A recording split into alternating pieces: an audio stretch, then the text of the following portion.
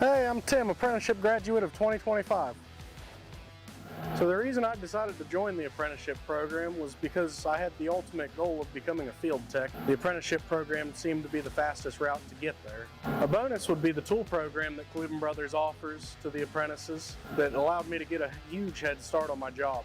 So I believe that the most valuable thing that I learned during the apprenticeship program was the electrical troubleshooting skills that I picked up through the courses provided by Cleveland Brothers. The biggest piece of advice I would give to anybody looking to get into this field would be just be open, be ready to learn. These guys with experience know all kinds of things that you would never believe.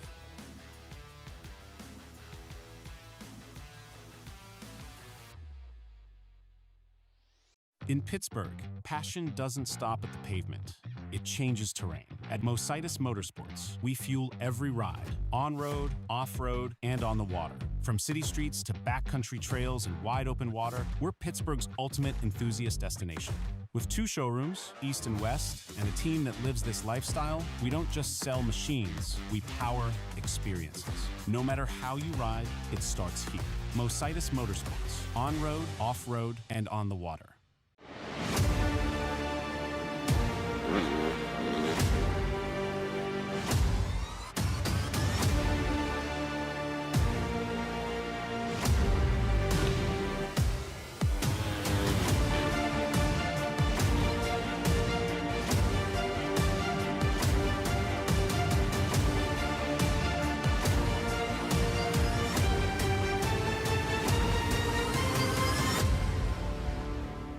Johnstown's going through a lot of changes. Our community is turning into this outdoorsy town that's very welcoming. And our company at JWF Industries changing, looking at the progress we've made with high technology and a family atmosphere.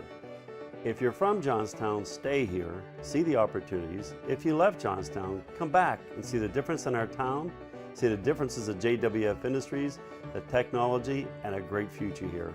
We're at JWF, we're all about faith, family, and country. Ride MX34. Ride MX34. I'm Gavin Towers, Ride MX34. I'm Drew Adams, Ride MX34. Ride MX34. Ride MX34. My name's Colin Humphrey, and I ride MX34. My name's Adam Intignap, and I ride MX34. Check out the all-new MX34 from Dunlop. All new MX34 from Dunlop. Tom here, Ride Dunlop MX34. I'm Justin Cooper, Ride Dunlop MX34. Just Ride MX34. I'm Hunter Lawrence, Ride Dunlop MX34. Ride Dunlop MX34. I'm Hayden Deegan, Ride Dunlop MX34. I'm Jet Lyons, Ride Dunlop MX34.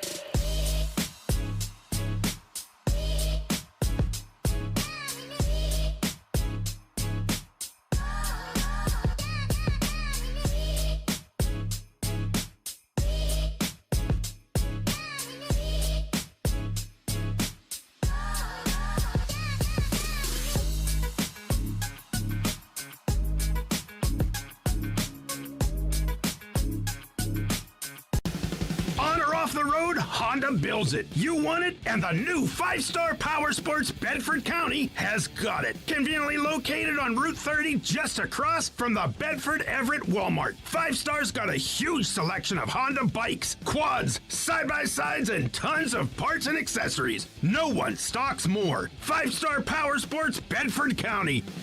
5-star Power Sports. You were born ready for this.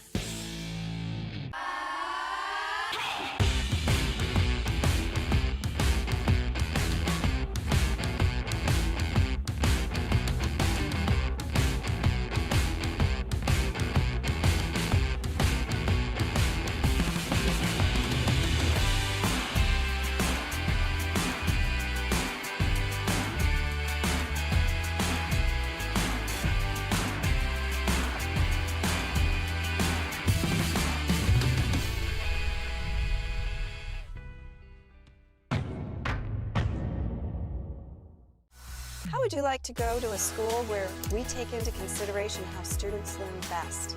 Well, we do that because we find if we can build the curriculum around the things you are interested in, you're going to do a better job.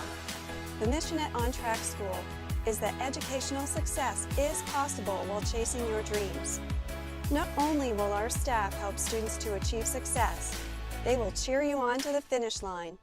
We encourage you to check out On Track School at ontrackschool.com, where we can help you chase your dreams and still get a quality education. ontrackschool.com. Check it out.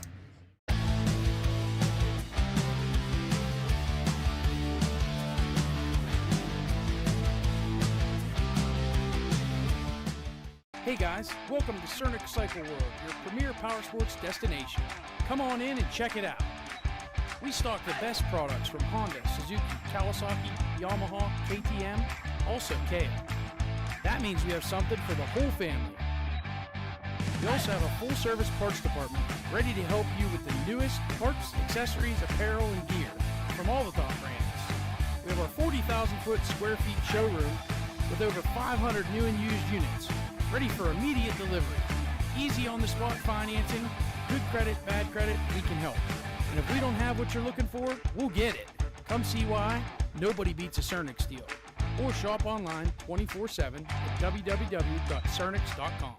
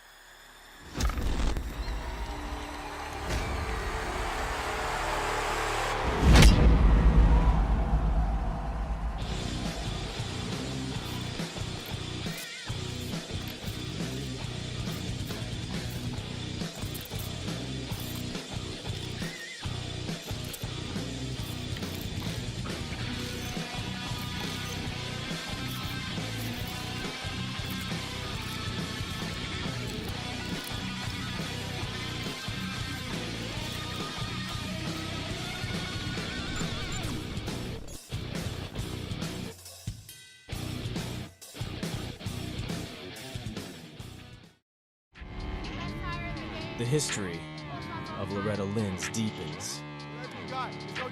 30 championships, all backed by Dunlop motorcycle tires.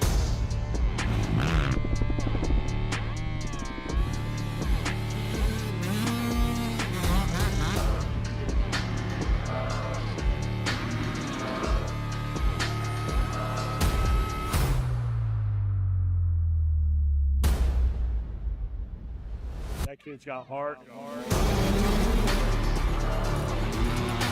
the title, Casey Cochran. His Harley Stones. Got our GeoMax MX-14 ready to go.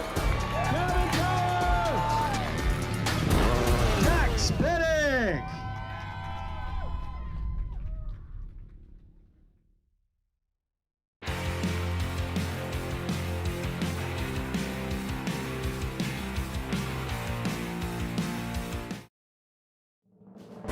The following is a presentation of RMG Sports, award-winning championship television.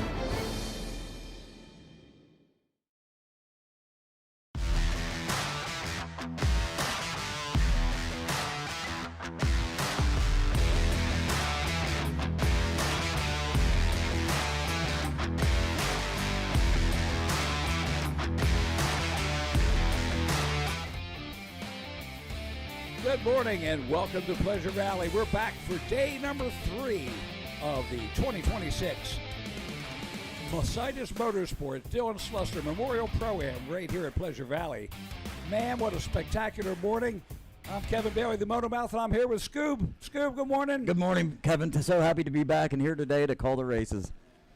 Okay, we're going to take it down to Andy. First thing down at the Cleveland Brothers stage for our first podium. Okay, guys, we are down here for our first overall winners of the day. We will start with the 125C class. We got Kelsey Harris. Kelsey had a great weekend here, obviously. Good results. Why don't you tell us about your weekend? It's been really good so far. In the 125 moto, I just got the whole shot, and I tried to stick with it the whole moto, and I just try to hit all my lines and ride consistent. Who do you want to thank? My mom, my dad, MXT for getting this bike all ready for this race. Hasn't been riding good this weekend, but they got it nice and dialed for this race. FXR, Factory Connections, Race Tech Titanium, Pro Circuit, Risk Racing, Works Connections, Mika Metals, Twin Air, and everybody else. Okay, guys, that's Kelsey Harris. We'll take it over here to Plus 30C. Andrew, tell us about your great weekend. Weekend's been great. Got second out of the start and worked my way by him, I think maybe on the second lap, and just kind of held him off. He was right behind me. I heard him the whole time. Second place, but held him off. Did good. Who do you want to thank? All right, we are back. Yamaha, and I get sponsored by Dunlop. And I'd like to thank my girlfriend for helping me and encouraging me to do this. Okay, guys, back to you. All right, we are back, and the white flag is out on moto number 2. Moto number 1, as you can see, is over. Moto number 2 underway, the Schoolboy 2. And we're going to give you a rundown of the top 10 right now.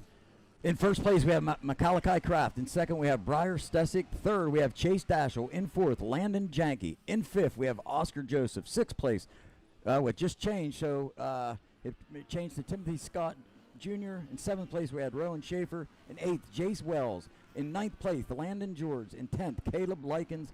That's the top 10 right now in Schoolboy 85. All right, the white flag is out, and as you can see, a brilliant morning as we zone in on the tail of the dragon. That is our top 3 riders, Malachi Kraft, Briar Stesick, and Chase Dashel.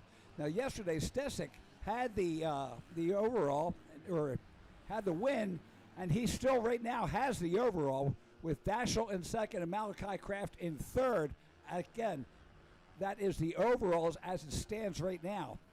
But Malachi Kraft, Briar Stesick, I hope that Briar is smart enough to know that he doesn't have to push Malachi Kraft. Kraft got faster as the day went on yesterday, so a lot of great racing. And look at this track. It is absolutely gorgeous as they come through the Team Green bowl turn and then up over the Ken Roxon RM Army triple. Now they come into the Caterpillar off camber, and that is looking spectacular this morning. A lot of lines, but nothing real deep. I talked to the Himmler Excavating guys. They said that they opened up the track last night, tilted deep. So we got a deep track. It's going to get rough. But guess what? That's the best thing we can have That's here. exactly the best thing we can have. I talked to them as well, and of course I'm camping up there right to the left of that Cleveland Brothers Cat sign there, and I've seen them like the first night working hard late into the night, so they were getting this track ready. Okay, so Malachi Kraft gets the win. Briar Stesick second, Chase Dashel third, Landon Janke fourth, and Oscar Joseph fifth. But in the overalls, Briar Stesick takes the number 1, Chase Dashel second, Malachi Kraft third, Oscar Joseph fourth, Timothy Scott Jr. comes in fifth in the overall. Now we are on to race number 3. It's the Micro E 3 to 5 amp, and here they are underway. This is the Jones and Roman start line. Riders are up there, elbows up, we're ready to go. The Moto Moms and Dads in the back. Yesterday in the Micro E, the win went to the 39 of Rivers Rice. Second place going to the 77 of Axel Irvin. Third going to the 88 of Cole Caldwell. Fourth to Otto Gardner, the 220 Swix rider. And fifth to the 515 of Jacoby Hollaball. Let's see what we got this morning. Couldn't pick up on that number again. No,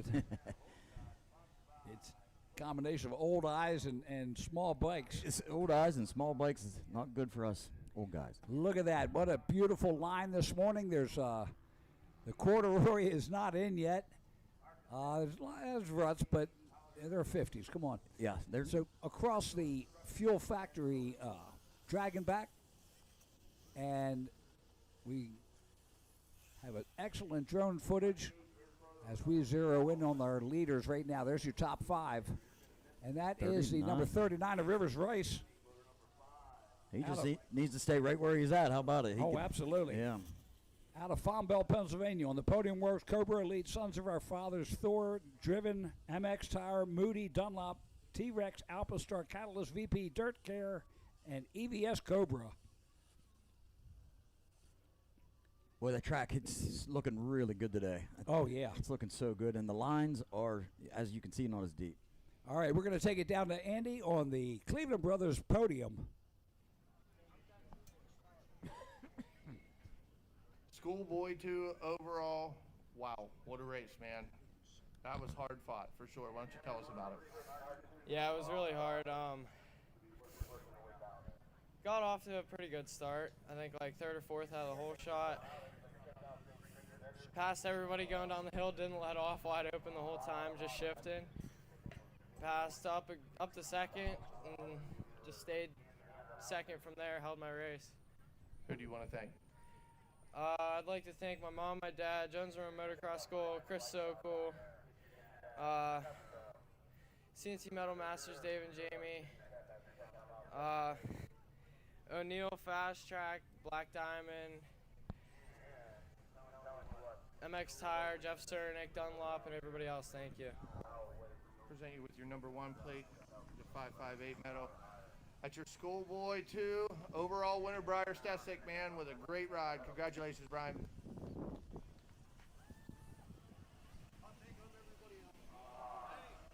All right, here we go. Rivers Rice in the lead. Cole Caldwell in 2nd. Jacoby Hollowball in 3rd. Axel Irvin, the number 77, in 4th.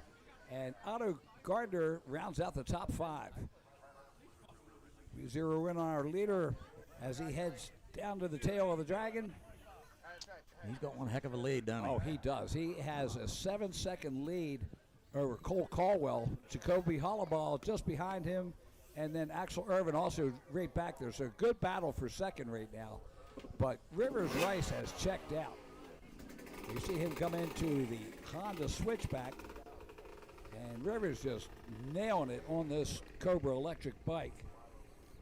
Yeah, it's really cool that Cobra got into this. Turning around and making it high voltage, low amperage, whereas the old KTMs, the 2 amp guys, they were low voltage, high amperage. So yes. Inherent problems when, yeah, amperage means heat. It means heat, exactly. And that's why he'd always had issues with. Oh, yeah. Yeah, no. I seen it looked like maybe someone was off the track and pulled right out in front of Rivers there. But Rivers got around it, no problem. I think the guy might have been a lapper, but. Oh, yeah. Taking that top line on that.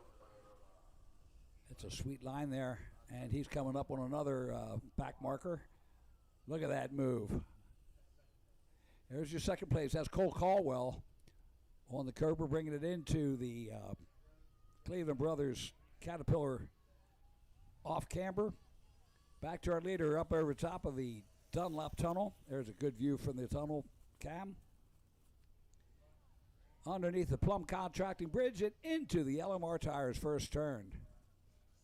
Still holding that 7-second lead. That's a big lead. 16 seconds now. So Cole 16. Caldwell still in 2nd. Hollowball 5 seconds behind him in 3rd. Axel Irvin, let's see where he comes through here. He's at least 5 or 8 seconds behind there now.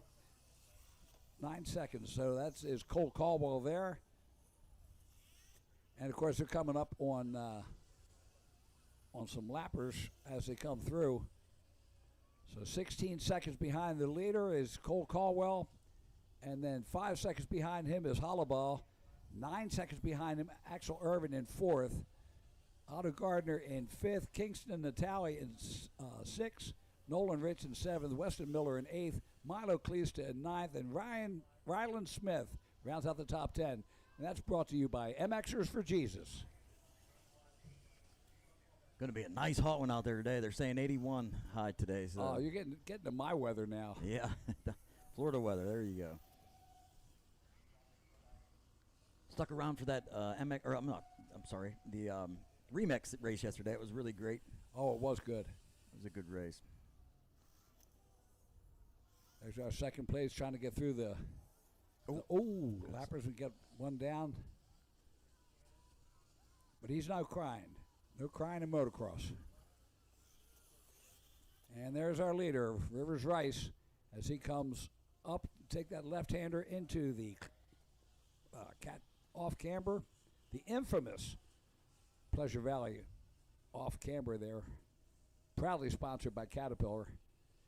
Without their equipment, we'd have a hard time keeping that. The amount of rain we've had this spring. Absolutely. And there is the white flag at the Pro Action finish line area. You can see, again, we talked to the Hillman Excavating guys, and they said they took it deep last night. It's going to be a rough day on this track. But you know what?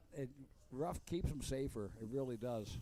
Yeah, and, the rough tracks, that's the things you got to ride. That's the thing that make you good in the sport. Absolutely. Absolutely. Area qualifiers is, a lot of people come up here because they want it rough. It's like, okay, yeah, it's only 5-6 laps. Yeah. But guess what? This is what you're going to see when you go to Loretta Lynn's, yeah. So you want this for Loretta Lynn's. It's perfect training for that. Not the elevations, but. No, you don't get that, yeah. That gets eliminated. It's funny. The first time I went down there was 1983, and we walked the track the first day, and I'm looking at the track going like, you got to be kidding me. This is nothing. I know. Until the practice went out, and it was like, oh, my God, is this rough? Now this became something. For sure. So here we go, down around the end of the tail of the dragon there. That should be the second place. No, that's Rivers Rice. And he's coming up the MX6 triple-double. Just navigate them lappers, all he got to do. Keep, as you can see, you see him look over and say, hey, I'm coming through. Probably one of his buds. Probably, yeah. Get out of the way. Up over top of the Ken Roxon RM Army triple there. And, of course, we had to change the name to Ken Roxon because he's doing a lot to sell Suzuki motorcycles right now. Everybody wants one. I actually seen a bunch of people looking at the 5-star rig up there. The Suzukis that they're walking by, checking them out for sure.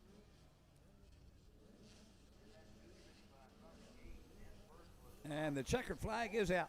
So Rivers Rice will take the win and the overall with the 1-1. Cole Caldwell still in second, Hollowball third, Axel Irvin fourth, Otto Gardner in fifth.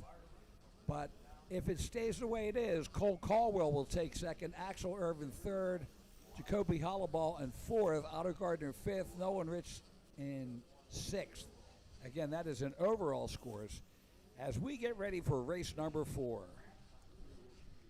We had first place in race number 4, Junior Mini. Austin Bolts took the first place in the moto yesterday. In the second place, we had the where's he at here? Let me find him. We had Nathan Tucker out of Manchester, 918 out of Manchester, Maryland. In the third spot, we had Travis Bartley out of Sarver, PA. In fourth place yesterday, we had Jaden Shipe, the number 912 out of Valley View, Pennsylvania. Yep, and then in fifth, we had Bradney Gardner out of Ruffsdale, PA. So race number 4 is on the line. At 10 o'clock this morning, we are going to break the moto order and have the time trials for the 250 Pro-Am. And I believe they will be going off at 12 and 3 for their motos, Moto 1 and Moto 2. Again, and also the 250 All-Stars will be coming out, and that is an AB class. Yes. So if the 250A riders are going to end up riding a lot today, if they're into both classes, and some of them are. Yes, there are. I seen that. So they are definitely going to be getting the laps in. Looking forward to it, though. It's going to be exciting. And if you're just tuning in, good morning. Micro E 4 to 8 overall winner, on the Rivers podium. Rice. Man, that was something else. Did you see how far out you were in front of everybody, or you weren't looking back? Not looking back. Good deal. Who do you tell us about it? Track's pretty good, and taking the ruts, and yeah. Who do you want to thank?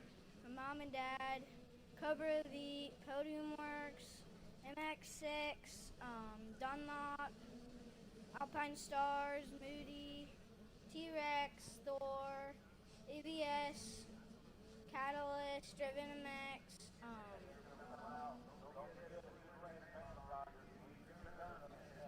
Dunlop, Roost, MX6, MX Tire,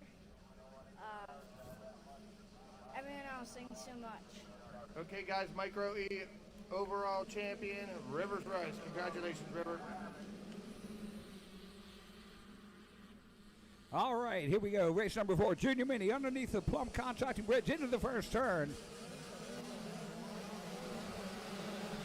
I love when riders just put numbers on the front. Yeah. Looks like, I think maybe 918, is that? 918? 910. Nathan Tucker, I believe that was. Oh, yeah. Had a second yesterday out of Manchester, Maryland on the 60 100% Thor Dunlop Whoosh ASV EBS Digital Scorpion Interactive KTM. And as we say, the weird math of motocross, 2-1 beats a 1-2. Yep, exactly. Every day of the week. Every day.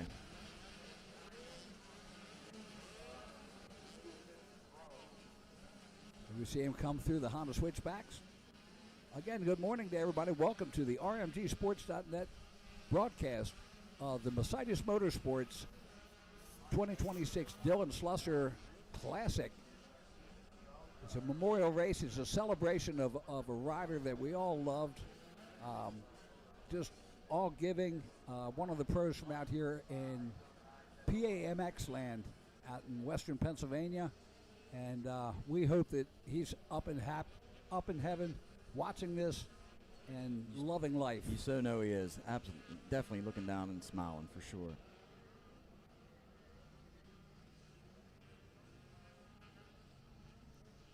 There's our leader as he brings it down the Pro Action straight away to the finish line area. Let's battle for second.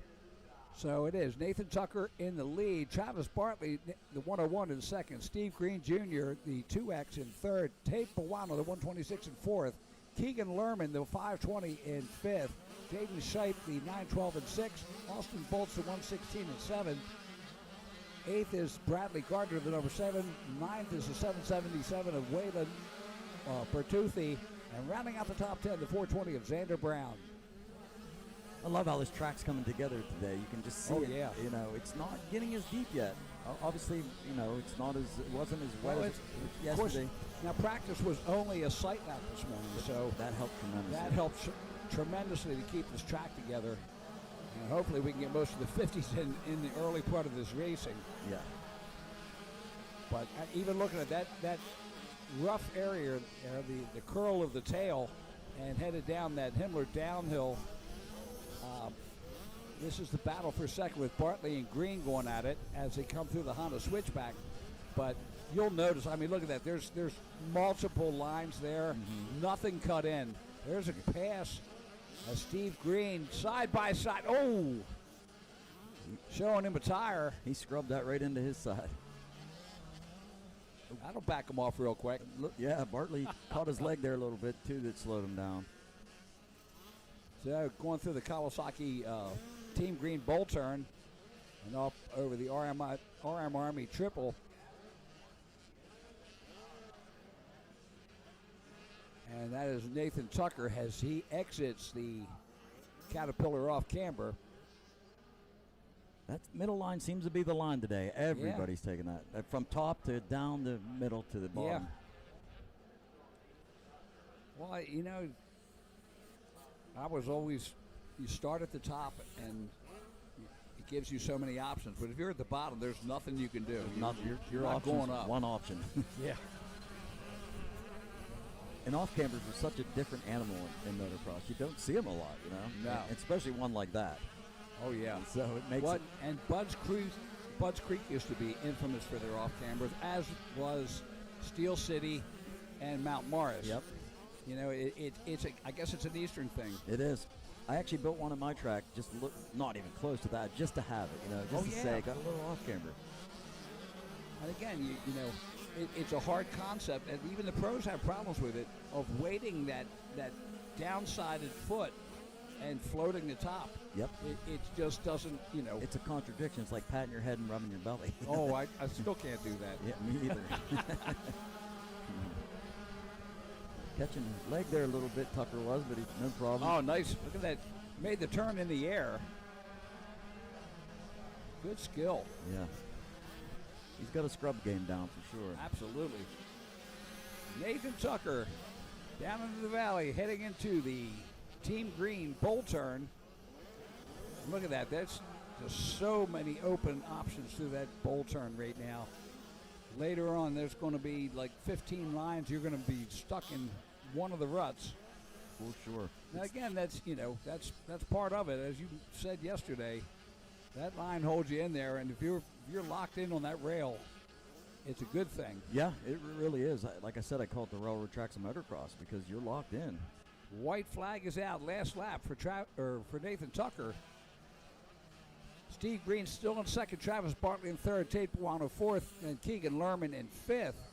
In the overalls, Nathan Tucker with a 2-1 and will take the lead, the win, the overall. Travis Bartley second, Austin Bolts third, Tate Buono fourth, and Jaden Shipe in fifth. Again, that is if it stays the way it is right now, but this is motocross. I'm going to tell you, Tucker, like right there, see how he had to crossover jump there because of a lapper? Green's coming. He's making a push there in the back. Yeah. And Tucker's got to navigate this last lap pretty. Now, Steve Green turned a 149.832 on the last lap with Nathan Tucker at a 156.73. So the numbers don't lie. Steve Green is on his way. He is. There he is. There we go. There's the battle for the lead. He's making his presence known. And Tucker, you know, if you settle into that lead and you forget that, you know, they're back behind you, it can be a harsh reality here. I actually didn't like when I was racing to be in the lead because that would happen to me all the time. I like to see from behind, and it made me push more. Some people aren't like that. I was. Yeah. Because look, I mean, you can see now Green's picking up. Well, he knows it now. Yep. Oh, little brush on the elbows there. Oh, look at that. Boy, the off camera. It wasn't quite a park, but it was. Yeah. It was there. It was there. This is gonna good block. This is gonna mean a lot right here. What they do in the Cleveland Brothers Cat. Oh, look at this. Steve Green making the push. Goes back to the inside. It's a drag race down the finish, and it is going to be Tucker taking the Tucker. Yeah, taking the checker just ahead of Steve Green. That was good. That was a great race, and Green was a 148, 159. Nathan Tucker at 149, 924 on that last lap. So Green was faster, but Tucker held him off. Great race. Great race. Made a push there, Tucker did. Or Green did, I'm sorry. So Nathan Tucker will take the overall with Steve Bartley in second, Bolts in third, Buono in fourth, Jaden Shipe in fifth, Lerman in sixth. So, wow, what a race. That was a great race. Number 5 coming up.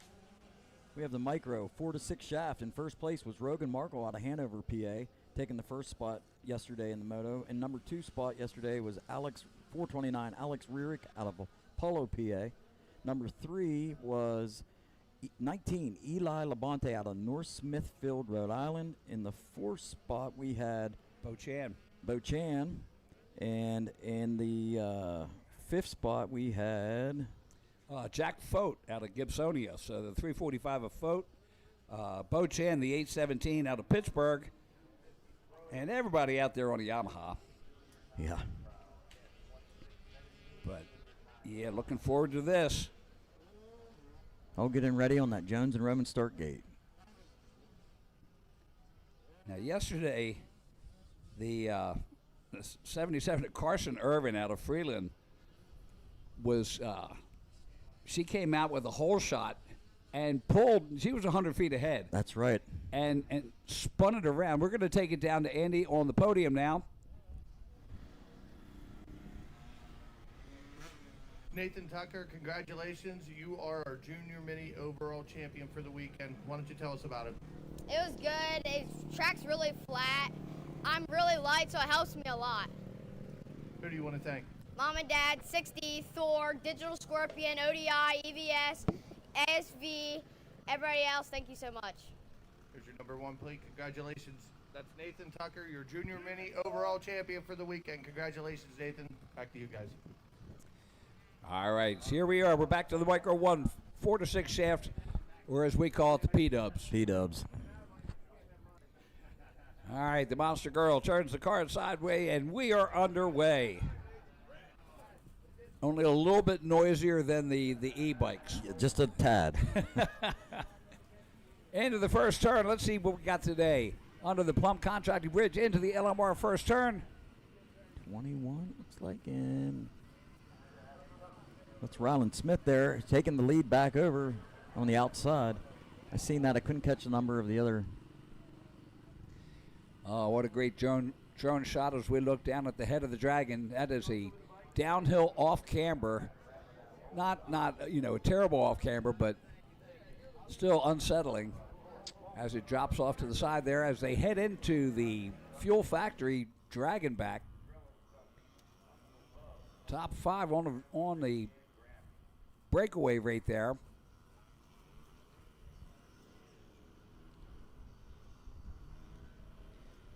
Down to the tail of the Dragon and off to the water truck track.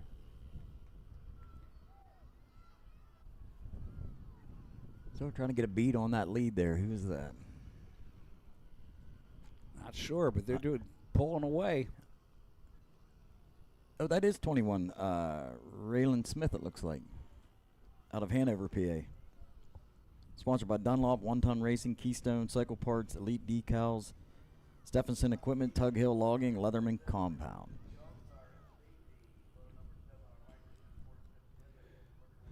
Green flag is out, and here we go.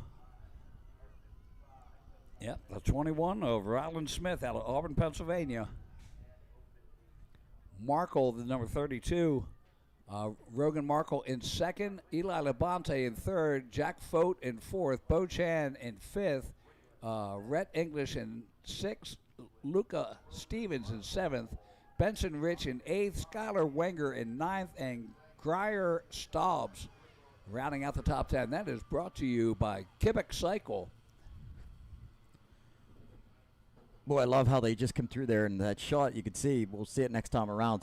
They just are They want so much throttle out of that thing. Oh yeah, it's twisted down. They have that arm almost elbow touching the foot peg. Now look at that, top 3 on a breakaway now, evenly spaced. But Ryland Smith, Rogan Markle, and Eli Labonte in your top 3 positions. Right now, it would be Rogan Markle taking the win with a 1-2, Eli Labonte second, and Ryland Smith in third. That's if they stay in these positions. Looks like Rogan Markle's coming up there. They're giving it a push. Look at this. This is top 3.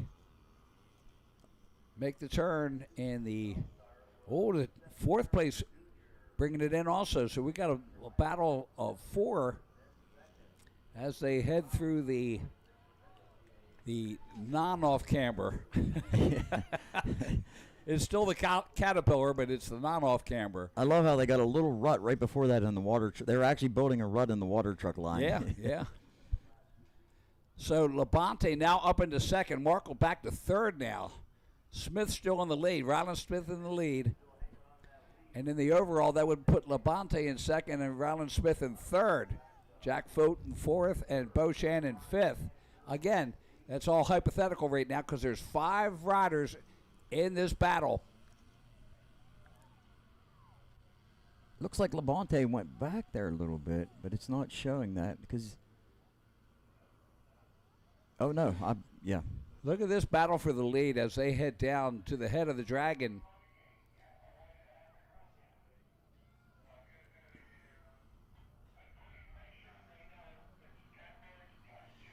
So they make it through onto the Fuel Factory Dragon back. Here's a lapper up ahead of them.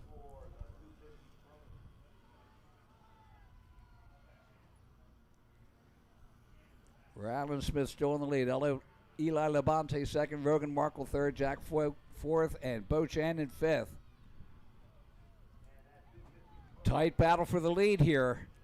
Labonte wants that. Yeah. They're coming up on these lappers. They moved around them pretty good. Up here they actually created a rut. You can see it right there. Oh, here we go. Oh, that's the tough turn right there, and they made it through.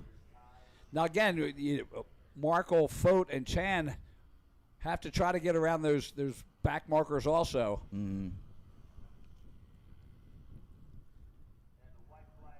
White flag coming out for Rylan Smith and Eli Labonte. Look at Labonte making the charge to the inside there as they make the turn and head towards the Dunlop Tunnel. There's our tunnel cam right there. And you see the gap between first and second. Look at Labonte down this straight stretch with that arm. He has that thing pinned. I love it. He wants every bit he can get out of that thing. Look, oh, that's a nice flow right there around that corner.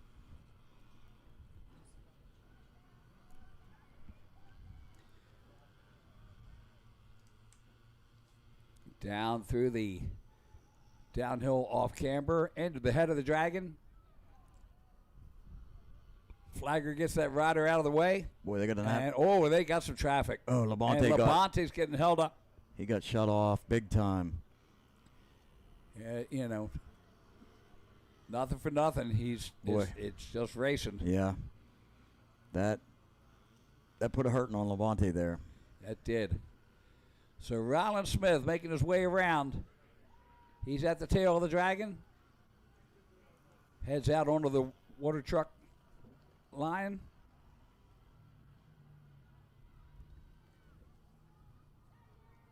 Yeah, I think that's going to put the icing on the cake. Icing on the cake. It's going to be a little too hard. Not enough track. If they had another lap, maybe. But, well, there's another lapper up there, so you never know. It is motocross. Yes, it is. Oh, yeah, it did hold Smith up there a little bit. So Rylan Smith brings it in. Checkered flag comes out. Rylan Smith takes the win in the moto. And let's see. Right now it's Eli Labonte makes it through. And let's see if Rogan Markle will make third. Yes, Markle in third. And Jack Fote, Bo Chan, fourth and fifth. In the overall, Rogan Markle will take the overall win. Eli Labonte second, Rylan Smith third, Jack Fote fourth, Bo Chan rounds out the top five. Race number 6 on the line as we look at that Jones and Roman start line. And it is the 250 All-Star. And wow, what a lineup here.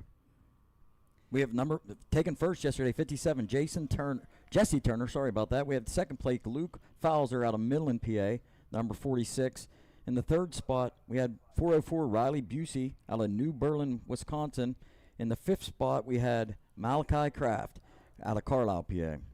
I'll tell you what, now Luke Foster was leading, and Justin Turner turned around and beat him. He did. And, of course, that's two pros going at it. But they not only have to race this race today, they've got 2 motos coming up.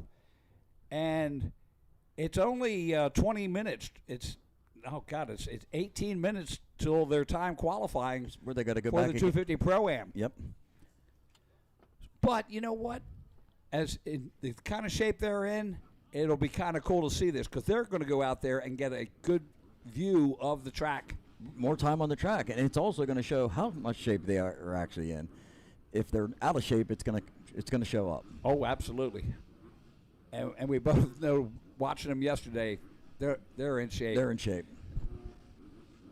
especially the front runners. Oh yeah, I talked to Luke yesterday, and I said, so did you do 250 all weekend? He goes, oh no. I goes, after last year, I got a 450. And now we didn't see it yesterday. I talked to Vinny Lahovey, and I'll have to show you this. He went out there, and I think that's Jessen. It was Jesse Turner, 57. Jesse Turner took the whole shot. Yep. Luke Falzer right behind him as they head into that Fuel Factory Dragonback. That looks like another Cowie there in second. But yesterday, Vinny Lahovey quadded the first two jumps in the triple-double. Oh, really? The first one, he landed on top and did okay. This is in the first moto. Yeah. We saw him fall back and didn't know why. Yeah, I remember. He quadded those jumps. Wow. I did not realize that at all. And then the second time he did it, he faced it. He didn't have enough takeoff speed. So you see him come around the pond turn. This jump right here, he quadded over the top of that second jump. Oh, okay, I got you. Wow, I would have loved to see that. And then the second time, he crashed, got up, and he said, both my wrists are killing me. He's leaving for California today for training to go to Glen Helen for the Nationals. And incredible. I was like, dude, why did you do that? He goes, because nobody has. So I got to be the first. He said the first one was cool. He said the second one is like, when I took off, he goes, I know I didn't have the speed. Yeah, you know, at that level, you know. And I'm going to tell you, though, them guys knowing that he tried that and actually made it on one of them, that's lurking in everybody's head now. Yeah. That's the way we are, you know. Oh, because I'm standing there with the whole group of them. And Tyler Stepping goes, dude, he goes, I am not trying that. So Justin Turner in the lead, Luke Falzer in second, Malachi Kraft in third, Riley Busey in fourth, Jay Covert in fifth, Landon Janke in sixth, Jace Wells in seventh, Cole Covert in eighth, and Reese Wheaton rounds out the ninth ride. So 9 out of 11 on the track right now. There's Justin Turner out on the Club MX Yamaha out of Chesterfield, South Carolina. This is the battle for third between Riley Busey and Malachi Kraft. Malachi Kraft on the KB Flooring, Team Green Auto Repair, Roosters Auto Repair, Apple Valley, and Wenzel's Heat and Air Conditioning, Kawasaki out of Carlisle. And then we look back to Riley Busey. Riley Busey has a great ride. He's on the Rock River Power Sports, Gizmo Mods, Canvas, CP Racing, Oakley, EVS, Dunlop, Tamer, FMF, Bellray, Decal Works, Yamaha. Yeah, I'm anxious to see if Kraft can get a little crafty, like we said yesterday, because he was absolutely getting crafty yesterday with his line choices, coming back from way back in the pack sometimes. Not way back, but like fourths and fifths. So let's see what he can do today. Justin Turner bringing it in. Man, he is turning and burning. It's a 138.926.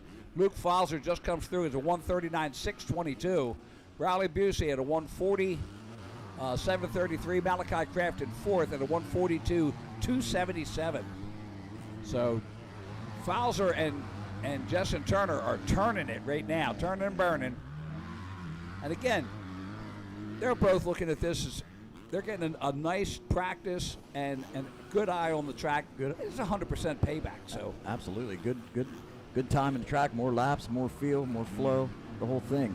And you can see compared to yesterday, where the lap times were like up in the 150s for these guys. Yeah, they're down. So that tells you instantly that the track is not as rough. Well, again, you know, they're putting in their lines right now for the next thing coming up is going to be the time qualifying at 10 o'clock. So 9:47 right now. I got a feeling that they're already lining up for the 250s. Yeah, so they'll basically be going from right here over to that. And this was a 5-lap race. Up through the MX6 triple doubles, around the Team Green Bull turn, up over the Ken Roxon RM Army triple. And you see Justin making his way down to the Pro Action finish line. And yesterday, Jesse Turner and Devin Simonson had a great battle, but Turner said he lost his front brake. Simonson said he lost his clutch. Yeah. And they had a great battle on that first 450 All-Star.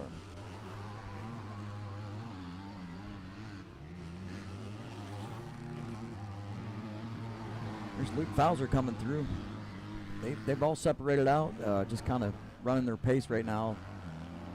Luke Fowler and Busey. It looks like Busey took over the third spot, running a 139. Nice.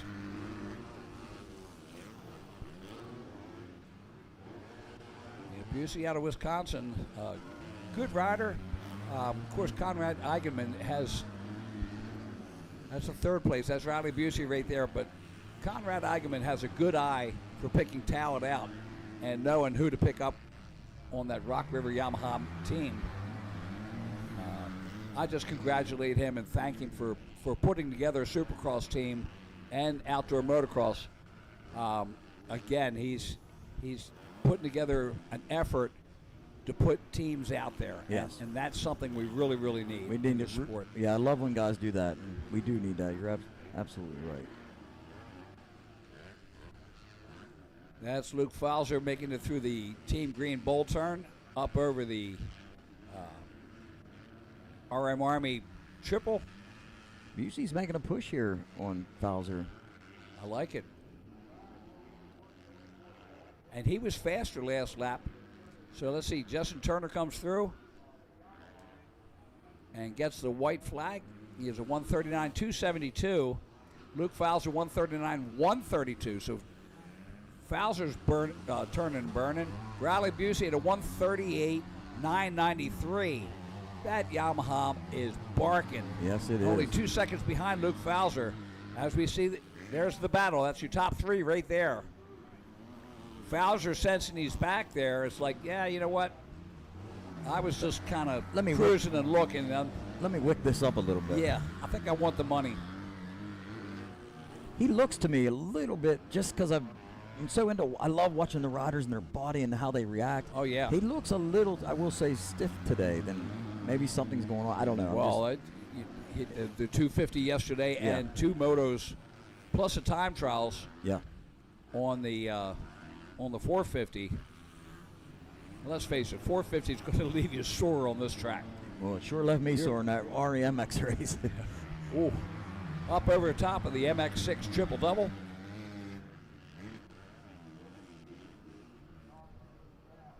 I think that first jump we're going to have to rename the Vinnie Lou Hovey.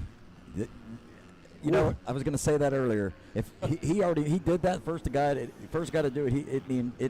It needs to be named after him. For sure. Yeah. The Vinnie Lou Hovey MX6 triple double. Of course, MX6 might not like that, but sorry guys. I tell you what, MX6 is such a great team with the Sons of Our Fathers effort going out there. Picking up Tyler Steppick and really just a down-to-earth team. The black or checkered flag is out, so Justin Turner with the win, Luke Fowler second, Riley Busey in third. And Riley Busey is still the fastest guy on the track at a 147.85. But Justin Turner and Luke Fowler have to go down to the line. I think, we're going to get another moto win. Yeah, it looks like another moto. Let's see. Before that time. So the Micro 2 4 to 6 limited coming off the track rate, onto the track rate now. And then we had number one, Eli Labonte, 19, who took moto win from the first moto. Rogan Markle out of Hanover, PA, 32, taking the second place. In the third place, we had Grayson Sunday, 26, out of Washington, PA. And in the fourth place, we had 429, Axel Rierick out of Apollo, PA. And in fifth, we had Connor Crocco out of Johnstown, PA, the number 33. All right. So coming up after this will be the time trial. Pushing it tight today. Jeff wants to get everybody out at a decent time. Yeah. And, of course, yesterday they had the rain. They're looking at chance of rain around 3 or 4 o'clock today. Again, spotty showers. I seen that. Like what we got yesterday. But we had more spots than we Yeah, that was a 30% chance of rain falling on them. Exactly. I always say, that's a 70% chance it's not going to, though. Oh, the eternal optimist. I love it.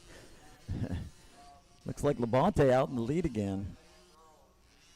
Yeah, 19 Eli Labonte out of North Smithfield, Rhode Island.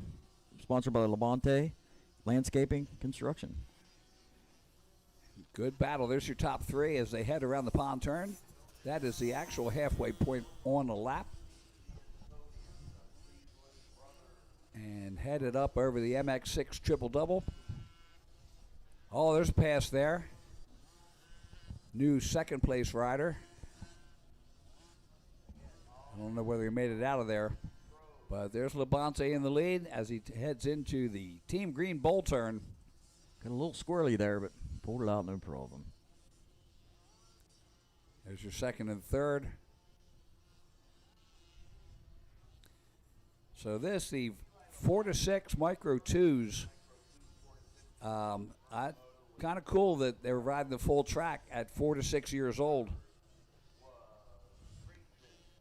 And of course, most of them are in the 5 or 6 to 7 year old range. Now, of course, you asked about 7-year-olds. The date for racing for your class in youth is your birthday or your birth age at January 1st. Okay. So you can be 7 years old in May if you were born in February. Okay. So, you see a 7-year-old out there, you say, oh, that's not fair, but Yeah. His birth year, as of January 1st, was the predication of how they determine, right? Yeah, who's going to be in that class. Now, they can voluntarily move up also. Can they? You can't move back. Okay. See, you can advance age as long as it's not age restricted. So at 6 years old, you can't go to a 7 to 9 65 class. Yeah. Looks like Eli Labonte in first and Rogan Markle in second. The number 32, Jack Fote, number 345 in third. Grayson Sunday in fourth. The 26th, the 175 of Rhett English in fifth. Lucas Stevens, sixth place. Connor Crocco, the 33 in seventh. Hudson Whippo, 212 in eighth. Alex Rierick, 429 in the ninth. And rounding out in the top 10 is Hudson Dunmeyer, 19X. That's brought to you by Unroll. Unroll, the new clothing company by the Connor Roll and his brother, his twin brother. It's just cool to see people branching out. They started that company, that clothing company, to pay for motocross. Yes. And now it's grown into something really, really cool. They can't afford to race anymore because it takes away from the clothing sales. Exactly. I was ever talking to him as well, and it was just some awesome clothing over there. Really cool stuff. There's DJ Steve-O. Oh, he was supposed to come today again. Didn't respond. Not sure where. Well, see, he's not the true motocrosser. This is your third place rider. That's Jack Fote right there, but he doesn't want to sleep in a van like you do. Exactly. I'm still at 53 years old, staying in that van. At least I'm not down by the river, though. Oh, yeah. By a bend in the river. Yeah. And there's our leader. It's Eli Labonte making his way around up into the off-camber. And you know what? Look at him. He doesn't look all that intimidated right there in the Caterpillar off-camber. No, he's getting through there nice. He's flowing really good. At the halfway point of the race, Eli Labonte turning a 245. So, again, that's why the P-Dubs are not out on the big track, because it would probably be a 5-minute lap. Yeah. We would lose a lot of time. But you know what? They're out there racing, and that's the best thing about it. That's all that matters. So in the overall, as it stands right now, Eli Labonte would be your winner with Rogan Markle second and Grayson Sunday in third. Lucas Stevens in 4th, and Connor Crocco in 5th. Again, that's if everything stays the way it is. Rhett English now up in 4th. Wow, that's a Grayson Sunday. What? That would obviously be Grayson Racing Sunday. Yes, that's a perfect middle name for the perfect rhyme, perfect name for that. Grayson Racing Sunday. Axel Rurik in 6th comes through the traps. Monty navigating some lappers there, no problem. You can see them lines there on that roller there. Yeah. They're not there today. Yesterday there was, what, 4 or 5 on that? Oh, deep. and deep. Mm-hmm. But you know what? The 250 Pro-Am's coming out next. There could be some lines through there. Yeah. Especially in that time qualifying when they start hammering that over and over again with, over laps. And I believe that we're going to go with the same as yesterday with a 8-minute time trial. Is that what it is? Okay.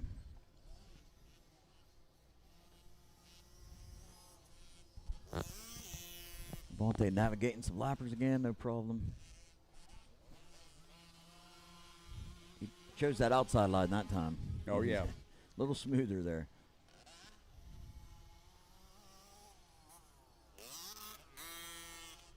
Yeah, your second moto is eliminate the trouble spots and get the results in. Look at that, climbing up to the pro line up at the top.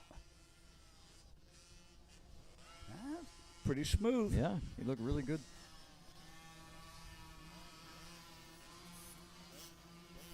White flag coming out this time for Eli Labonte. 1 lap to go. Heck, he's almost clearing them. Them 2 tabletops, he came really close. That was really cool.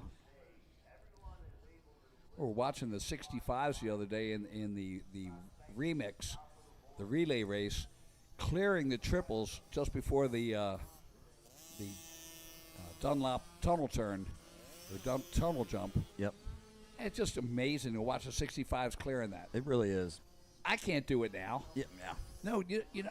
I don't want to do it. I was on a 450 and didn't do it. And then to watch them do it and do it with such style and grace and get the front down and push it down in. And I mean, they weren't scrubbing it, but they didn't have to. They didn't have to, yeah. Well, actually, I don't think they wanted to. They wouldn't have made it. Yeah. They didn't have that much speed. But 250C will come up after the time trials. Time trials starting at 10 o'clock. And that'll be right after this race. Of course, it's going to take a little bit of time to clear this track before we send them out. Labonte with a 19-second lead. Wow. He's out there pretty good. Yeah, he's running a 2:44, 125, and Rogan Markle in second at a 2:51, 772. Yeah.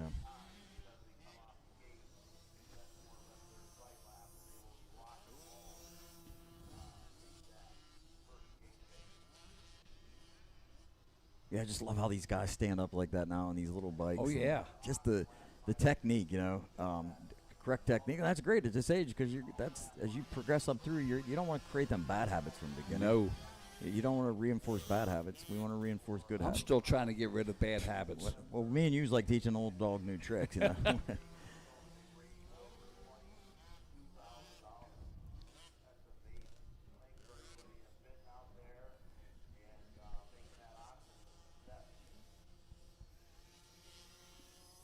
Hey, we want to thank South of the Border and Pedro's Fireworks for putting on a show last night. SOBMX is just one of the premier spots on the East Coast, and such good people. They are one of the premier training tracks, and of course Pedro just opening everything up for everybody and supporting amateur motocross. Really, Labonte went down. Labonte down in the off camber. Oh, and he's on the bad side of that bike. Oh, he's having a heck of a time getting it up there. He has a 19-second lead, but. So the leader down in the off camber. That was, you know what? He had to pick him up because the bike was on top of him. Yeah. So I was going to say, was that second that went through there? I believe yes, it was. is. Yeah. So that should be Rogan Markle.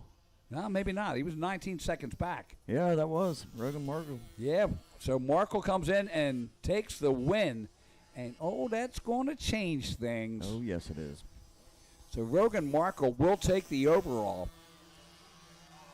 with a 2-1. Eli Labonte brings it in second, and he will keep second place with a 1-2.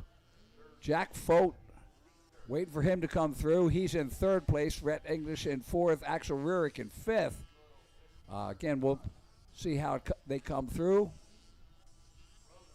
Fote was a full 13 seconds behind Labonte on the last lap.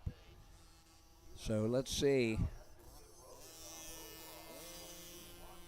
Either way, it's going to be Rogan Markle with the overall, Eli Labonte second, Axel Rurik in third, and Grayson Sunday in fourth. Again, that's the overalls. Oh, what a bummer for Labonte, huh? Oh, absolutely. Just one more turn to go, basically. Now, Rhett English brings it in third, Axel Rurik in fourth. So Axel Rurik will take third. Grayson Sunday fourth, and Lucas Stevens in fifth. Yeah. Wow. What a change. Okay. Once we get the track clear, we're getting ready for our Pro-Am time trials. 24 entries, the 33 of Shane Winton out of Earlville, New York on the Suzuki, the 46 of Luke Fowler out of Midland, Pennsylvania on the Orange Brigade Monster Army Dunlop Thor Bell 100% TCD Racing FMF Motorex OGO Sam Hurley KTM, the 57 of Justin Turner out of Chesterfield, South Carolina on the Club MX Yamaha, the 63 of Talon Thompson out of Mercer, Pennsylvania on the Yamaha, the 91 of Paul Best out of Richford, New York on the Mikey Nichols Auto CP Performance KTM, the 102 of Jace Wells out of Beaver, Pennsylvania on the True MX Podium Works Beaver Creek Cycle, Only Charms MX Graphics Husqvarna, the 114 of Casey Clark out of Burnville, Pennsylvania on the Action Motorsports France Construction Bolts Sick Recovery Service 360 FXR KB5 Blackheart MX Adrenaline Junkie Rhino Renthal Twin Air Honda, the 120 of Jay Covert out of Manchester, Pennsylvania on the 317 Moto FXR Action Motorsports Husqvarna, the 260 of Tyler Nowakowski on the TN Marine FXR Guts Works Connection Pro Action NKS brand Yamaha, the 300 of Jonathan Getz out of Old Town, Florida on the Monster Army Fly Racing FMF 100% Adventure Moto Tamer Fast Company Husqvarna. The 320 of Cooper Geppert out on the Toy Tech Cycles, Troy Lee Design Scott, and the Walter Doctor. 367 Christian McCauley. All right, we're going to take it down to the podium, and we will continue this once we get done with the podium. Take it away, Andy.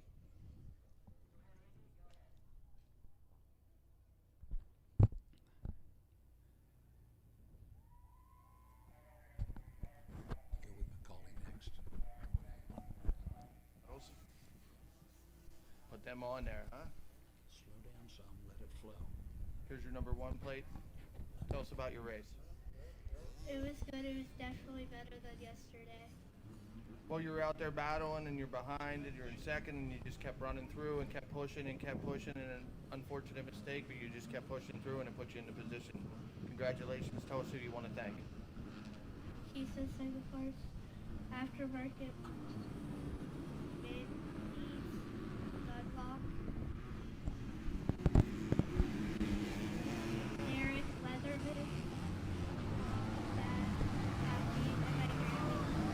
That's Rogan Markle. He's your Moto 1, Micro 1 Shaft, and Micro 2 Limited Overall Champion. Congratulations, buddy.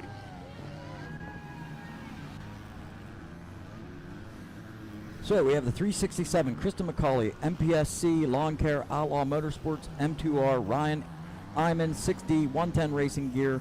The 404 of Riley Busey on Yamaha, Rock River Power Sports, Gizmo Mods, Canvas, CP Racing, Oakley, EVS, Dunlop, Tamer, FMF, Bellray, Decal Works, Guts, AVS. We have the 441 of Seth Shirley, Privateer Connection, SCR, Motorhorse, 6D, Fly, Bike Graphics Rental. We have the 442 of Carson Walter, no sponsors. The 469, James B. Astadio, Priority MX, Thor, Gas. The 558 of Brandon Karpik, and no sponsors there listed. All right, the 559 of Joe Shipley out of Indiana, Pennsylvania on the CNC Metal Masters, Applegate, MX Tire, Jones and Roman, Canvas MX, Vampire Tear-Offs, Kits, Brokerage, Labworks, Yamaha. The 650 of Trevor Haslett out of Hamburg, New York on the Hebner's Sales and Service, Team Green, Planter Box Direct, Decorator Carpets, Wit Convenience, Hamburg Overhead Door, SBR, MotoPro, Graphics, One Industries, 100% Bell, ODI Kawasaki.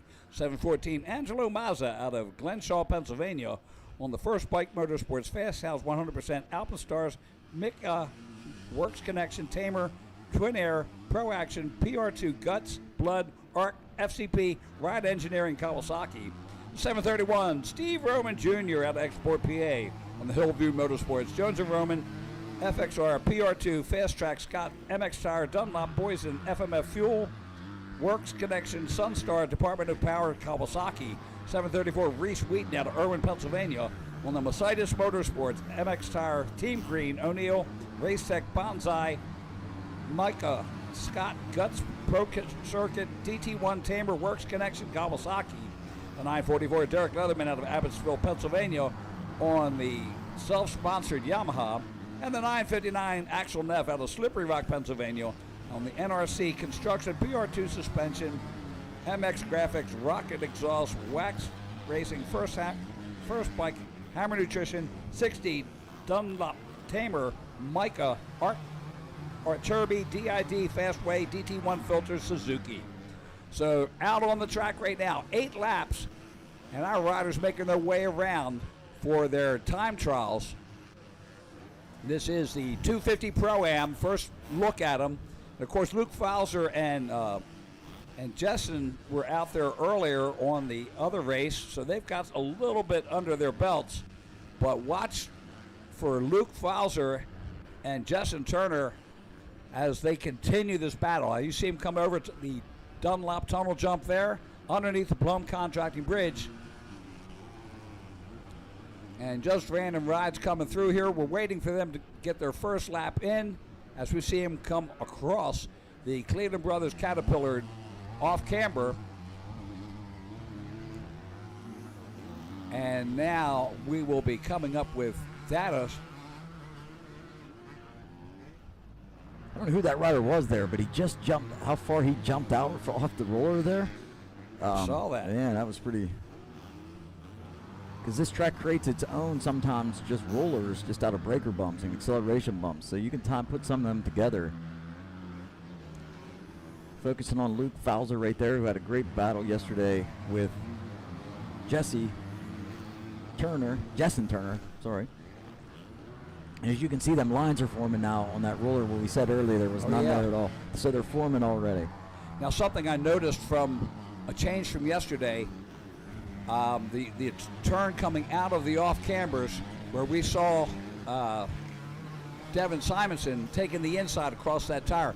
They have markers there now so that you cannot take that line. So okay, I missed that. As yesterday, it wasn't a jump. Now watch look the inside. You see the markers there, forcing them to the outside of those tires. Just a little bit more, yeah.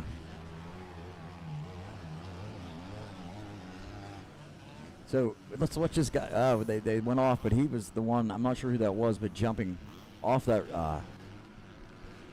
really far out there. And we are not getting data in right now, so we apologize for that. As soon as we get it, we'll be bringing it back to you. So a lot of these guys were just out there for, 2 motos ago. Yeah, that was Jessen Turner and Luke Fowler. And again, we're waiting to get data, so I can't give you numbers until we get that. But you get a view and check out the different riding styles of the pros on the 250s as they make their way down the Himmler downhill.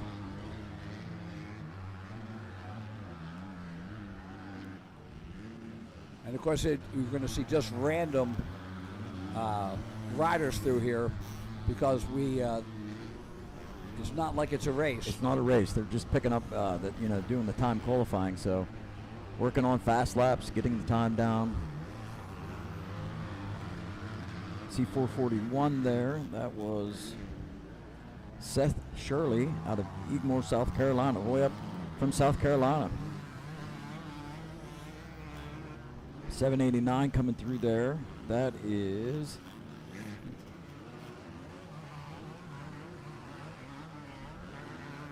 well, maybe I must have had the number wrong. I don't see 789.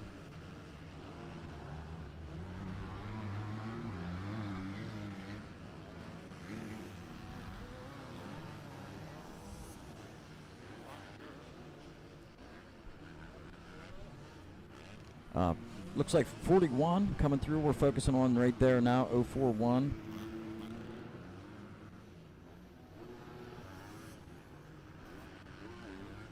Uh, 441, that's Seth Shirley that they are focusing on now on the Yamaha.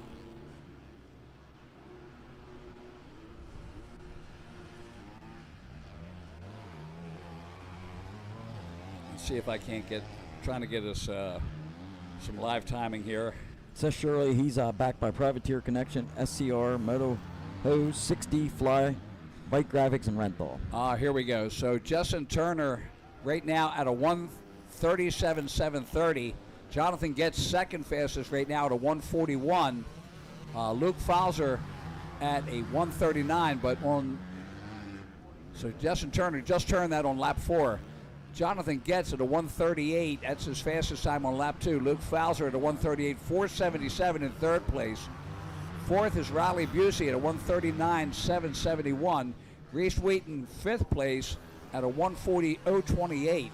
Derek Leatherman sixth. Steve Roman seventh. Trevor Haslett eighth. Jay Covert ninth. Joe Shipley 10th. And the difference between first at a 1:37.730 and 10th place at a 1:43.898 is almost 9 seconds. Yes. Now Jonathan Getz throws it back in there at a 1:38.420, so he betters his speed. Again, it's going to keep falling as we keep coming around here. And you won't always see these guys, if you're watching this, you're new to watching this, you won't always see them running these hot, fast laps. Like you've seen 404, which was Busey there on the side. He was just checking some stuff out, looking. Well, not only that, it's you take a cool down lap. Yes. Go past your mechanic, and he'll tell you what he did. So he'll say, "Okay, Getz or Jonathan, you're P2, and you are a lap 5 minus 2.2." Yep, exactly. So he gets it. Okay, I'm 2.2 seconds faster on that lap 2. So again, you look at it and yeah, what was I doing? What's the lines I took? What was Yeah, that created me to be that 2 seconds faster that time? Absolutely. So you take a cool down lap, get a better look. Yep. Plus the fact, look at the other riders you're going in and around. Correct. You see a different line because somebody else is on a heater. It's like, oh, I didn't see that. Yeah, missed that. I like that. That line's forming up there. As we can see in that downhill and the Honda switchbacks, there's a big rut forming on the inside. Oh, yeah. And again, like you said, they're on a rail there.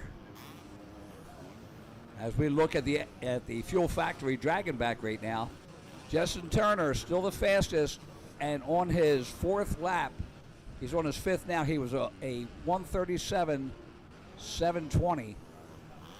That's the fastest lap so far. Getz at a 1:38.189. Luke Fowler third at a 1:38.477. Riley Busey at a 1:39.771. 5th place, Reese Wheaton at a 1:40.028. Getz on another cool down lap. He's at a 1:59.379.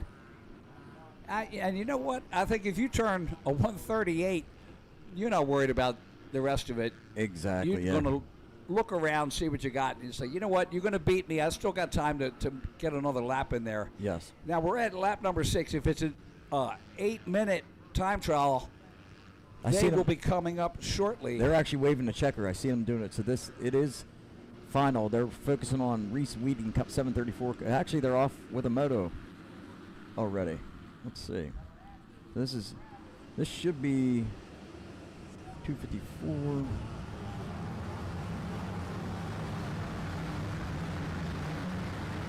So it looks like they ran race 8 already, and the lead looked like 254. Brayson Valloway out of Westminster, Maryland. He had a 8th in the first moto. So final rundown of the top 10 in the time qualifying. Justin Turner first, Jonathan Getz second, Luke Falzer third, Riley Busey fourth, Reese Wheaton fifth, Derek Leatherman sixth, Steve Roman seventh, Trevor Haslett eighth, Jake Covert ninth, and Seth Shirley rounds out the top 10. Taken first in the race 8 250C first moto was Rowan Schaefer out of Contanning, PA. Taking second was Bryson Richard out of New Alexandria, PA, brought to you by Triple B Properties. Taking third was Mason Mills out of Contanning, PA.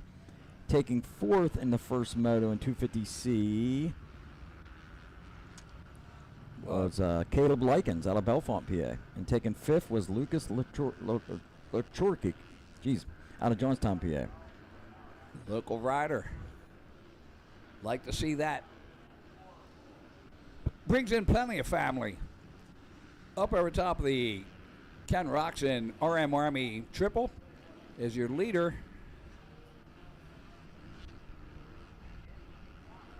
Little battle going on here. It looks like number 4.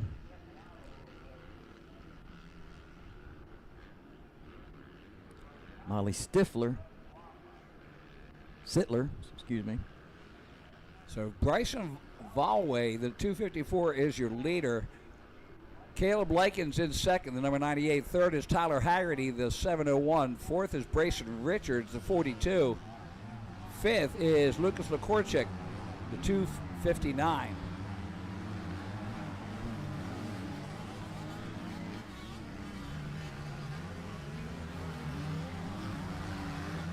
I was talking to Lucas's dad yesterday, Lakorchik. He was giving me some ideas about, different things around the track and talking to people and, about the racing and bringing the families together. It was a great conversation. And how just such a beautiful family sport this is. Looks like, it's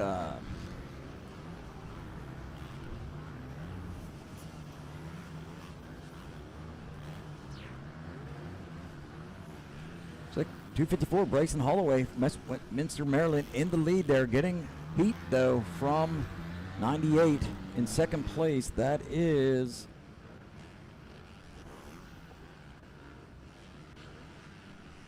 okay. We're going to take it down to the podium, and Andy has got the winner.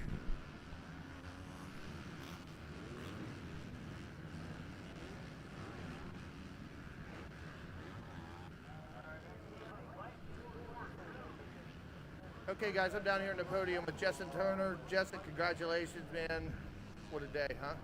Now you're P1, sitting in qualifying, going into the main number 1 plate. Congratulations, man. All-star win. Tell us about it. Yeah, I got off to a sick start. The track was super sick. I knew it was like a short moto, so just tried to sprint as hard as I could and get away from the guys, and that's what I was able to do. The track was super sick, found some sick lines, and was able to use those lines in that qualifying session that we just did, which was pretty sweet. Got to go win P1, so pretty sick. The guys were running 138s, 139s, right around there. At the very end, you pull out a 136. Where's the time come from? Well, I actually thought that I was in like P5, so I was like, dang, I need to try a little harder. And went out there and then put down a sick lap. It was like, I hit all my marks and hit everything perfect. It was a sick lap. I was like, there's no way I'm not P1. And thankfully I was. Who do you want to thank? Got to thank the good Lord up above. My mom, my dad, my sister, the whole Club MX Yamaha team, my mechanic Jace, Daniel Blair, Mikey, Brandon Haas, Ben Grace, Peyton Justice, everyone that Yamaha backspeed, super grip, all that. Thanks, guys. That's Justin Turner, guys. Keep an eye on him. He's making a statement with P1 saying he's got it today. Keep an eye out. All right, back to racing. Here's our top three as they come up through the MX6 triple-double. And look at this move from the inside. 250C. That should be Caleb Likens that is making the move on Bryson Valway. Brayson Richard right there also in third place. Up over top of the RM Army triple and into the left-hander headed to the dreaded Caterpillar off camber. I see Caleb Likens is getting that uphill triple, so that's helping him. You can see the gap he pulled out already. They're on the white flag already. We got Caleb Likens in first, 998. Brayson Valaway, 254 in second. Bryson Richard in third. Tyler Haggerty in fourth. Lucas Lekorchik in fifth, 701. Oh, Lekorchik now move up into fourth. Haggerty back to fifth. So Lekorchik on the move. But Caleb Likens at a 149, 949 in 250C class. Yeah. Almost 2 seconds faster than Bryson Valaway.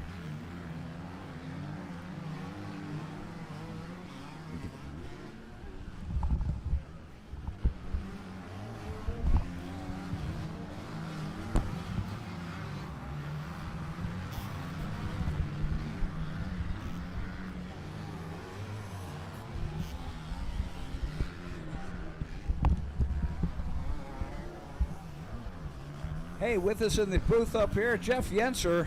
Jeff, welcome up, buddy. I've been working for you for years and around you for, good God, I guess our whole lives. And we welcome you up here. Man, it's such an integral part of PAMX and MDRA. And, of course, I was District 7, all Mid-Atlantic, and we've got some great racing going on as we have since 1968. So welcome to the booth, and man, I'm glad to finally see you up here. I appreciate it, man. We've got a great relationship with PAMX, and when we combine for this class, it just brings all the heavy hitters out, and you can see it on the track. I mean, the gates are full, the classes are stacked, and we got great racing going on. I'll tell you what, it's, working with you and your mom and dad and your brother and for so long, and even Chase, so many generations and so much action going on between Shippensburg out here and, again, the whole Mid-Atlantic is just such a great race atmosphere. Yeah, we've been promoting 30 years, and I know Jeff Cernix has been promoting a long time, and we've got a ton of experience. That's why when you come to Dublin Gap, MDRA, PAMX, Pleasure Valley, you're always treated with the first-class facilities and a great event. Now tell us about what's going on with the PAMX MDRA showdowns in 2026. We're doing we're doing 4 of them this year. We did one at Tomahawk. We got this one today. And then we got one at Promised Land on June 7th, which should be another great event. It'll be our first time going to Promised Land. Wow. We're excited to check it out. And we're going to bring a bunch of people, and hopefully they can put on a great show for everybody as well. And then we're doing one more at the end of the year back here at Pleasure Valley. Well, I'll tell you what, it's kind of cool that, you've expanded so much and working so much throughout the entire Mid-Atlantic region. And, it's just a credit to everybody. We're working together. Absolutely. And that is a good thing. The competition is fierce between all the things, like you say, going out to Promised Land out in Cumberland, Maryland, and of course down to Tomahawk in West Virginia. It's just, it gets everybody together, and you see new places. And we got a great group of tracks. That's what's amazing is that we all work together, and when you get a bunch of tracks that can work together, you can put on some amazing events. Yeah. And still one of my favorites, always going to Dublin Gap. It's Shippensburg. It's kind of central to everything. And, I just love going out there. And it's, you guys have done so much with the track, so many regionals, so many area qualifiers that it's just, evolved in such a great atmosphere. We've got a great following, man. It's like family out there, and we've got a bunch of new things coming. I'm working on redoing all of my tunnels, making a bunch of track changes coming up here in July. So we got a lot of exciting things coming up, and we're just glad to be part of such great organizations. Well, you know, looking back, I look at all the history of both of us racing at Antietam years ago. You're still throwing a leg over the bike, and I'm still glad to see that. I am, but I'm done with competition. I've slowed down a lot. I mean, I used to be very, very, very, very competitive, and I still am competitive. You know, maybe not so much on the track, but if I'm in something, I want to win for it. Just like we did the relay race. You know, I had put the team together, and we were there to win. You know, we got third, which we're going to come back stronger next year and hopefully get on the top of that box instead of the bottom. But I just love racing, you know. I mean, I grew up racing. I love racing. There's nothing I'd rather do than be at the track with these people. All right, we're going to take a break and come back to it. We're going to go down to the podium with Andy, and he's got a presentation to make.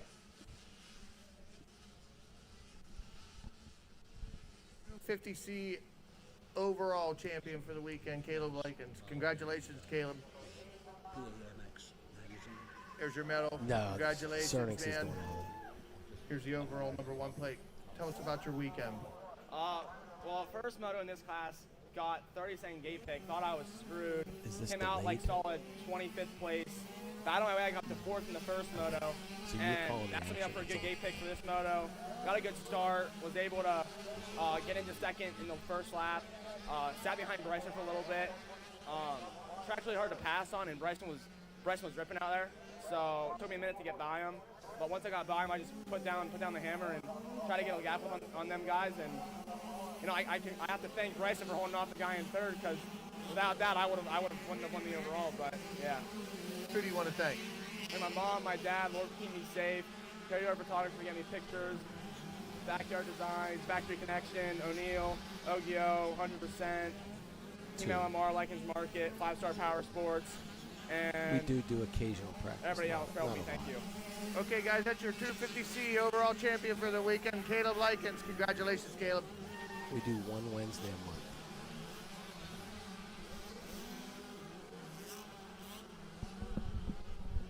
Okay, we are back with Jeff Yenser, and you know, going back to Dublin Gap, I know you got the big July showdown coming up there, but is there any other races going on between now and July?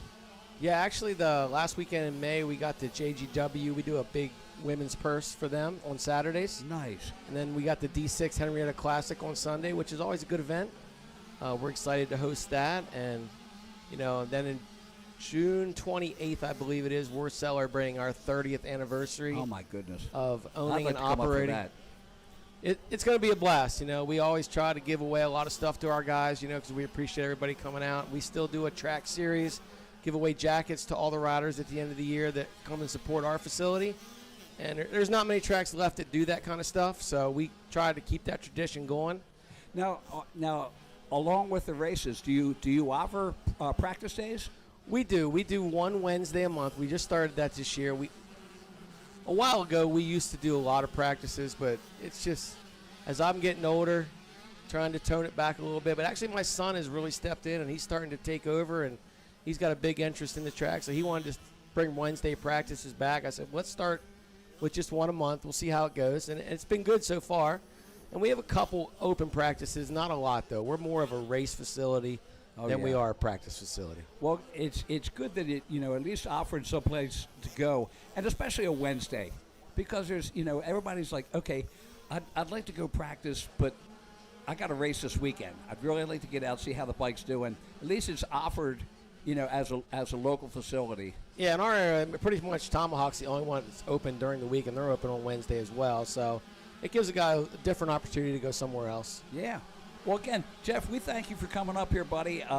We so much support the MDRA series, and especially the MDRA and the PAMX showdowns. It's just great event, and of course it benefits everybody because more riders and a variety of tracks to go to, and it's a win-win situation for everybody. Yeah, I mean, you just look at the talent we're putting out there. I mean, between MDRA and PMX, there's a lot of heavy hitters. You know, when you can race with 30 guys at a time, it's a whole lot different than racing with 5 guys. Absolutely, absolutely. And let's face it, in order to keep tracks open, we need riders. Absolutely. Please support your local track. You know, get out there. Nobody's making a gazillion dollars at motocross. I can guarantee you that. You know, we're all struggling just as everybody else is, putting gas in the equipment, you know, getting to the races. And there's Nathan Tucker and Kate Swarthfager. Man, these guys are local PAMX MDRA guys. It's awesome. Well, again, we thank you for coming in, and I know you got to get running because you got other stuff to do, but we appreciate you being here and your support of motocross in southern Pennsylvania and especially the Mid-Atlantic area. Always good to be with you, Kevin. Thank you so much. Thank you. Jeff Yenser, busy man, but he came up, made some time to be with us, and we certainly appreciate it. Back to racing, the 65-79. Kate Schwartzfeger in the lead.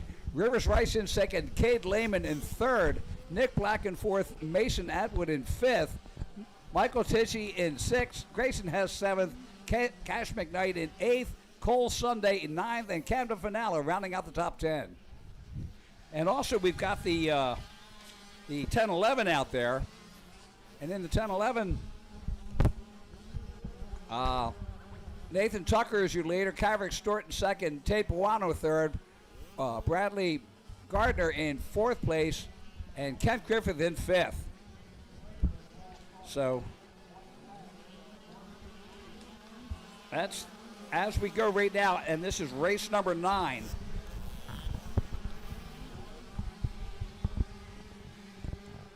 Around the Kawasaki Team Green Bull turn. That's Cade Schwartzfeger. Schwartzfeger running a 2:11. Watch out. Rivers Rice in second running a 2:09.739. 2 seconds faster. 2 seconds faster. We have got a battle going. Oh. As you see in the off camera, they got some stuff going on there. A couple riders hooked up at the top. And look like a road blockage there. And the checkered flag comes out. And I think it's going to be Rivers Rice. I don't know. Let's see. We're waiting for the data to catch up.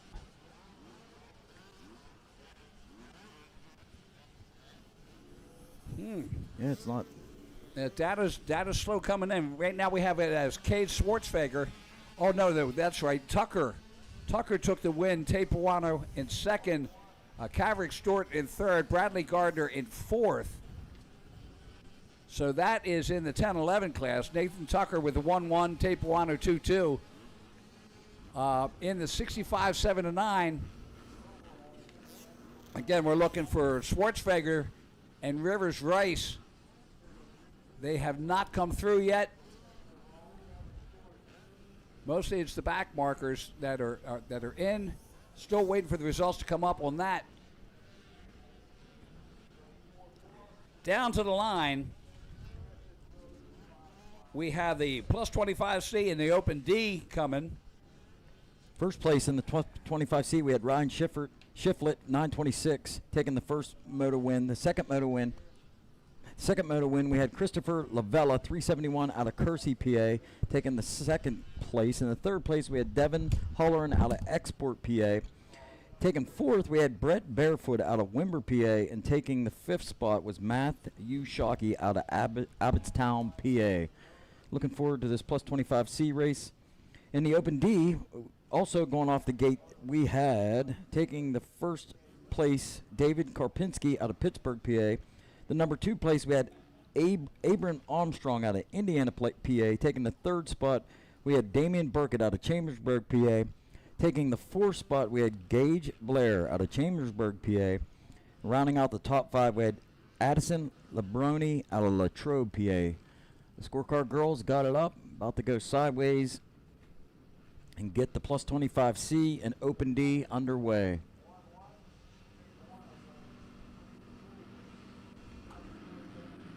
And the gate's down. Plus 25C. Let's see who's into the first turn. Looks like we got number 11. That is David Holleran, who took third in the first moto, leading the plus 25C.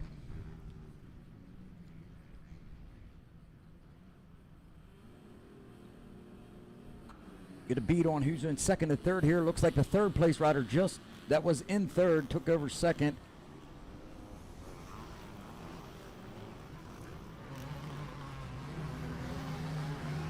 They come through. The Fuel Factory Dragons back, heading for the Himmler downhill.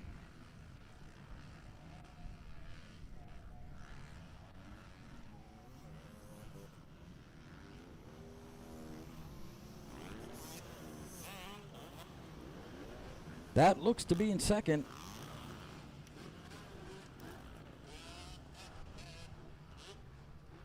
Possibly Michael Heiseman at 5:58. Let's see when they come around for timing and scoring.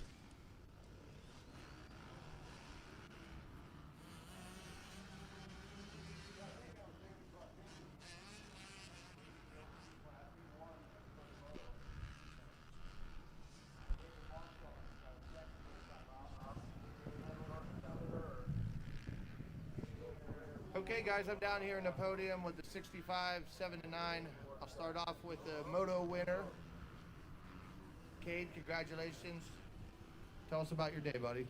It was pretty good. I was railing lines. Rivers was pushing me, and it was a good battle. Who do you want to thank? Mom, Dad, Dunlop, Jones and Roman, Mitten, Hex Motorsports, PR2, Blood Racing, everyone else, thank you. That's your moto winner, Cade Schwarzenegger. And now we'll take it over to our overall winner. We'll hand you your number 1 plate. Congratulations. Rivers Rice, you're having a really good weekend here. Tell us about it. Traction, rougher and rougher, railing those lines, throwing whips, and having fun. Who do you want to thank? My mom and dad, Cobra Elite, Podium Works, my Pop-Pop and Gigi, MX6, Bruce, Thor, MX Tiger, EVS, Driven Max,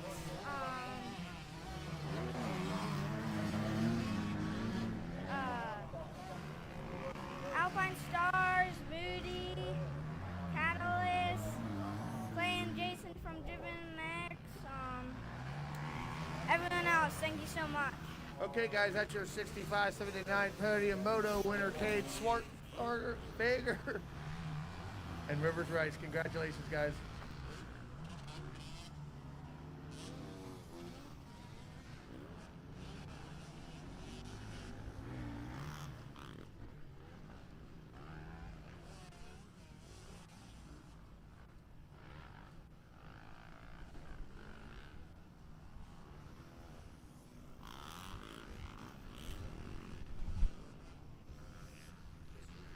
Okay, in the plus 25C, we have Devin Holleran in the first spot. Number 11, 926, Ryan Shiflett in the second spot. In third, we have Christopher Lavella taking the third spot. In fourth, we have Christian Val, 97. In the fifth spot, we have Matthew Shockey, 6, Gage Barracliff. In the seventh spot, we have Brett Barefoot. In the eighth spot, we have Brandon Raymond. That's the plus 25. In Open D, we have the 111 of David Karpinski taking the first spot. We have the 125 of Abram Armstrong.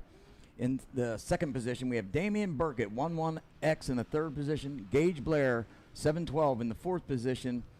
Addison Lebrani in the sixth position, number 77. We have Isaiah Hockenberry, 417th in the 7. 33, Charles Glatfelter in the eighth position. Tyler Strauss, 95 in the ninth. And rounding out the top 10, we have Brandon Berg, the 327.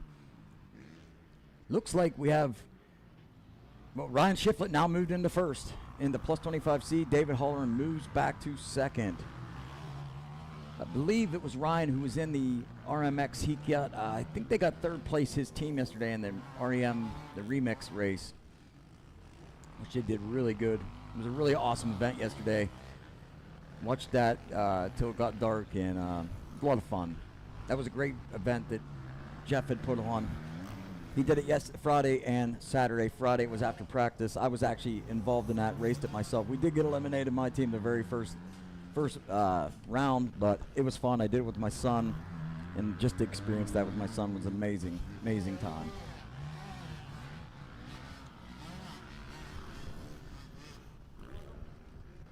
So Ryan Shiflett now in the first spot, 926. In second, we got David Holleran. Third, 371, Christopher Lavella. Fourth, Matthew Shockey. And the fifth, Gage Bearcliff. That's the plus 25C. Open D, we have David Karpinski taking the first. In the first spot, David Burkett in the second, Gage Blair in third, Michael Forey in fourth, and Addison Lebrani rounding out the top 5.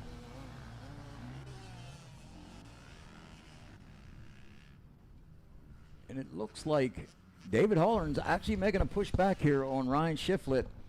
He's not giving up. Shiflett got him past him, but Holleran says, you know what?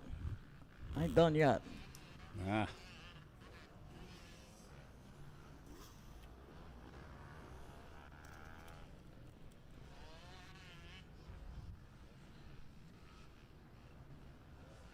Well, Ryan,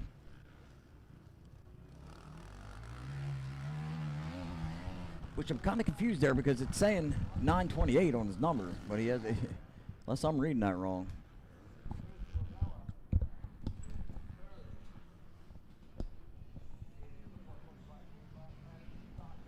Which these old eyes could be, that's for sure.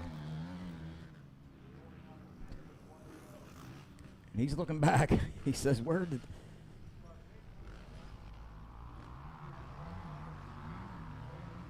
Oh, I can see the other rider now. Stop looking. Yeah, look forward, look ahead, go forward. I always tell riders I'm helping, hey, that's not where you're going. You want to look where you're going, and it ain't back. And every time you turn around, you are pulling that way. So absolutely. Plus the fact they're behind you. Yeah, it's their job to figure out how to get around you. Right. Not your job. Your job is just to go forward. Even as a referee, I have people say, like, well, he took a stupid line. It's like, it doesn't matter. He's the leader. He can do whatever he wants. It's his choice to do whatever he wants. It blocked you. So it wasn't that stupid. You do see, I mean, we talk about the pros for a second. You do see Deegan doing a lot, though. He will look back a lot. Deegan's he's a guy that looks back. He doesn't care. Yeah, I know. He doesn't care, though. That's true. And again, I work at Minios as a referee, and we would look around and say, okay, where do we have to worry about the cheater lines? Oh, that's going to be the Deegan lines. Watch Deegan, you'll see where the cheat lines are going to come. No doubt about that. And not so much cheating, but he's very creative. Very creative. It's only, there's a fine line between innovation and cheating. Very. And it's up to the referee to decide what's cheating. Yeah. Well, it looks like Ryan Shiflett will take that win on the 926. Devin Holleran, coming in second. That'll actually give Ryan Shiflett the overall. David Holleran was second. Third, Christopher Lavella. Fourth, Matthew Shockey. And the fifth place, Brett Barefoot. In the overall in the Open D, looks like Karpinski, then Damian Burkett second, Gage Blair third, Abram Armstrong in fourth, and Addison Lebrani will take the fifth. That's the overall in the Open D. All right, race number 11, girls 11-16 and 65-7-11. In the 11-16, the 25 of, or let's see, we'll go with the results from yesterday. The 74 Kelsey Harris out of Keysville, Maryland took the win. 63 of Kylie Hayes at New Middletown, Ohio takes second. Third was the 99 of Isabella Likens. Izzy Likens out of Bellefonte, Pennsylvania. Fourth, the 323 of Macy Newth out of Madera, PA. And fifth place going to the 998 of Addie Likens out of Bellefonte.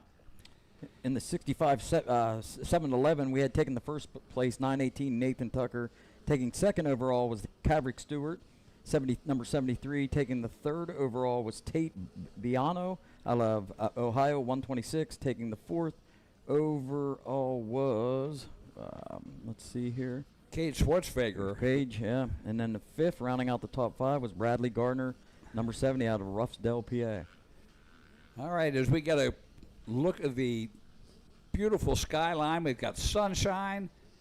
A little bit of clouds up there, but look at that Jones and Roman's start line from here. All the American flags off to the right. The Cleveland Brothers Caterpillar Bulldozer off to the left. And here we go. We're underway with the girls 11-16 and the 65-7-11 Open.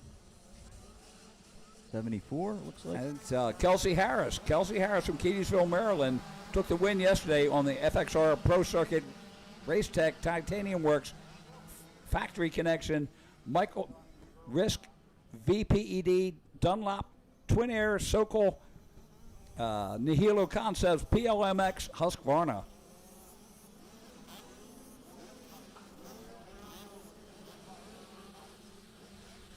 Couldn't catch you. He was in second there yet. So it should be the 63 Kylie Hayes, but let's see. Down the Himmler Excavating downhill they go. Himmler doing a great job last night. And there's your second place. That is the 63 of Kylie Hayes out of New Middletown, Ohio on the Husqvarna. Which she also is right in the position she was yesterday, second place. Okay, we're going to take it down to Andy on the Cleveland Brothers stage for a podium award. Or two.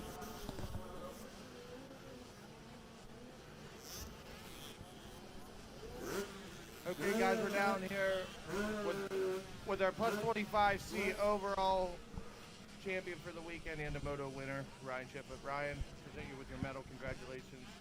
Your number one plate. Obviously a good weekend here. Tell us about it and who you want to thank. Yeah, I started off with a decent start and just worked my way through and just had consistent laps.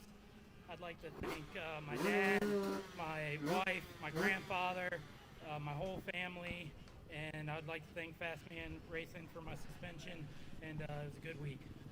That's your plus 25C overall champion for the weekend, Ryan Shiplett. Congratulations. Back to you guys.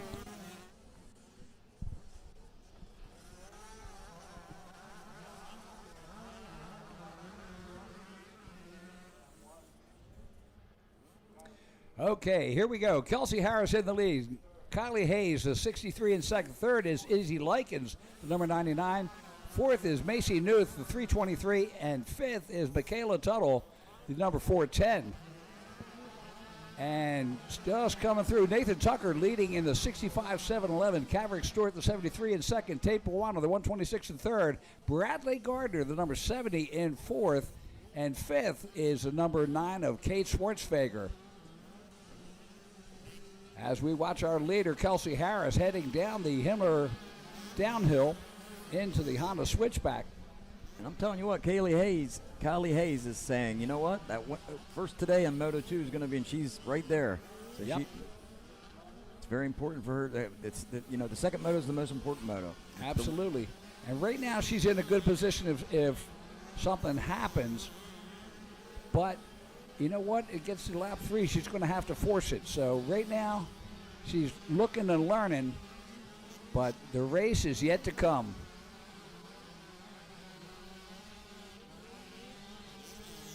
Still a nice line outside, nice and clear. And of course, all right, we got another podium, so we're going to take it down to Andy on the Cleveland Brothers stage.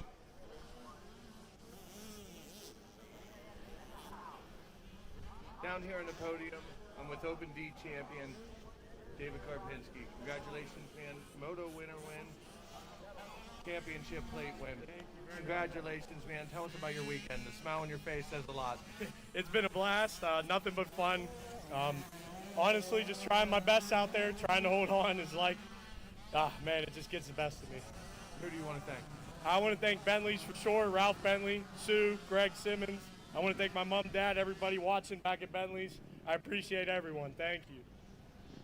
Open D champion, David Karpinski.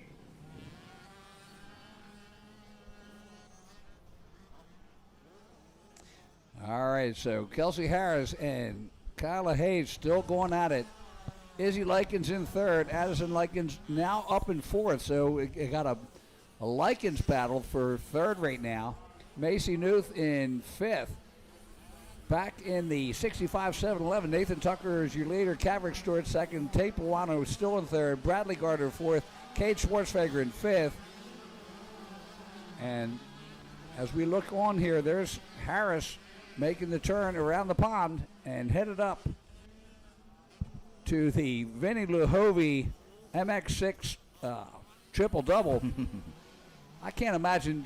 That's where that made the quad right there. So the first 2 jumps, Vinny Lahovey, he did it. Yeah, he did it once. Yeah, second time not so good. But at least he got it once. Yeah. So it's doable. We know that, and it can be done. It would have been a way better time to try it today if he had the chance, because it's a lot better conditions. Them conditions weren't perfect for that yesterday. But hope them wrists are all right for him, especially going where he's going. You said, where's he going next to? Oh, he's headed out, flying out to California today to get ready to do the Glen Helen race. Oh, yeah. And of course, the first one out at Fox Raceway. Yeah. Super pumped about that. Can't wait till that starts. Oh, yeah. Supercross is great, but the outdoors is the outdoors. That's motocross. That, to me, is the heart and the soul. And just like this, right? Just being here like this at PVR and watching. And what a great interview with Jeff Yenser. And I loved how he was saying, hey, come out and support it, because we need the people out. If you never enjoyed this, you never experienced this sport before, come watch. You'd be amazed just to stand here and watch the races. It's such a good vibe and energy and family vibe. Well, yeah, and these facilities are fantastic. If you're looking on TV and seeing this, you got to come out one of these days and see it live in person, up close in person. Yeah. Again, you come to that Himmler downhill as we're watching right now, and you have no idea of the elevation. Kind of like going to Budds Creek. You look at Big Gulp, and it's like, yeah, okay, that's kind of a big jump. And it's like, but when you're standing there looking at it going, oh, my God, or Henry Hill. A Big Gulp, your jaw starts to drop a little bit. Oh, like, yeah. Oh, man. And I tell you, I've gone over Henry Hill and forgotten where I was. And suddenly I'm out there, and it's like, oh, my God, do I stay with the bike? No, stop. Don't even think that. You got to stay with the bike. Yep. I'll tell you what, every time I've ever rode at Budds Creek, that's the only thing that was in my mind. Where am I at? Where am I at Henry Hill? Like, I was up in the tower when that happened, and they were more worried as to whether he hit the wire with his duckbill over the fact that, he missed his marks for the Honda had marks on the side of the track to let him know where they were. Yep. But McGrath at the time turned around and he was like, I don't know what he was doing. I just, he had to have forgotten where he was. He just forgot. It can happen. I've done it so many times in motocross. And checkered flag is out. So Kelsey Harris with the win. Kyler Hayes in second. Izzy Likens in third. Addie Likens in fourth. Macy Newth in fifth on the overalls. And in the 65-711, it looks like it's going to be Nathan Tucker with the overall, with Caverick Stewart second, Tate Puano third, and Bradley Gardner fourth, and Cade Schwartzfeger fifth. So pretty much mirroring their first motos. Yep. Race number 12 is on the line. Plus 40A, and taking the win was Casey Clark on a Honda 114. Coming in second was John Natale, number 13. Coming in the third spot was Galen Dixon, the 930. In the fourth spot, we had Greg Simon from Greensburg, PA, the 741. And fifth, Gary Neff, 65, out of Slippery Rock, PA. Hey, and you know what? This 40 plus A is a big money. That's $3,600 for sure in this class that to be distributed. But 40 plus A, almost $4,000. I love it. That's so awesome. With 6 entries, that's a good payday. It really is. And Natalie yesterday coming in with a second behind Casey Clark. And of course, Casey Clark on the Action Motorsports, France Construction, Bolts RV, 6 Recovery Racing, Service 360, FXR, KB5, Blackheart, Adrenaline Junkie, Rhino Power, Renthal, Twin Air, L52, ICW, Recluse, Matrix, Gibson, and Tire Tech Honda. Just amazing. Love to see it. Again, and also the WMX. Same payback, $3,600. Yes. And, you turn around and say, where is Lala Turner and where's Jordan Jarvis, JJ? Yes. It's come on, guys, support the sport. They're putting money out for you. Looks like Dixon second there, the 114. Casey Clark gets the lead again right where he needed to be. And Natale Looks like maybe probably in third there, but he wants to be up front because if he wins he this, always wants to be up front. Yeah, for sure. Multi-time national champion in ATV motocross, but he came to two-wheel motocross because that's what his son wanted to race. Yep. So it's just really cool to see somebody change back, reverting to. He actually owned the track for a while in Houtzdale, PA. I went up one time to ride it, and he did a triple on his quad with his girlfriend in the back. I was like, oh my gosh, this dude's crazy. And it's funny because we went out to Ironman a few years ago, and we had a quad national the day before the dirt bike national. And of course, all the riders were there, and they watched them do the Quadzilla out there. And I'm standing next to Trey Kennard, and he's, of course, being Trey Kennard, very religious. And oh my goodness, they were only 2 seconds off the top 5. Wow. On a not prep track. Yeah. And only 2 seconds off in timing, and it was a big wake up call to motocross guys. Yeah. It was like, the quads are, they're working just as hard, and they are just as fast. Which, by the way, reminds me, coming up the next race is the Pro Quad National here. Absolutely, we'll be doing that. Yeah, looking forward to that. I think that's July 9th through 11th, I believe. And we'll be there broadcasting. And a great time to be had by all. Yeah, come on out, come over and support. All right, so Casey Clark in the lead, John Natale in second now, Galen Dixon in third, and Greg Simmons in fourth. And and we're going to take it down to Andy on the Cleveland Brothers podium for another presentation.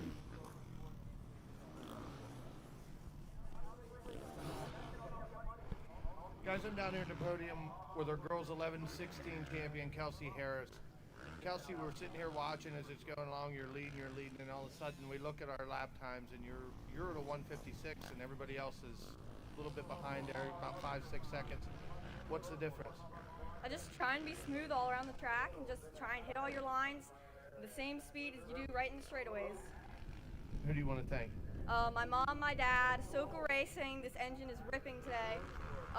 FXR, Factory Connections, Works Connections, Mika Metals, Twin Air, Pro Circuit, Promised Land MX, Twin Air, and everybody else. That's Kelsey Harris, guys. Your 11-16 girls overall champion. We'll take it over here. Nathan Tucker. I don't know, son, you got a lot of wins today. Yeah? Yeah. What's the secret? I don't know. I'm just trying to stay smooth, find all the smooth lines possible, and yeah. Who do you want to thank? Mom and Dad, 60, Thor, 100%, EVS, ASV, Dunlop, T7, Callahan MX, and everybody else. Thank you so much. Here's your medal.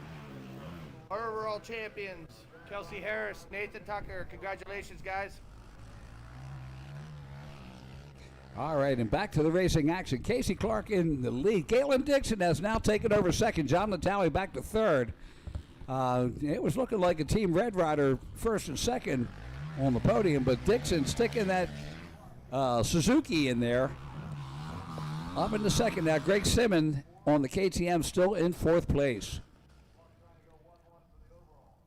So Natale still looking at a pretty good payback here. Casey Clark right now with the overall, Galen Dixon second, and John Natale third, and Simmons in fourth. As we watch Casey Clark headed down the Himmler Excavating downhill into that Honda Red Rider switchback. Casey Clark, been watching him for a long, long time, 42 years old. Yeah, I was just thinking that. I was also thinking it's always fun, great to get a lead like he's got, and then you could but very rarely did that happen in racing moto, where you could get a lead like that and just relax a little bit. Not too much, but, and it's always a good position to be in. No, you got the first moto, you got the second, I got a good lead, let's just ride this thing out.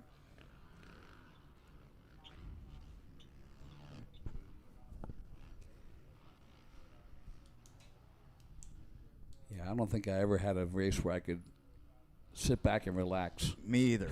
That's why I said that, because I very rarely had that. Oh my goodness! But the time or two that I did get it, it was like, oh my gosh, this is nice. You know. Yeah. White flag is out. Last lap for Casey Clark.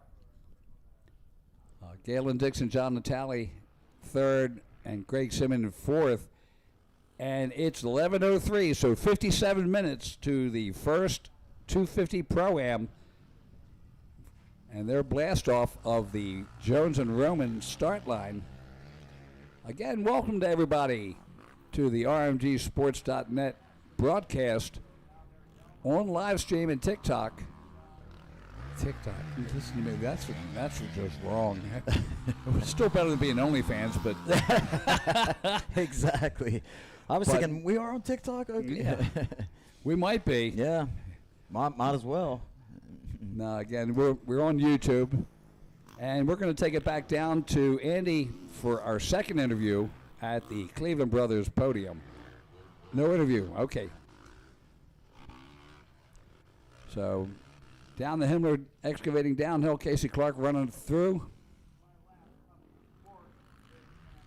White flag is out. Last lap for this race number 12, the 40 plus A. You know Natale wants that second position, but oh yeah, looks like he fell off there a good bit. Maybe he might have fell over, but that's when you want the quad. Yeah. I may fall off the pace, but I didn't fall off the bike. Exactly. Boy, I had a front row view just thinking back a second, south of the border, putting on them fireworks last night, and my van was right there. I took a video of it. I'll have to share it on Facebook, talking about social media, but it was a great view right there. I just opened my van door and took a video of the fireworks, and boy, that's the closest I've ever been to fireworks. That was really neat. I tell you, one of the nicest guys you'd ever want to meet. We call him Pedro, but he's just good people. SOBMX, a fantastic facility. Yes. To go train. It's still cold in the wintertime, but not as cold as up here. Up here, yep. The tundra. The tundra, yeah. All right, checkered flag is out. So Casey Clark takes the win. Galen Dixon second. John Natale third. Greg Simmons in fourth. And that's the way the overalls will go. So congratulations to the 48 class. Big paydays for them. Micro 3, 7 to 8 limited. We had in the first place the number 9, Kate Swartfarger, first place. We had the second place of... let me find them here really quick. 39 Rivers Rice out of Farmville, Pennsylvania. Taking up the third spot was the 318 of Maverick Chan from Pittsburgh. I'm missing all these. I got the fourth. I have Nick Black out of Uniontown, PA, the 100.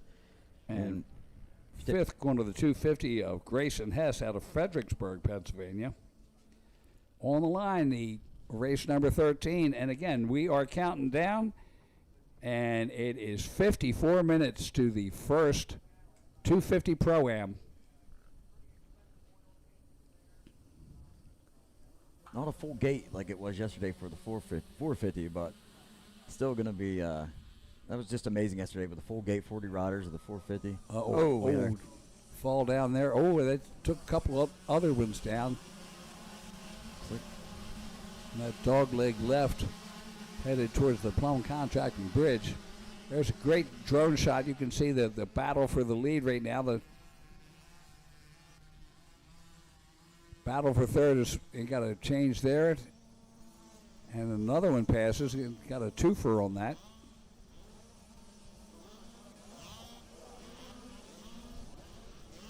Micro 3, which would have been the old 50 Open 7 to 8.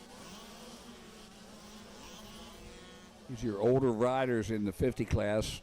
Most of them have ventured into the 65s, learning how to use a clutch. And I always love it because at first they're a little tentative. Yeah. But once they learn that clutch, it's like it's game changer. Never going back. Never going back. I say that all the time. Once you learn that clutch, I mean, of course, from there on out, but there's a big change to learn that. You know, that's the big thing to learn right away. But once you get it, then that's the rest of your career. Here's the battle for third as they come up over the MX6 triple-double. Whereas Dean Dias puts it, the six-pack, MX six-pack. Or now the Vinny Lahovey Oh, the Vinny Lahovey six-pack. Six-pack. That's got a ring to it. It does. Sorry, MX6. We'll MX6 Vinny Lahovey. Look at this, the battle for third, and we got a change here. Good move. Taking the bottom of the track on these 50s. Man, they are rolling through there. They are.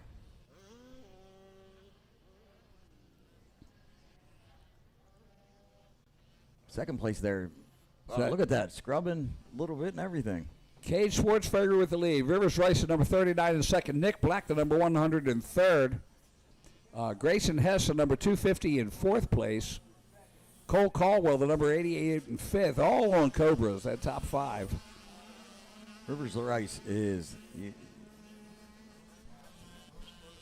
He's pushing, you can see. Oh, yeah. As we watch him come down that downhill sweeper into the head of the dragon. Cade Schwartzberger, Rivers Rice, up onto the Fuel Factory dragon back. It looks like these two have definitely pulled out from third. Nick Black, the number 100 in third. Grayson Hess in fourth. Cole Caldwell in fifth. Maverick Chan in sixth. Max Russler seventh. Kingston Natali in eighth. Mitch Shout in ninth. And Axel Irvin rounding out the top 10.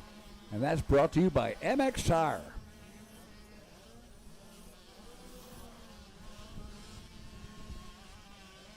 See, some of them lines getting a little bit deeper now. Oh, yeah.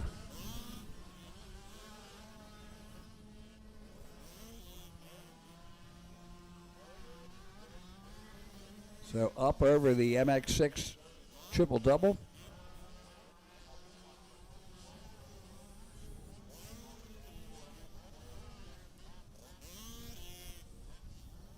So Rivers Rice, if he gets this, he's going to get the overall. You can see he knows that, obviously. He's pushing. He looks loose. I mean, he was scrubbing over the finish lines. Scrubbing on a 50. I know. Isn't that crazy? He takes a different... Look at this. Little different level. Good charge. He is pushing it. You can see the back end swapping.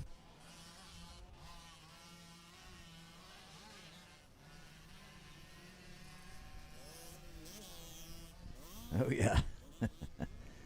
Wow. Rivers getting stylish there. So Cade Schwartzberger with a 206.176. Rivers Rice at a 207.299. Only 2 seconds behind. We've got a great battle as they head into the LMR Tires first turn. Nick Black, 13 seconds behind. He's running a 2:15. Grayson Hess is still in fourth place. He's 6 seconds behind Black. Cole Caldwell rounds out the top five. Oh, no. Maverick Chan has now moved into fifth. Caldwell back to sixth. Russler in seventh. Natali in eighth. Shot in ninth. Axel Irvin up in the ninth. He's on the move. Good move, Axel. And Mitch Shout rounds out the top 10.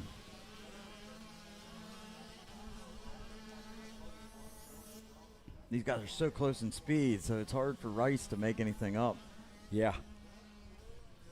Just praying for a mistake. Yeah. And both of them very talented riders. They both are. Both are, flowing out there real nice. You can tell both loose. Of course, there's lappers here in the way, so that can always play a part, as you see. Absolutely. Schwarzer had to move over there, change his lineup a little bit.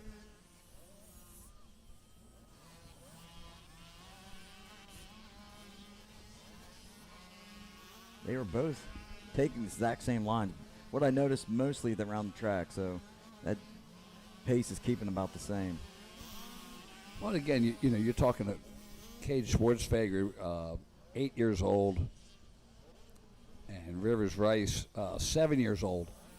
And they're young. They're going to look at that line they're following, and, they're not looking at, I'm going to try a different line. They're just like, I just got to pass him. Yeah. That's all he's thinking about, yeah.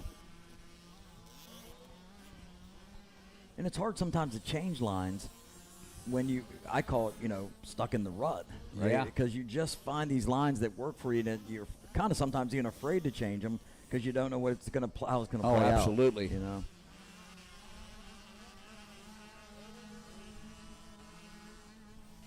There they go, down to the head of the dragon. Cade Schwartzfeger, Rivers Rice. Now, Cade Schwartzfeger on lap number 3 was a 2:06.770. Rivers Rice at a 2:07.123.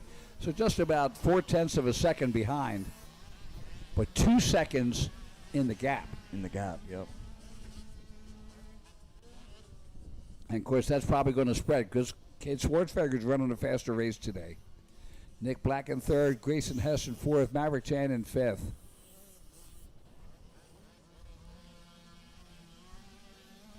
As we see them come down the Himmler downhill. Into the Honda switchback, but the lapper went outside, so that, oh, I think Rice might have went outside on there maybe. And maybe he is trying a different line. I think he did there. Unless I just picked him a lapper, which could have been. And he seemed to fell off there a little bit, doesn't he? So maybe he did try that, it just didn't pan out. Yeah. Down into the valley. The valley solo. Up into the Kawasaki Team Green bowl turn and up over the Ken Roxon RM Army triple. Takes the inside line. Oh, look out. Look out. Oh, that slowed him down a little bit. I'm glad he was smart enough to slow down and not take the hit. Now he still may take the hit. He still may get that. Looks like he got, well, right there's Rice. He's about the same distance. And Rice getting slowed down a little bit there. And the checkered flag is out. So Cade Schwartzfeger with the win. Rivers Rice in second. And looks like Nick Black in third. Grayson Hess in fourth. Maverick Chan in fifth. Cole Caldwell in sixth. But the overall, Schwartzfeger with a 1-1. Rivers Rice with a 2-2. Nick Black with a 4-3 takes third. Maverick Chan fourth. Grayson Hess fifth. Cole Caldwell sixth. Max Rustler seventh. Axel Irvin comes in eighth overall. Kingston Natali ninth. And Mitchell Schmidt rounds out the top 10 in the overall. Yeah. Race number 14 is coming to the line. We have the women 12 plus. We have taken first in the first moto yesterday, 469 Jamie Astulio. We have coming in the second place, 74 Kelsey Harris out of Keedsville, Maryland. Taking up that third spot was Kaylee Hayes, 63 out of New Middleton, Ohio. In that fourth spot, we had Miley Sittler out of Middletown, PA, number 04. And in that fifth spot, we had Lauren Plate out of York, PA, the number 34. I'll tell you what, Jamie Astudillo, again, one of our WMX of Nations riders last year, along with Lala Turner and JJ, Jordan Jarvis. Just really glad to see her out here. And I was talking to her dad. I said, you know what, this is, at least you're close to home. He goes, it's still a 5-hour drive. I said, come on. You and I both know that anything less than 8 hours is a close run. That's exactly right. Especially in Pennsylvania. Yes. That's what I always said. All the traveling I've done, 5 hours, that's nothing. That's nothing, Yeah, that's easy. We also have the plus 60 class coming, going off the gate as well. The class I'm almost old enough to join myself. We had first Ralph Bentley and number 5 taking the first spot. The second spot, Rick Barrett on the 278. Third, Michael Esquino with a 142 out of Jeanette, PA. Taking up that fifth spot was Brian Smedder, 26 out of Carlisle, PA. All right, there's the monster girl. She's got the card up, turns it sideways, and we are underway. Jamie Astudillo out of Gilbertsville on the Priority RMX Thor Gas had the win yesterday. Looks like her again, huh? No, Kelsey Harris. Kelsey Harris with the whole shot. And that's right where she needed to be because she got second that first moto. All right. I'll tell you what, it was one of my buddies, Lauren Pate, on a comeback. She's been off and sitting on the couch for 7 years out of York, Pennsylvania, and she is back. She's back racing, and she says, yeah, I'm done with the couch. So she expects to hit at least 4 or 5 of the WMX races this year, the Nationals.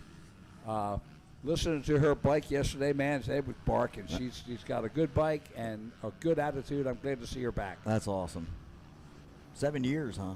7 years off, yeah. So was that Jamie and yeah, that's in Jamie second. Astudillo in second there.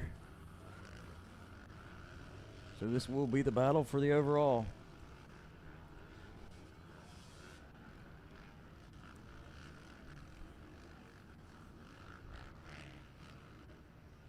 Two different lines going in there. I see they're taking That and Jamie Astudillo, another product of the SOBMX system.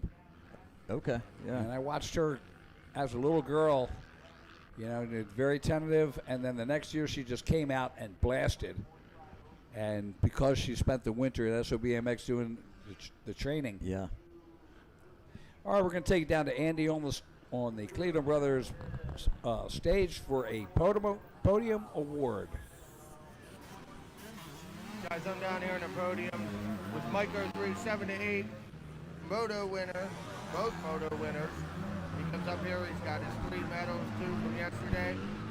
Kate, I'll give you your 3rd medal. Congratulations on the moto win. And I'm going to present you with the #1 championship plate in this class. Really good day, weekend. Tell us about it. It was super good. The track's deep. The jumps are fun. I'm throwing fatties and it's good. Who do you want to thank? What? Who do you want to thank? Mom, Dad, God for keeping me safe, Jones and Roman, Dunlop, and Hex Motorsports 110, Blood Racing, everyone else, thank you. That's Kate Schwartzberger throwing fat whips on his way to championships.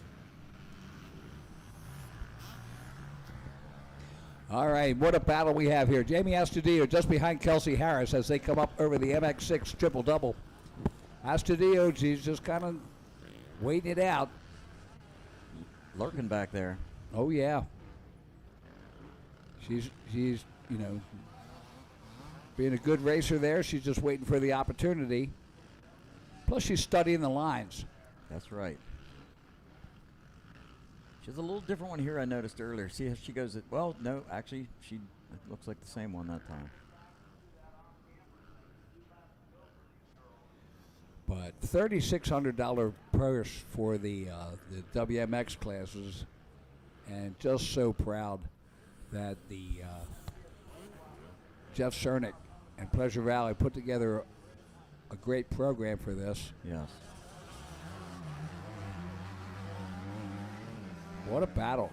Kelsey Harris, Jamie Astudillo having a great battle. Kylie Hayes in 3rd, Molly Sittler in 4th, Lauren Plate in 5th, Elena Folk in 6th, Jenna Schulte 7th, Angel Wheeler, 212 in 8th, Tiffany Fennell in 9th, and Macy Newth in 10th. In the plus 60 class, Ralph Bentley going 1-1 right now. He's the number 5 rider on the Suzuki. Rick Barrett, the 278 in 2nd. Brian Sember, the 26 in 3rd. Michael Esquino, the 142 in 4th. And Matt Sempa, the 118 in 5th. I'll tell you one thing Astudillo absolutely is doing is not taking the same line. She is picking every different line you can choose. As you can see, look at her, completely led into the same line there, but look, even the outside right there, she is definitely taking different lines. I got to give Kelsey Harris a lot of credit, though, because she is racing really well. Yes. And the FXR Pro Circuit Race Tech Titanium Works Connection Factory Connector Mica Risk VPE Dunlop Twin Air Sokol Nihilo PLMX Husqvarna. And she is under a lot of pressure. Oh, look at that. Makes a little mistake.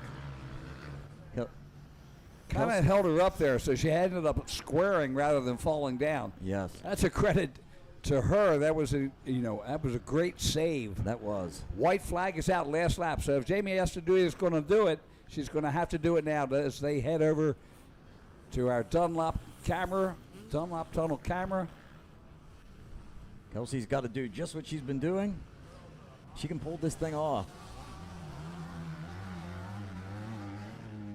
The 74 leading the 469 of Jamie Astudillo. Again, I say it over and over, but these lappers are going to could play a piece as well in this. Yes. Kelsey Harris is gaining. She's gaining attitude right now, and it's a good attitude because, like, you know what? I got this right now. You're going to have to come and take it from me. From me. I'll take that inside turn, and you're going to have to go outside to get me. Yes. She didn't block that inside on that one, though. That was and you can see Astudillo really take the line choices. Astudillo back up on the back fender. She knows she's got a half a lap left. If she's going to make the bigger money, she's going to have to do it now.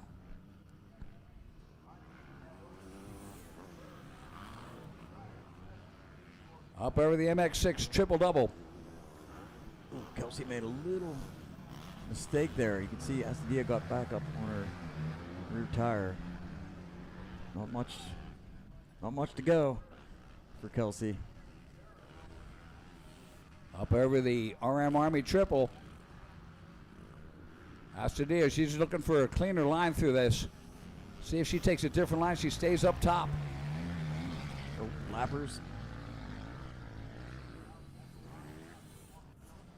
Oh. And Kelsey Harris is going to take the win and the overall. So you know what? The best part is that Jamie will pull up afterwards and, give her a high five and a hug. For sure. It's just a well-run race. So Kelsey Harris will take the overall. Jamie Astudillo in second. Kylie Hayes in third. Miley Sittler in fourth. And Lauren Plate rounds out the top five in the WMX class. Looks like in the plus 60, Ralph Bentley first place.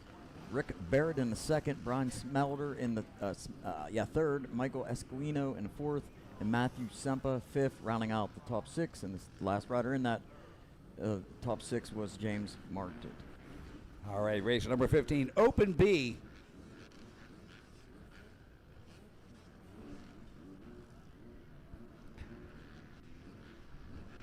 So we're going to take a break shortly. They're going to do some watering. The track's getting a little dry, but I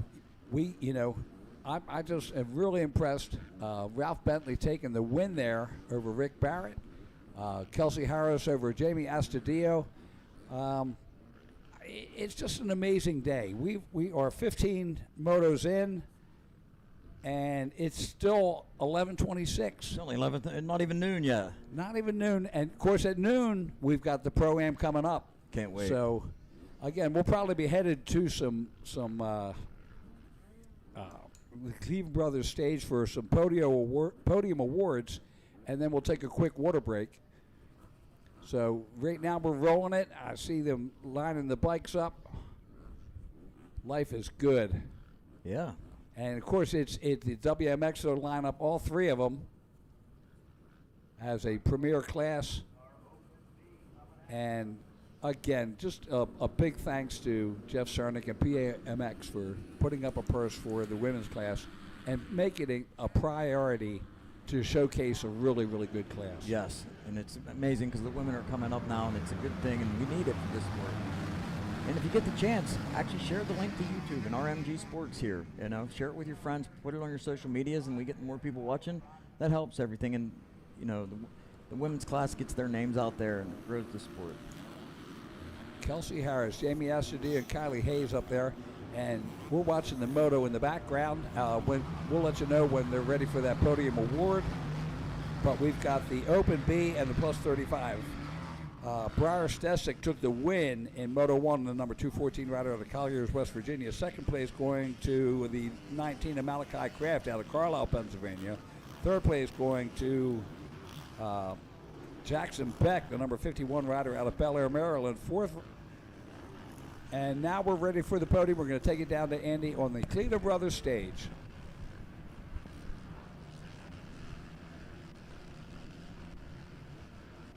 Guys, I'm down here in the podium with our women's 12 plus class champions. We'll start with our third place finisher for the weekend. looks like she's tired out. She looks like she's had a good weekend, though. Kelsey Hayes. They have your name spelled wrong on the check. I apologize. We'll get that. Callie, where do we put your check? There's your check. Congratulations. 3-3 on the weekend. Good battle with the girls. Tell us about it. Yeah, I had a pretty good battles. Couldn't quite get the track figured out, but that's about it. Who do you want to thank? I'd like to thank Bryce, my dad, Second Moto, TCD, Thor, SC3, Slade, HGS, Second Moto, and everyone else. That's Callie Hayes, your third place finisher. We'll take it over to Jamie Ostadillo. Jamie's our second place finisher for the weekend. Present you with your check. That was a heck of a battle there going in. You had the first moto, she got you in the second. Tell us about it. Yeah, no, I just didn't get the best start, and then Kelsey rode really well today, and yeah, no, that's all it was. Yeah, bad start, and then couldn't get around her, but she rode really well. Tell us who you bring. Yeah, big shout out to the whole Priority MX Store Gas team, and then Jeff Cernick for putting all of this money towards us.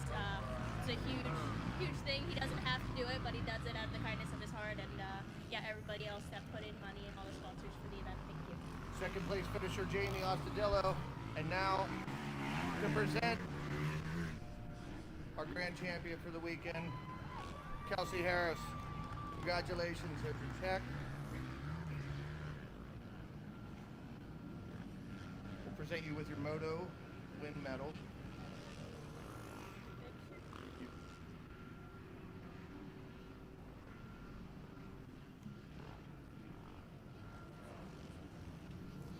Your AMA number 1 plate.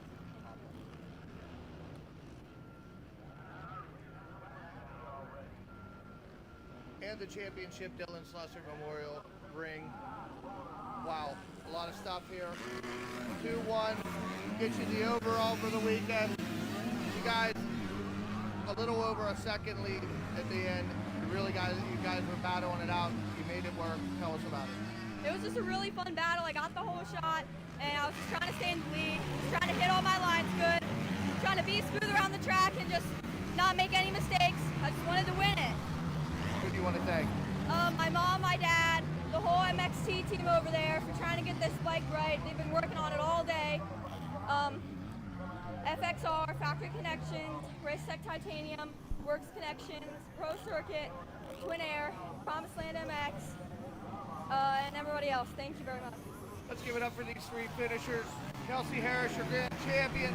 Let's spray some champagne, guys. Let's spray some champagne.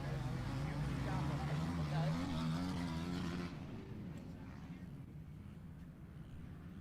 How do you like that ring? Huh? That thing's awesome, eh?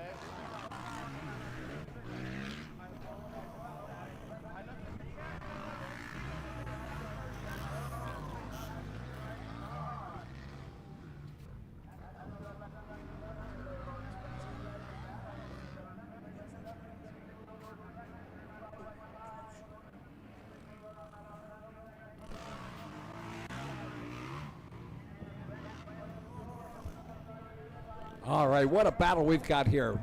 Jackson Beck is now taking over. Timmy Scott in second, Briar Stesic third, Malachi Kraft in fourth.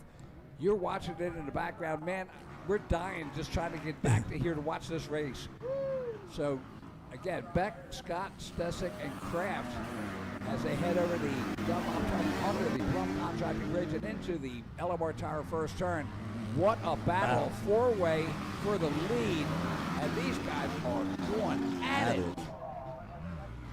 Plus 35, we do have Darren Gorham leading in first. We have second Steve Roman Jr. in third, Alexander Washcott in fourth. We have Kagan Lamonte in fifth, Brad McClellan. Stesic tried to make a move there, but got caught up by a lapper there as they come through the Dragon back. And what a battle. Jackson Beck, we were fully expecting him to break away into something yesterday, and I think the rain kind of dampened things. But Timmy Scott doing a great job. He's masterful.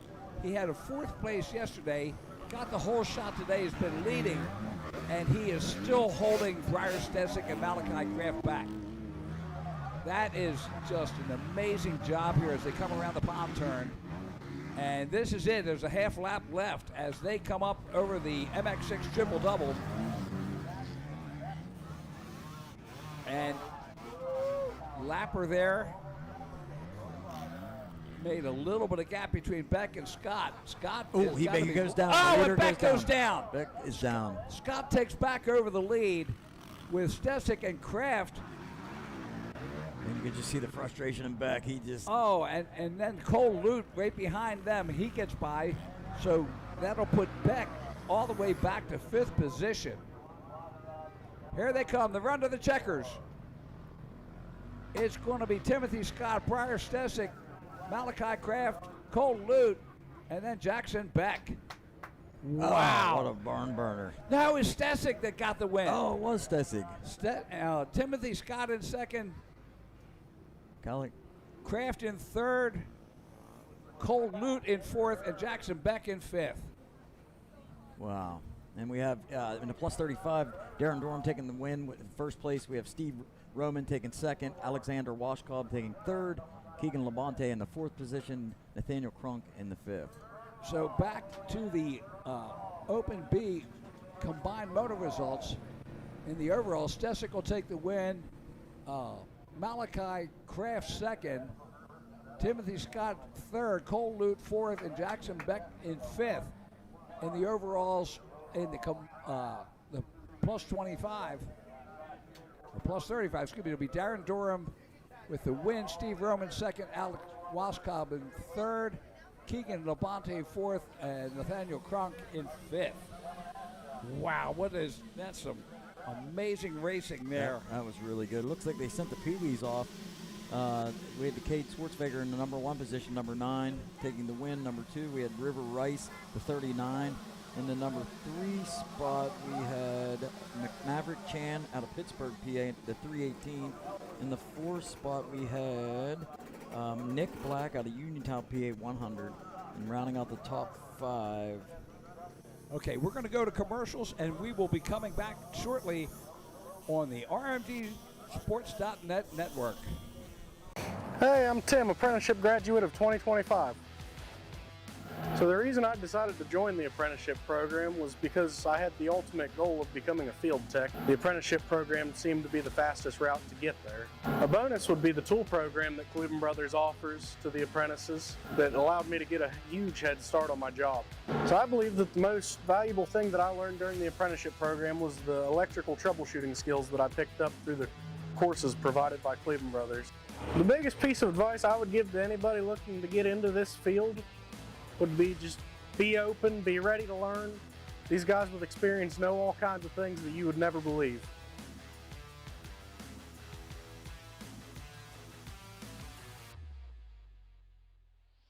In Pittsburgh, passion doesn't stop at the pavement.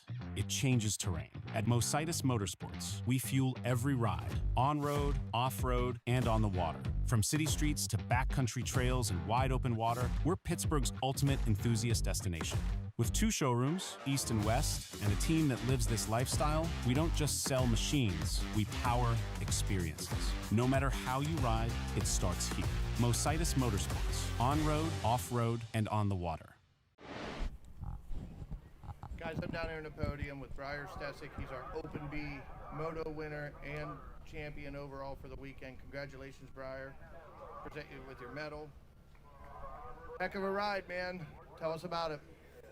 It was pretty good. I got a bad start, so I had to work my way up. But yeah, it was pretty hard on 125 against all the 450s and 250s out there. It's pretty rough. Yeah, you were definitely making the 125 thing. I'm sure you got something under that hood. So why don't you tell us who you want to thank? I'd like to thank my mom, my dad. I'd like to thank Chris Sokol for building this motor.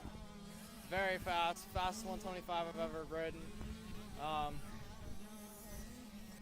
Jones and Roman Motocross School, Dave and Jamie, CNC Metal Masters, Black Diamond, O'Neill Fast Track, OGO, Chris Jones, Terry, Keystone Terry Photos, Duff, Mechanic Duff, and Who else I forgot? Thank you so much. That's our Open B champion. Congratulations, Briar. Back to you guys.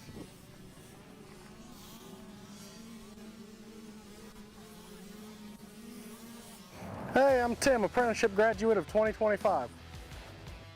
So the reason I decided to join the apprenticeship program was because I had the ultimate goal of becoming a field tech. The apprenticeship program seemed to be the fastest route to get there. A bonus would be the tool program that Cleveland Brothers offers to the apprentices that allowed me to get a huge head start on my job. So I believe that the most valuable thing that I learned during the apprenticeship program was the electrical troubleshooting skills that I picked up through the courses provided by Cleveland Brothers.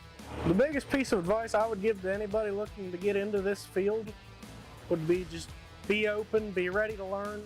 These guys with experience know all kinds of things that you would never believe.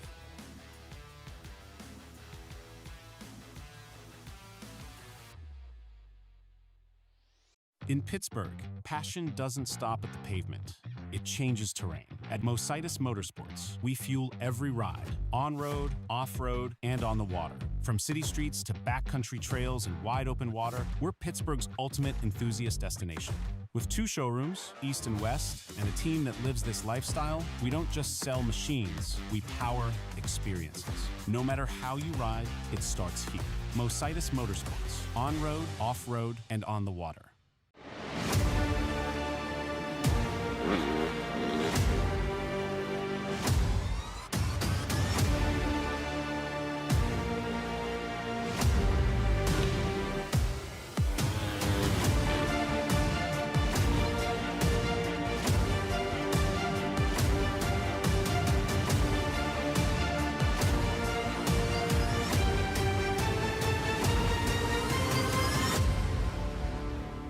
Johnstown's going through a lot of changes. Our community is turning into this outdoorsy town that's very welcoming. And our company at JWF Industries changing, looking at the progress we've made with high technology and a family atmosphere. If you're from Johnstown, stay here, see the opportunities. If you left Johnstown, come back and see the difference in our town, see the differences at JWF Industries, the technology, and a great future here. We're at JWF, we're all about faith, family, and country. Ride MX34. Ride MX34. I'm Gavin Towers, Ride MX34. I'm Drew Adams, Ride MX34. Ride MX34. Ride MX34. My name's Colin Humphrey, and I ride MX34. My name's Adam Intignap, and I ride MX34. Check out the all-new MX34 from Dunlop. All-new MX34 from Dunlop. Damian here, Ride Dunlop MX34. I'm Justin Cooper, Ride Dunlop MX34. Just Rada, Ride MX34. I'm Hunter Lawrence, Ride Dunlop MX34. Ride Dunlop MX34. I'm Hayden Deegan, Ride Dunlop MX34. I'm Jed Lawrence, Ride Dunlop MX34.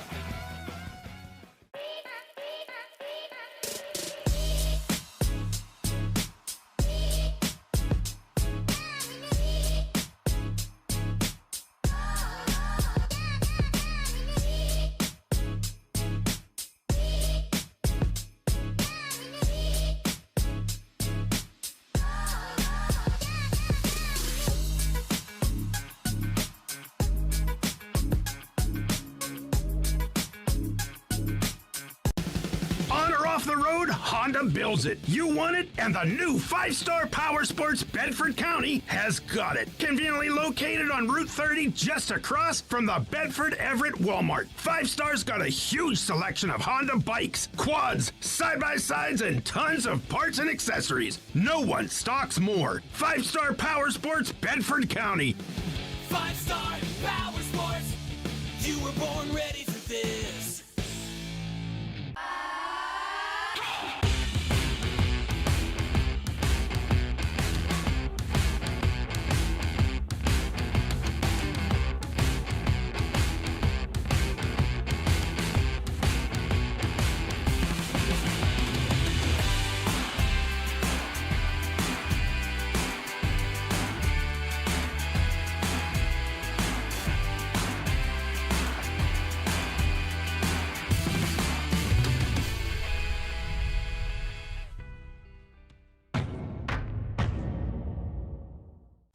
How would you like to go to a school where we take into consideration how students learn best?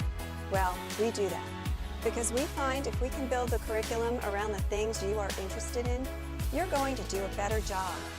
The mission at On Track School is that educational success is possible while chasing your dreams. Not only will our staff help students to achieve success, they will cheer you on to the finish line. We encourage you to check out On Track School at ontrackschool.com, where we can help you chase your dreams and still get a quality education. OnTrackSchool.com. Check it out.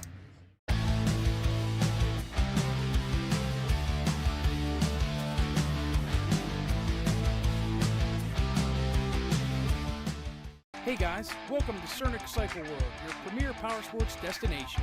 Come on in and check it out. We stock the best products from Honda, Suzuki, Kawasaki, Yamaha, KTM, also KA. That means we have something for the whole family. We also have a full-service parts department ready to help you with the newest parts, accessories, apparel, and gear from all the top brands.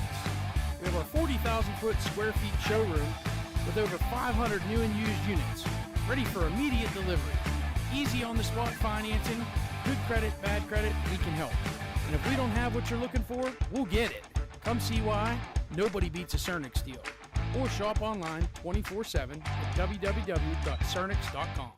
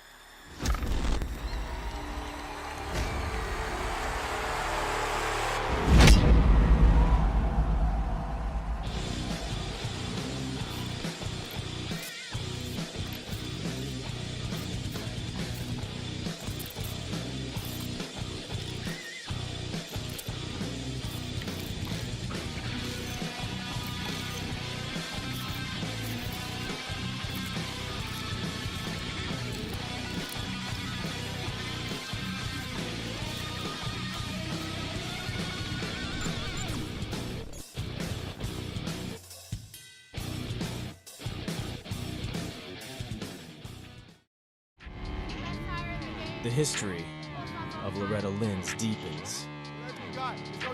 30 championships, all backed by Dunlop motorcycle tires.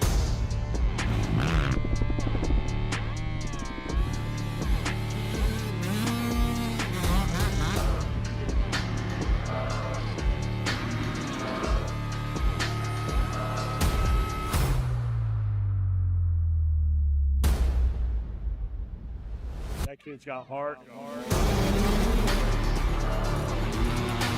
the title, Casey Cochran.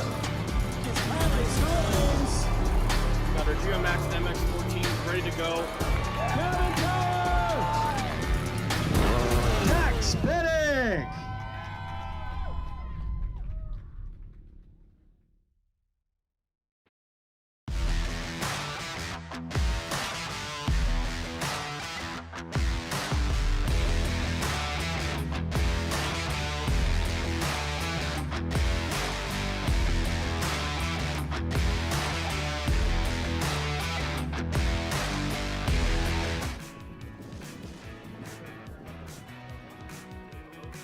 Ready, the 85 911 on the track right now, but more importantly, we are coming back for the Mositis Motorsport 2026 Dylan Slusher Memorial Pro-Am 250 Pros. They are on the line, and we're getting ready to go. We're going to take it down to Andy for a podium, and we'll be coming back shortly with our first Pro-Am moto. Pee Wee 4-8 overall winner, Cade Swartfager. Last time it was throwing fat whips. Now he's got his goggles on. Let me present you with your Moto win medal.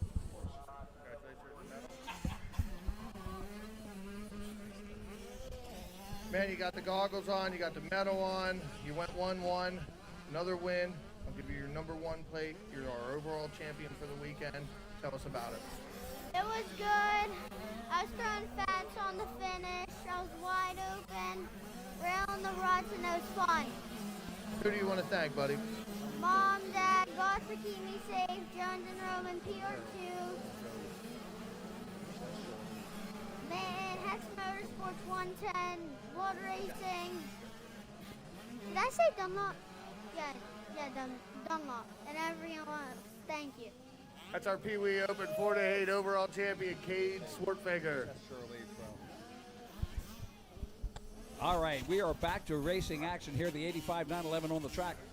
Nathan Tucker is your leader, Tate Pawano in second, Ryder Likens in third, Mason Schumacher in fourth, and Bradley Gardner, the number 7, rounds out the 5th place.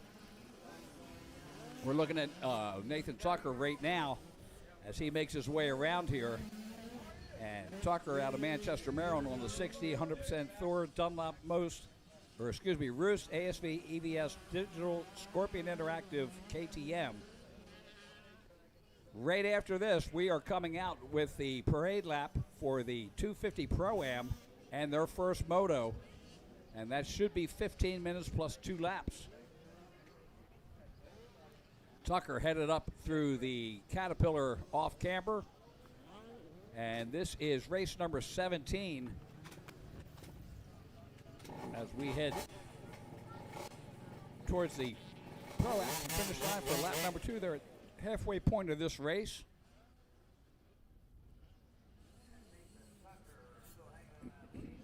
Tate Bono there in second place. He had a 4th in the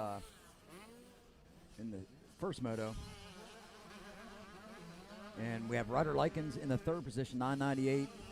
He had an 8. Gardner moved up. Hey, did he? Oh, yeah. He's up in 3rd now. We got rounding out the top 5, Mason Shoemaker at the 257. He had a 9th in the first moto.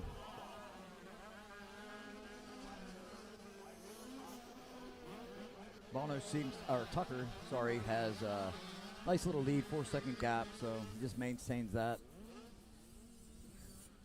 And he can do what he did that first moto and get the win. Uh-huh.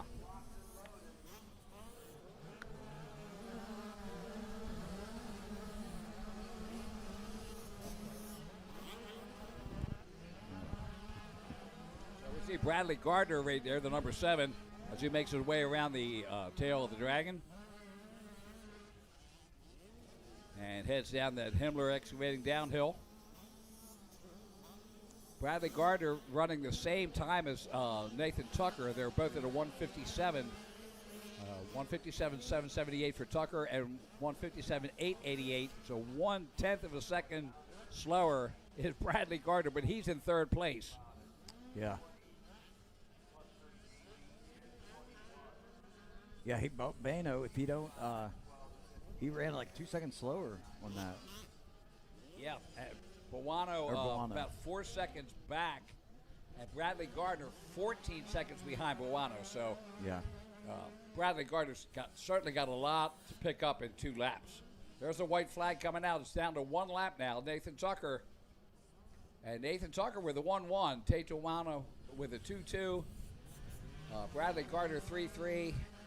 And Ryder Likens with a 5-4 could take 4th place overall, with Mason Shoemaker at a 4-5 in 5th place. But remember, the moto gods are very fickle. Yes, they are. There's no doubt about that. As we see Nathan Tucker bringing it through here, styling it through the Dragon back. Yeah, he looks good and smooth and doing what he's got to do. Yeah, Tate Pawano just behind him. He's only 3 seconds back. That should be him right there in the yellow as they bring it around down that Himmler excavating downhill into the Red Rider, the Honda Switchback.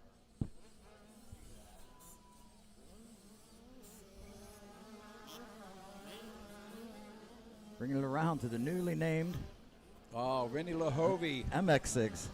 Double. Triple. Quad. Can't imagine that. The first two set of jumps on that, he quadded yesterday in the 450A or 450 Pro-Am. I still can't believe that. I did it twice. Really? Yeah. The first moto. The first one, he pulled it off. He said he cased it, but he did make it. Second one is like, he said as soon as he took off, he knew it. He knew he didn't have enough speed. Yep. And he faced that jump. I wondered, we were watching from in here, and I noticed he felt way off. Of course, the camera wasn't on at the time, so it didn't see what happened. And it looks like Nathan Tucker there, 918 for the win. That'll give him the first overall. Tapiano coming in second. Looks like that gives him second overall. We have Bradley Gardner in the third position, number 7. Mason Shoemaker, 257 in the fourth. Ryder Likens rounding out that top 5. That's brought to you by the Willow Wedding and Event Center. So Nathan Tucker with the win, Tapiano second, Bradley Gardner third, and that's exactly how they're going to go in the overall on the podium. And now we're coming up. It's time. So let's talk about the Pro-Am and how they have qualified today. 23rd position, the 714 of Angelo Mazza. The 22nd position, the 260 of Tyler Nowakowski. 21st position of 442 of Carson Walter. The 20th position of 33 of Shane Winton. The 19th position, the 63 of Talon Thompson. 18th position, the 102 of Jace Wells. 17th is the number 19 of Paul Best. 16th, the 469 of Jamie Estudillo. 15th place, the 59 of Axel Neff. 14th place, the 367 of Kristen McCauley. 13th place going to the 320 of Cooper Geppert. 12th place going to the 558 of Braden Carpolk. And 11th place going to the 559 of Joe Shipley. In the 10th place going to the 441 of Seth Shirley out of Egmore, South Carolina. He's sponsored by Privateer Connection, SCR, Moto Hose, 6D, Fly, Bike Graphics, and Renthal. In the 9th position, the 120 of Jay Covert from Manchester, Pennsylvania on the 317 Moto FXR Action Motorsports Husqvarna. And in that 8th position, we have Trevor Hazlett. He is, let me find him here really quick. Trevor, where's he at? Up here, not showing him. Yeah, He's not, it's not not showing on there. The sign up. So we got 7 then. Steve Roman coming in the 7th place. Roman is out of Export PA on the Hillview Motorsports, Jones and Roman MX Training, FXR PR2, Fast Track Scott, MX Tire, Dunlop Boys and Fuel, FMF Works Connection, Sunstar, Department of Power, Sokol Performance, MX Boot, Kawasaki. And next we have in that 6th position, Derek Leatherman out of Slippery Rock, PA, the 959. He's on NCR Construction, PR2 Suspension, Engines, MX Graphics, Rocket Exhaust, Waxed Racing, First Bike, Hammer Nutrition, 6D, Dunlop, Tamer, Mica Metals, ARC Levers, Acerbis, DID Chains, Fastway, DT1 Filters. And in the 5th position, the number 734, Reese Wheaton out of Irwin, Pennsylvania on the Mercedes Motorsports, MX Tire, Team Green, O'Neill, Racetech Bonsai, Micah, Scott Guts, Pro Circuit, DT1 Tamer, Works Connection, Kawasaki. And in the 4th position, we have Riley Busey, the 404 out of New Berlin, Wisconsin. He is on the Yamaha Rock River Power Sports, Gizmo Mods, Canvas, CP Racing, Oakley, EVS, Dunlop, Tamer, FMF, Bellray, Decal Works, Guts, and ASV. In the 3rd position, the number 46 out of Midland, Pennsylvania, it's Luke Fowler on the Orange Brigade Monster Army Dunlop Thor Bell 100% all TDF Racing, FMF, Motorex, OGO, Sam Hurley, KTM. And in the number 2 position, we have Jonathan Getz, the 300 out of Old Town, Florida, sponsored by Monster Army, Fly Racing, FMF, 100%, Adventure Moto, Tamer, Fast Company. All right, and the fastest rider out there today at a 1:36.684, the number 57 of Justin Turner out of Chesterfield, South Carolina on the Club MX Yamaha. Now we're going to take it down to Andy on the podium for a presentation.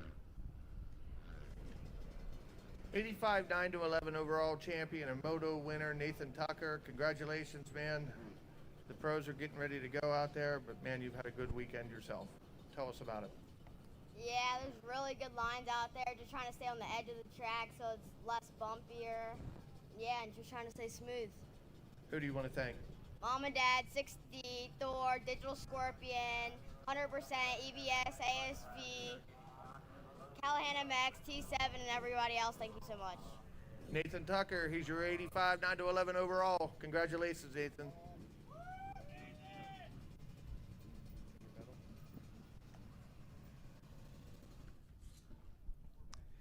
Okay, so the 250 Pro-Am lining up right now.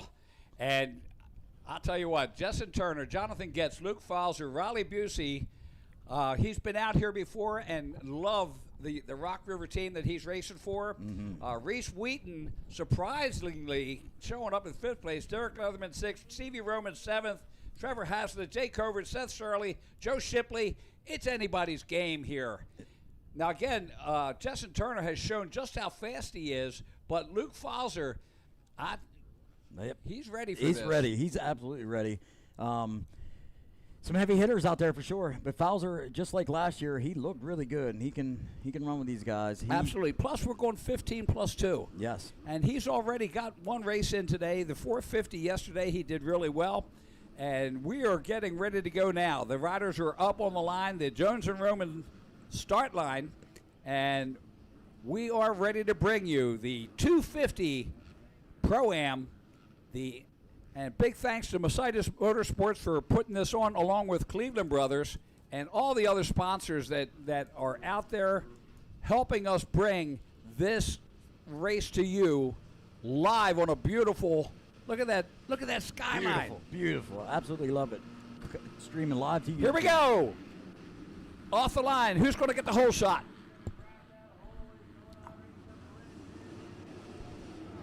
And it looks like Justin Turner. Justin Turner with the whole shot, and I don't believe that is the 46. It's not. It's I believe Riley Busey. Wow. Yeah. So the Wisconsin rider, look at that, and he takes the lead. The Yamaha from Rock River and Gizmo Mods out there on the lead as they come through the Fuel Factory Dragon back. Riley Busey in second. And you know Riley Busey's like, dude, I got the whole shot. I want this race. I want this, yes. Now he's going to have to prove it as they come down the Himmler Excavating downhill and into the Honda switchback. And look who's lurking in third there. Looks There's like Falzer. What a battle. Here we go. Shaping up to be a good one already. A barn burner, as Jeff Cernick would say. I'll tell you what, this could be the change of guards here. Riley Busey and that Gizmo Mods Yamaha is showing the horsepower right now. Turner takes it back. Turner he showed up for this weekend and has been on fire. He said he lost his front brake yesterday and still rode really, really well. That might not be Busey in second. We'll see. As they come across the Cleveland Brothers Caterpillar off camera, infamous here. Boy, Falzer looked really good. Look at Falzer. Falzer on a charge. He got a drive through that off camera. It was really cat off camera. It was beautiful. Justin Turner in the lead. Jonathan Getz in second. Luke Falzer in third. And never overlook Jonathan Getz. A Florida rider. Glad to see him out here. He loves this track. Falzer in third. Derek Leatherman fourth. Reese Wheaton in fifth. Joe Shipley in sixth. Riley Busey in seventh. Trevor Haslett in eighth. Jay Covert in ninth. And Cooper Geppert rounding at the top 10. That's brought to you by MXTire.com. As they come through the Fuel Factory Dragonback. Getz looking over like, who I got here? Who I got? You got Falzer coming. If I were Getz, I'd be worried too. Falzer going to the outside, trying to set himself up on the inside when they head down that downhill. Not going to happen. Getz has a good run there. Look at Falzer taking the other slide to the inside. I like that line. He's all over the place, but he knows he has to. He's got to get and gets his head. Yeah, because if Turner gets out a little bit, it's going to be hard to catch him. Absolutely. Look at this. Fowler goes to the inside. It's going to be a drag race up the MX6 triple-double. Who's got the horsepower? Is it going to be the KTM or the Yamaha? I'm telling you, watch Fowler through the cat off camber. There we go. He got the move, and he takes over. Getz going back to third now. Fowler's setting his sights as they head over. And look at this. Getz is like, you ain't losing me that quick. Watch this line. He goes up. Oh, they didn't show it. But you can probably see the time he made a little I'll bit. tell you what, though. Justin Turner wheeling through that off camber. That is amazing. Mm-hmm.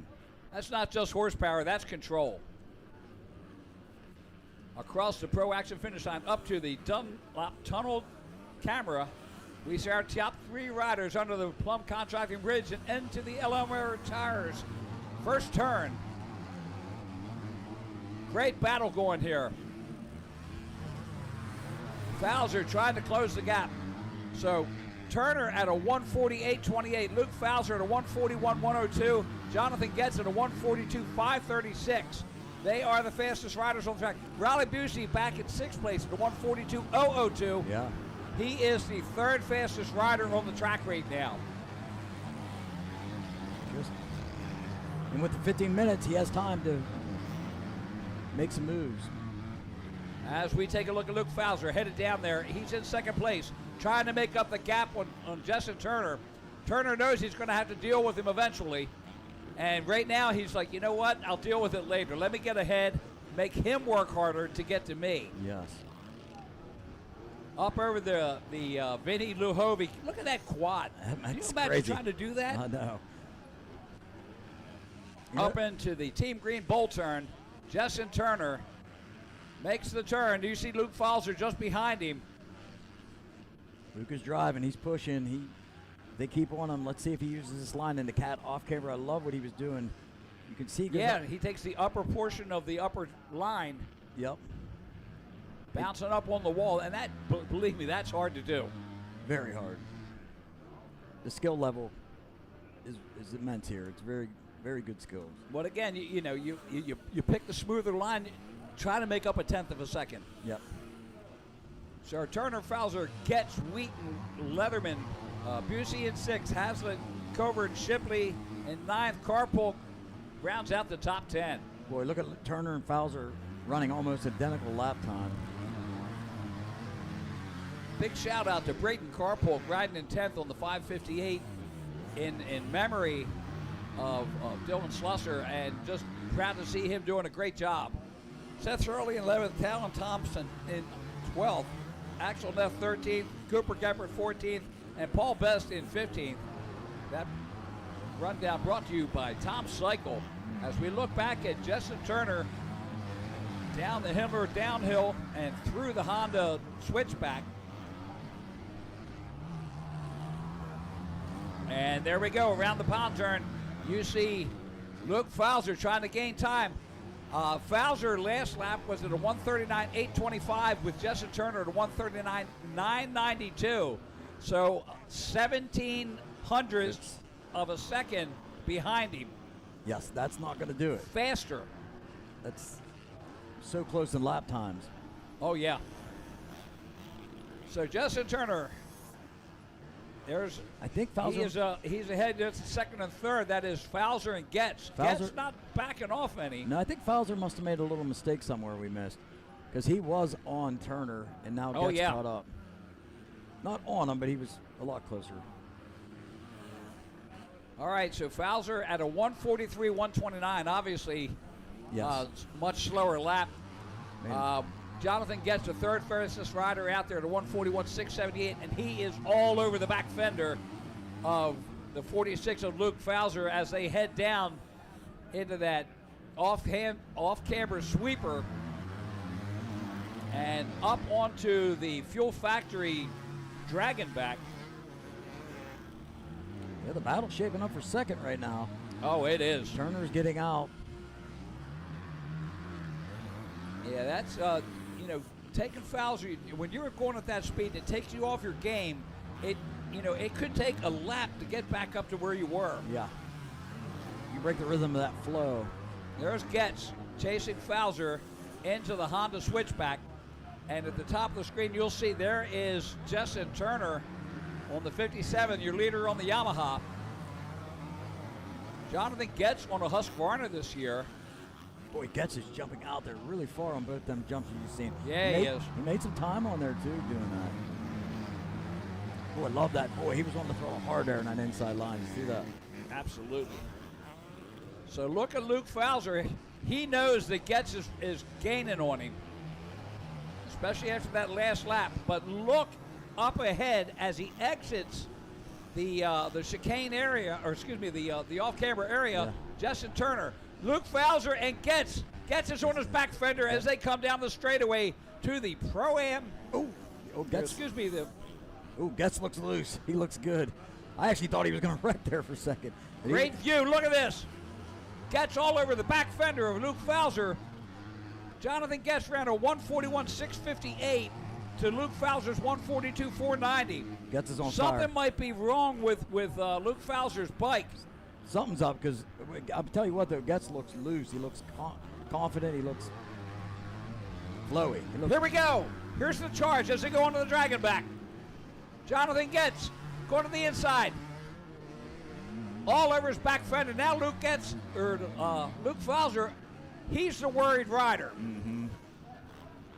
Which is going to allow Turner probably to get out even more as they get sucked up into this battle a little bit. Yeah, because Luke Fowler at this point has got to get defensive. Yes. And you can see Justin Turner a full 7 seconds ahead at this point. Now Fowler seems to get it back together a little bit. He can do that, I've noticed. Fowler, Jonathan, he can like he gets someone challenge him and he can push it back out there. He's good at doing that.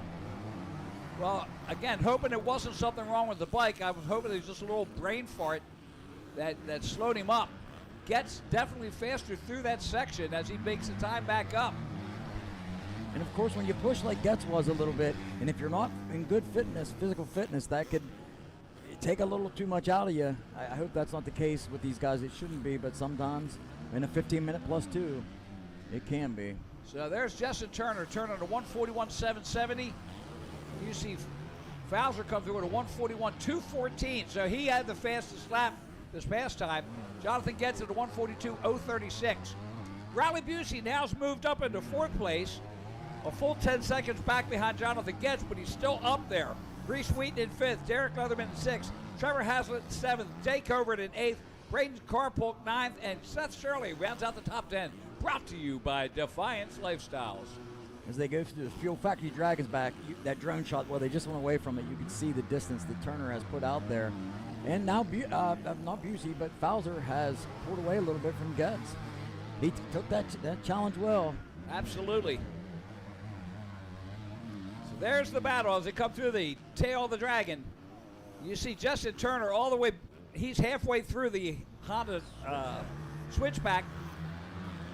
And there you see Luke Fowler, Jonathan Getz getting it as they exit the Honda switchback and head towards the MX-6 triple-double. I think Fowler said, not today, not today. Yeah, not today, Satan. Not today. He's pulled back out there pretty nice. And again, though, we're running in the lappers, you can see, so that's going to play a part in this, how they navigate that. There's Justin Turner, our leader. Oh, Fowler overshoot that a tiny bit.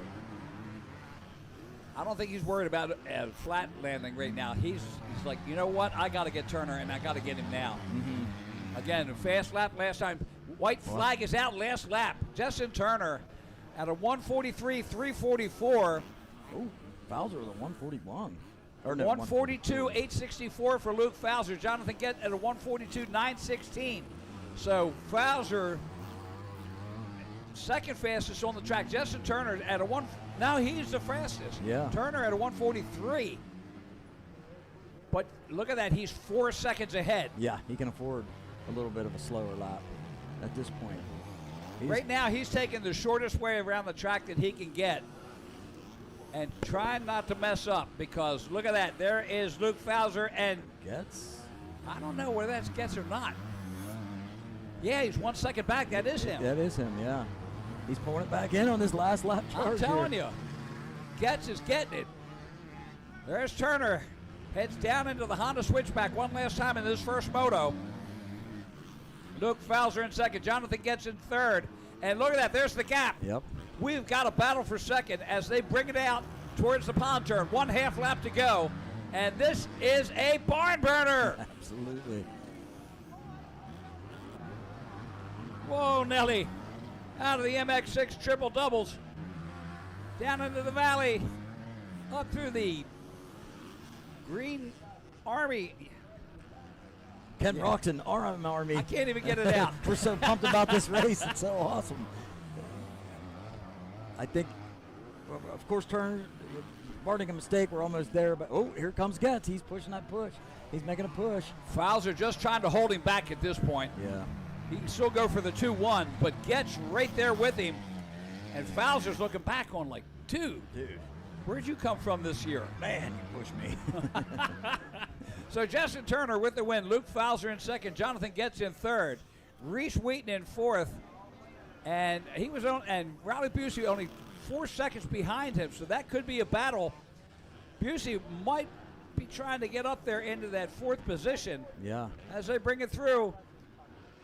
Oh, that's Carson Walter and Tyler Nowakowski. Reese Wheaton gets fourth. Riley Busey in fifth. Derek Leatherman in sixth. So, what a race. Yeah, that was great. Next up, race number 19. It's Old Folks Boogie, the plus 45 class and the Open C in the plus 45. Galen Dixon, 930, was your leader. Oh, that looks like 85s, yeah. Oops. Let's see. Never mind. Looks like it's 85s, 9-11, race 17. The first moto we had Nathan Tucker, 918, taking the win. The second place we had Tate Biano out of Litano, Ohio, taking the second place. I think that one went. I think it's the 85 12 to 15. Oh, okay. We're all messed up here. Yeah. We'll get it. We'll get it figured out. So it ain't easy doing what we do. we try our best though. All right, we're going to send it down to Andy at the podium, and we'll get an interview with Justin Turner. 250 Pro-Am Moto 1 winner. Justin Turner, congratulations, man. You guys were gone. The front three, you, Fowler, Getz, you checked out. Man, you got there, and it looks like you were just cruising in home at the end there. Tell us about it. Yeah, the boys were ripping at the beginning, so definitely had to charge. And then once I felt like I had a decent enough gap to kind of just maintain the race and try and be smooth, not make any mistakes, not throw it away, and just cruise it on in at the end there because I knew I had a little bit of a gap. So yeah, track's pretty sick. Should be sick for Moto 2. Gonna make some good racing. You had a 5-second gap on second. Second and third had a 20-second gap on fourth. What are you guys doing that no one else is? Barking, that's what we're doing. Tell us who you want to thank. I got to thank the good Lord up above, my mom, my dad, my sister, the whole Club MX Yamaha team, my mechanic Jace, Mike B, Brandon Haas, Ben Graves, Hayden Justice, our gym trainer Matt, and just everyone that backs them, backs me, and I'm super grateful for everything that they do for me, and just want to thank them so much. 250 Moto 1 winner, Justin Nelson, congratulations. See you in a second. All right, back to the line. In Moto number 1 and race number 18, the 85 12 to 15, the win went to the 23 of Austin Keller out of Orlando, Florida. Second going to the 71 of Lenny O'Toole out of Springdale, Pennsylvania. Third going to the 094 of Jackson Wright out of Camp Hill, Pennsylvania. Fourth going to the 100 of Talon Hill out of Chambersburg, Pennsylvania. And fifth going to the 116 of Austin Bolts out of Jonestown, Pennsylvania. They're on the line ready to go. 4 laps and their finals as they want to get to that podium. Yeah, looking forward to this race. That was a great race in the Pro-Am. Oh, my gosh. I love watching that, and looking forward to that last one, to the last one of the day. We'll get to see them guys go again. Yeah, now it's scheduled for 3, but if we get done early, we're going to run that last race. So you have to just pay attention to us. Stay online. Stay online. And listen to the races today. There's nothing else going on. Yeah, You know, it'd be really cool if you subscribe to the channel at rmgsports.net, because then you can go through all kinds of great racing. We got dirt track coming out tonight, so you can go back to the dirt track date out of Indiana, Pennsylvania tonight. And, of course, we've got some other races coming up. But jet skis, drag boats, it's all right here on rmgsports.net. And then don't forget to hit that notification bell as well, because then it'll tell you when me and Kevin are going to be coming, and they'll give you a notification. You can log on and watch us. You know what? Last year it was 15,000 hits for this Dylan Slusser weekend. That's and awesome. Just amazing. That's worldwide. Yes. And I know Dean Dias is watching. I know that Matt Walker's watching, because they don't have anything better to do than to watch motocross and listen to me on a Sunday afternoon. Yeah. But I'll tell you what, and, you know, Austin Keller, 13,500 people watched yesterday's stream. That is amazing. You know, you think, like, wow, it's just this little track out in Pennsylvania. 13,550 people. That's so awesome. And but a shout out to Austin Keller coming up out of Orlando on the Fly Racing, MX Tire, Oakley Motomuck, Orlando MX Park. That's Dean Dias' track. HPD Graphics, TCD Suspension, MF Achirby, Thrill Seekers, KTM. Coming up here to take the win. And, of course, just like Jonathan Getz, it's like, you know what? I like that track. We're going to go up there. We forgot. It's also pretty good money. Yes, pretty good money. $7,600 for the 250 Pro-Am today. Yes, that's so awesome. So, again, a nice shot. You just get to see the slope there. That's on the downhill sweeper headed into the head of the Dragon. That's right there. And that's an off-camber itself as well. Not like the other off-camber, but that's an off-camber itself. Yeah, and it does slope away to the outside of the track there. So, yes. You know, again, it's mild, but still a lot of people, they're not used to that. No. So a little bit of water going on the track right now. That's why we're trying to do a little bit of fill here. Hey, and while we're saying it, you know, subscribe to RMG Sports, but also you see the name like Cubic Cycle up in the top going across. They keep cycling through, and you'll see that up in the corner, the Forever Farm 558. I'm the guy to see for that, right? So if you guys want to get your name up there, you know, and sponsor the track here and help us out to do these live streams. Henson Racing, Mercedes Motorsports. Well, big thanks to them. Yep. At 2 locations, and we're just, you know, really, really grateful for them sponsoring this 2026 Dylan Slusser weekend. For sure. Amelie Oils. I remember using Amelie back in the origins. You know, back then when they had Bel-Ray.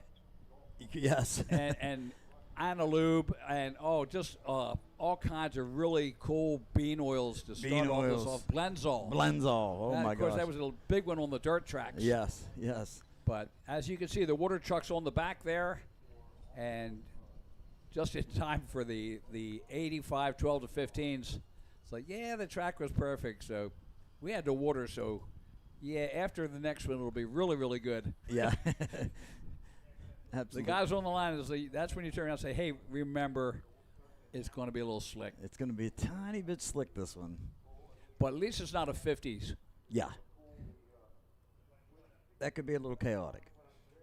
Oh, yeah. You see the Cleveland Blair's cat there, logo in the background. I was talking to Matt this morning, Curry, and he had that interview yesterday. If you go back.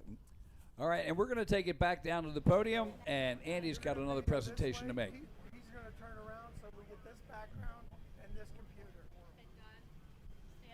Okay. All right, guys. Over here at the Cleveland Brothers podium, we're going to give away a golf cart. Yep. We're going to give away the Lancer golf cart. Tickets were sold throughout the last couple of weeks by Lori Spring, and we're going to give this away. Eric from Pro Action is going to hit the button, and we're going to find out who's going home with a golf cart. All right, Eric, hit that button. It's like Wheel of Fortune, isn't it? What's the name? Give me a name. Steve Spring. Steve Spring, you got yourself a golf cart. I love it. I love it. Congratulations, Steve. Unbelievable. What? So how about this? Here we go. Steve just said he bought that ticket so that he could resell the golf cart and give that money additional to Arlene Lancer. How good is that? Steve, thank you very much. Even though he wanted it and Lori's sitting there going, nope, we're doing it. Okay? So Steve's going to drive us around for about 20 minutes and he's got to resell it. So hey, if anyone is interested in purchasing this golf cart, check it out, show them. Come and see Lori because Steve don't want nothing to do with it since she just took it away from him. All right? Steve Spring is the winner chicken dinner of a golf cart. And if anybody is interested in buying it, it's up for sale and the money is going to go to Arlene Lancer. We're live, Pleasure Valley Raceway. I'm Jeff Cernick and you're not. Okay, wow, that was really great. The golf cart being sold by a great motocross family, and the winner was Steve Spring, and he got the golf cart, and he says, you know what, I'm going to sell this, and I'm going to give the money back to the family. I love that. It is. You know, the family gets the money for the golf cart, and then they're going to turn around and donate the selling price back. It's just an amazing thing. I mean, so that's the motocross family gives and gives and gives. So and that's proof of it right there. absolutely. So big thanks to Steve Spring. Congratulations on winning. I was worried that I was going to win it. I was like, Kevin, I got a golf cart in Johnstown, Pennsylvania, and I got to get it to Florida. Thank you very much. Kevin put his hand over his mic to kind of silence and said to me, I hope I don't win it. No, and it wasn't about winning. It was about, you know, like turning around and being able to give it back to the community. Yeah, for sure. Great motocross family. We thank them so much for everything they've done for the years. And again, the second moto for the Pro-Ams will either be at 3 o'clock or at the end of racing. Right now, we on race number 18 of 29. I got a feeling that we're going to be having that race early. So please stay tuned. Listen to us on rmgsports.net. And if we really, really annoy you, you can turn it down until we get back to that race. But the big thing, just watch the race and enjoy everything out there. Yeah, and that support, you know, the support of just actually tuning into it, just putting it on. I noticed shops like Evansburg Yamaha, who's the sponsor, they sent me a picture. They're actually just streaming it all day through at the shop. So as people come in, they get to watch it, you know. And Very cool. Yeah, and if you're a motorcycle shop out there, if you know, just stream it in the background. And if you, like you said, if you get annoyed by me and Kevin's voices, turn it down. At least it's streaming. But again, such a big thank you to everybody that has helped put this weekend on. All the sponsors you see going up at the top there, Backwoods Creations, so many people. And we try to cycle through Pro Circuit, obviously a big one here. Absolutely. Those guys just, they support our industry. And, of course, they support Jeff Cernick, who supports all the riders. Yes, and you see Cernick's Racing right there just coming up as we say that. 5-star. They got their rig here with all the bikes, and everyone's looking at the Suzukis. Wonder why. Yeah, Kevin Kozad and MXers for Jesus. Just a wonderful thing. And, of course, obviously, Rob Fox and Dunlop Tires making such a difference because they go out with MX Tire, and at every major event, you will see MX Tire with the Dunlops. You will see them there. Tom Cycle right up by me out in Indiana, PA. All right, here we go. Race number 18, the 85 12-15 on the line, a Jones and Roman start line, and what a beautiful line that we have here. Thanks so much to Mad Mike Jones and Stevie Roman for putting those grids out there and transforming this track into just something amazing. And it's funny how many people I watch would, especially on the quads, the pros, they'd burn off the concrete and hit that dirt and go, buh. Yeah. They don't know how to do it. Yeah. And it's not their fault. I mean, it's not easy. You don't see it everywhere. You don't. And to go from concrete to dirt. It's like spin to you let off it all. Yeah. Well, the old school way, like me and you, where we had all dirt, was just tuck in tight and hammer down, Yeah. Basically. It's a little bit different now because you do get that spin more on that cement to that dirt, which then will suck the bike in. Yeah, we weren't allowed to use blocks to stand on. No. There was, but of course, the ruts were so deep it didn't matter. All right, here we go. Monster Girl turns it sideways, and we are underway, turning and burning on race number 18, the 85 12 to 15. 94. The 94, Bennett Weiss out of Washington, Pennsylvania, had 7th in the first moto. Of course, this was a wet race yesterday, so Yes. Bennett Weiss, a fast rider, but definitely likes it dry, and he's got the whole shot. And I was actually going to say that earlier. If you watch a little bit, you might see some people who are like, wow, that person's up there and he got like 7th in a moto yesterday. That's because it plays a different game when it's wet, Absolutely. Just enough dust control out there to keep it clean so that we look good on television. Yeah, that's it. We ain't getting no dust. Down the Himmler excavating downhill and into the Honda switchback, our leaders go, and what a battle. Looks like, 3rd, 4th, 5th, 6th, 7th, all bundled Yeah. up right there. You see Weiss in the yellow jersey just making the exit around the pond turn and up into the Vinny Luhovi section of the, look at that.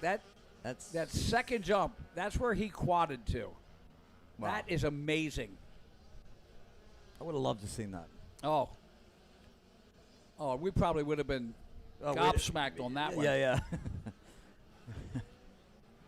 And here's Bennett Weiss bringing it up into the left-hander. You see the top two. There's Weiss. He's coming through the Caterpillar off camber.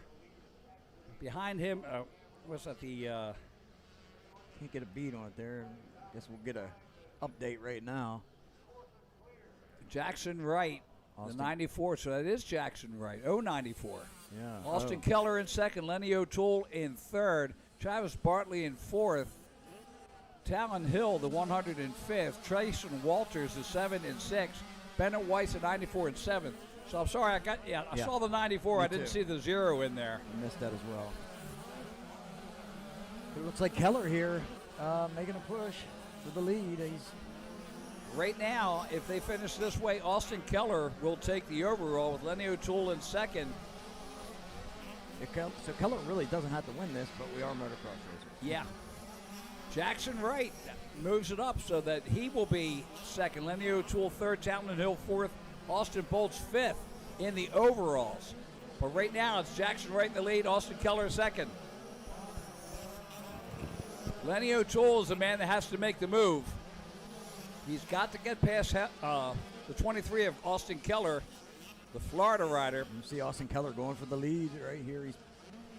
So that's going to make it a little bit harder for Lenny O'Toole if he gets by Jackson Wright.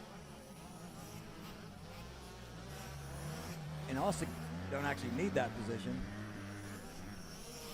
Yeah, but he can't help it. He can't help it. It's racing. It's racing. I mean, I don't know many people at all, myself included, ever thought, well, I'm just going to sit back here. Yeah. Yeah. Take this. I got it. Well, no, the pros do. The pros do. They're strategic. Sometimes. But you'll see them go, too, even. And then you got Deegan. Yeah. You just win at all costs. Yes. That might change when he gets into the 450s. Yeah, he might get a little bit of a tiny bit of a wake-up call there. Oh, I think so. Yeah. I think a few people are like, come on, boy. Yeah. Remember when Mike Alessi come up and they wore the shirts that said, I forget what they said, but basically we're here to win or whatever, and boy, he got taught real quick. Like, oh yeah. Not so sure about that yet, Alessi. Tony Alessi was the master at promotion. Yeah. As a dad. And of course, once they got to the factory teams, they kind of got in the way. And it's kind of like, make Tony step back. And Yeah. he didn't like that. He didn't like it, no. But hey, I give Mike Alessi credit. He's still out there racing. Oh, yeah. And he took a tremendous impact there. I forget the track where the bike actually he wrecked and got ran over by a couple bikes there. Lenny O'Toole there on the screen as he makes it through the tail of the Dragon. And he's about 5 seconds behind Jackson Wright. Both of them run 155s. Austin Keller at a 152 last lap. And he did get by, Jackson Wright. Someone right there on the track trying to push, they getting the bike off. Keller in the lead. Now I don't know whether that's right in second or not. We'll see. I think it is.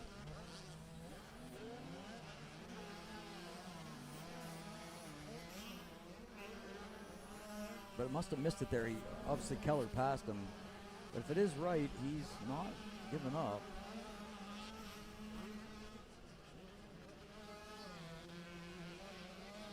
Yeah, that looks like him. Yep, 094. Yeah, yep. So, Austin Keller, Jackson Wright, Lenny O'Toole, Talon Hill. Getting the white flag. Boy, this track's just stayed really nice today, hasn't it? It really has. Beautiful.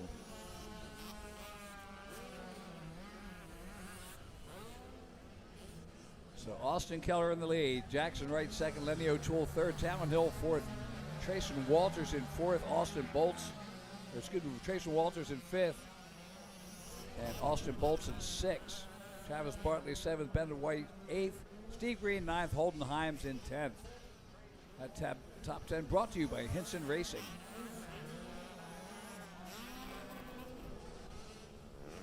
Keller coming through the fuel factory Dragons back there. I seen the corduroy in the beginnings get a little bit deeper now. Not too bad. And the off-camera right before that section.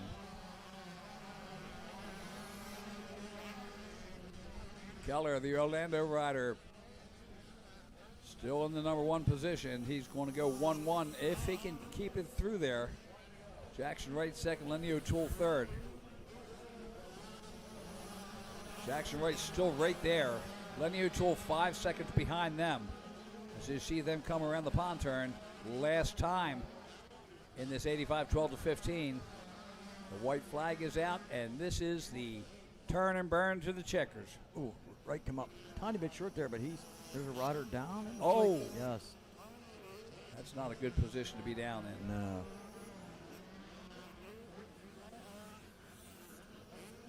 Up over the Ken Roxon RM Army triple. Wright is fighting back. He's definitely not quitting. Keller brings it around. One long straightaway through the Pro Action finish line, and checkered flag comes out. Austin Keller.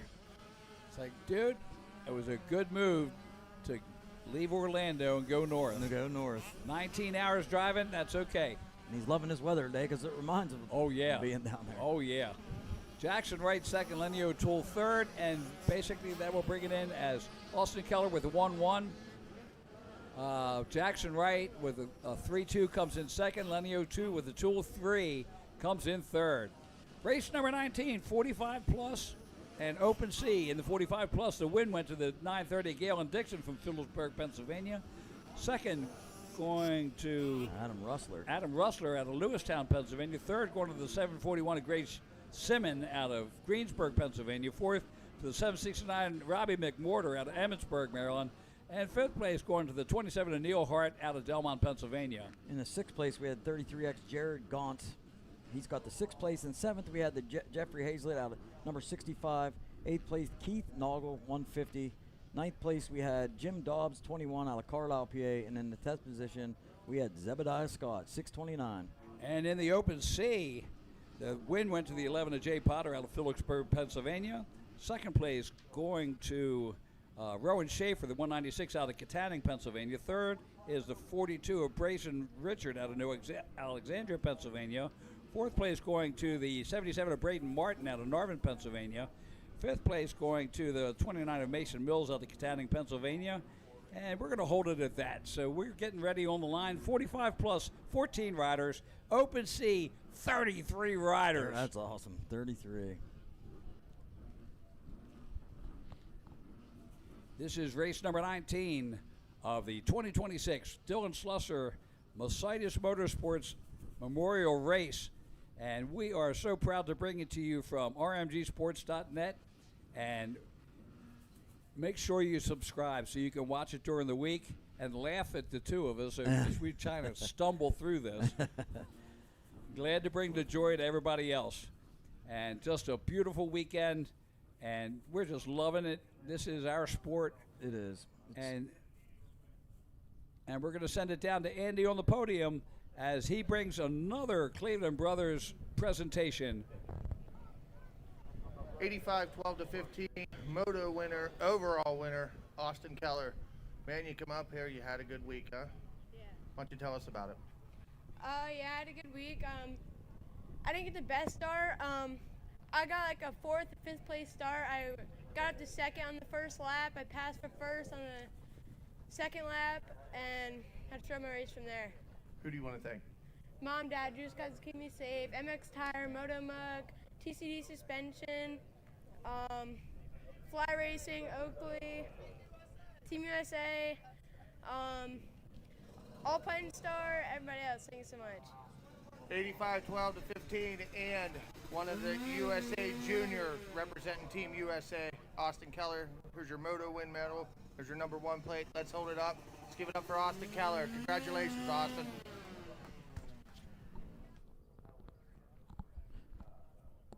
Yeah, welcome back. And so, yeah, definitely, like you were saying, Kevin, tune in, go subscribe to RMG Sports. It's a great, amazing event Jeff Cernick has put on here for the Dylan Slusher Pro-Am Memorial. And great turnout, and the money raise has just been amazing. It's been awesome. And these riders have done really well with that. And it's been great racing in the Pro-Ams. We got to call it, heck, 15 minutes went by like 1 minute, you know. It did. It was so good.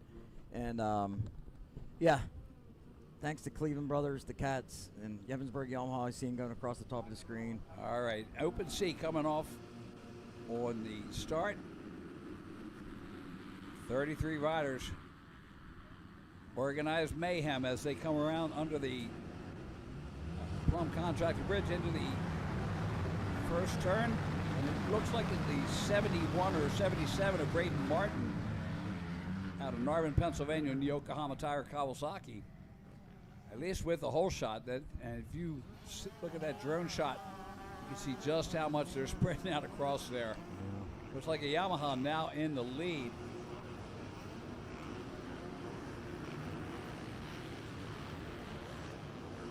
Grayson Richard was 3rd in the first moto on the Yamaha, as was Rowan Schaefer in 2nd. Both on Yamaha, so again, I'm taking a gamble. Yeah. It's one of those two. Yeah. 701, that looks like, in 2nd there. 701.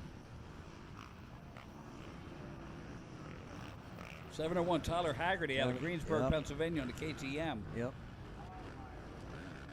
As they head up over the MX6 triple-double and the Vinny Lou Hovey quad. Talking about quad, there's four guys right there. Oh, yeah. Quad. 4 riders fighting. Actually, one more coming in the background there.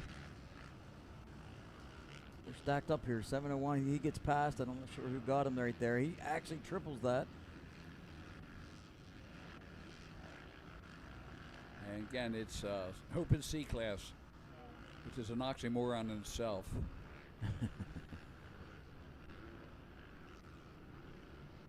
So we should get an update now. Kind of anxious. Was trying to see who was there. Brayson Richards, the number 42, in the lead. Mason Mills. Mason Mills, the number 29 in 2nd. Bryson Valway, the 254 in 3rd. Jay Potter, the 11 in 4th. Tyler Haggerty, the 701 in 5th. Lucas Okorchik, 259 in 6th. Braden Martin, the 77 in 7th.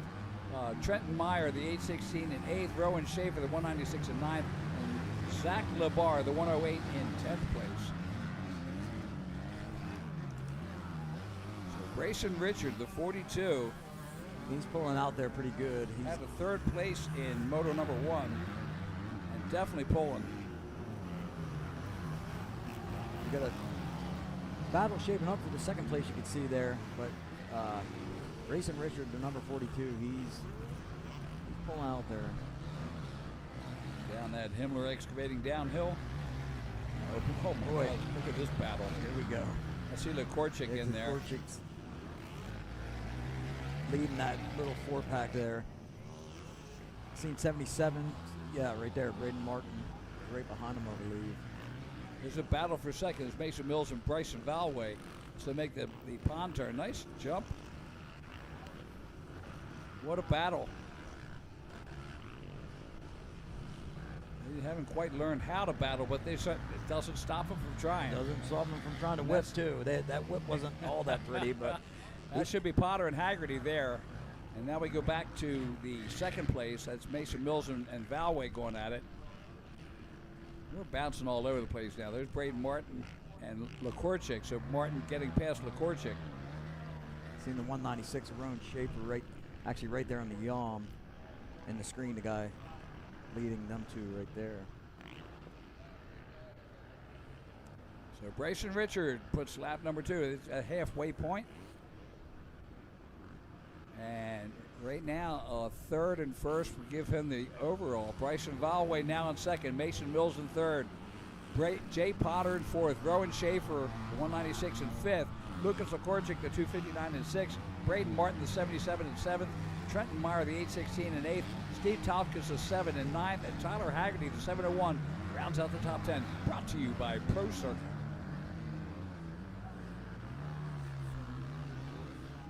All of them taking different lines through that off-camber right there. The 4 riders you see going through the Dragon's Back. MX6, I'm not the MX6, I'm sorry. The Fuel Factory Dragon's Back. They all took different lines. And in the plus 45 class, Galen Dixon's your leader, Adam Russler second, Robbie McWhorter in third, Greg Simmon in fourth, Neil Hart in fifth. And that's where they're going there. You know, that is the combined. So, but a Galen Dixon is 1-1, Russler's 2-2. McWhorter moved up to third. He's a 4-3, and Simmon is a 3-4. That's your top 4 there. Again, that's in the overall. Up over the MX6 triple-double, or as Dean Dallas would put it, the MX six-pack.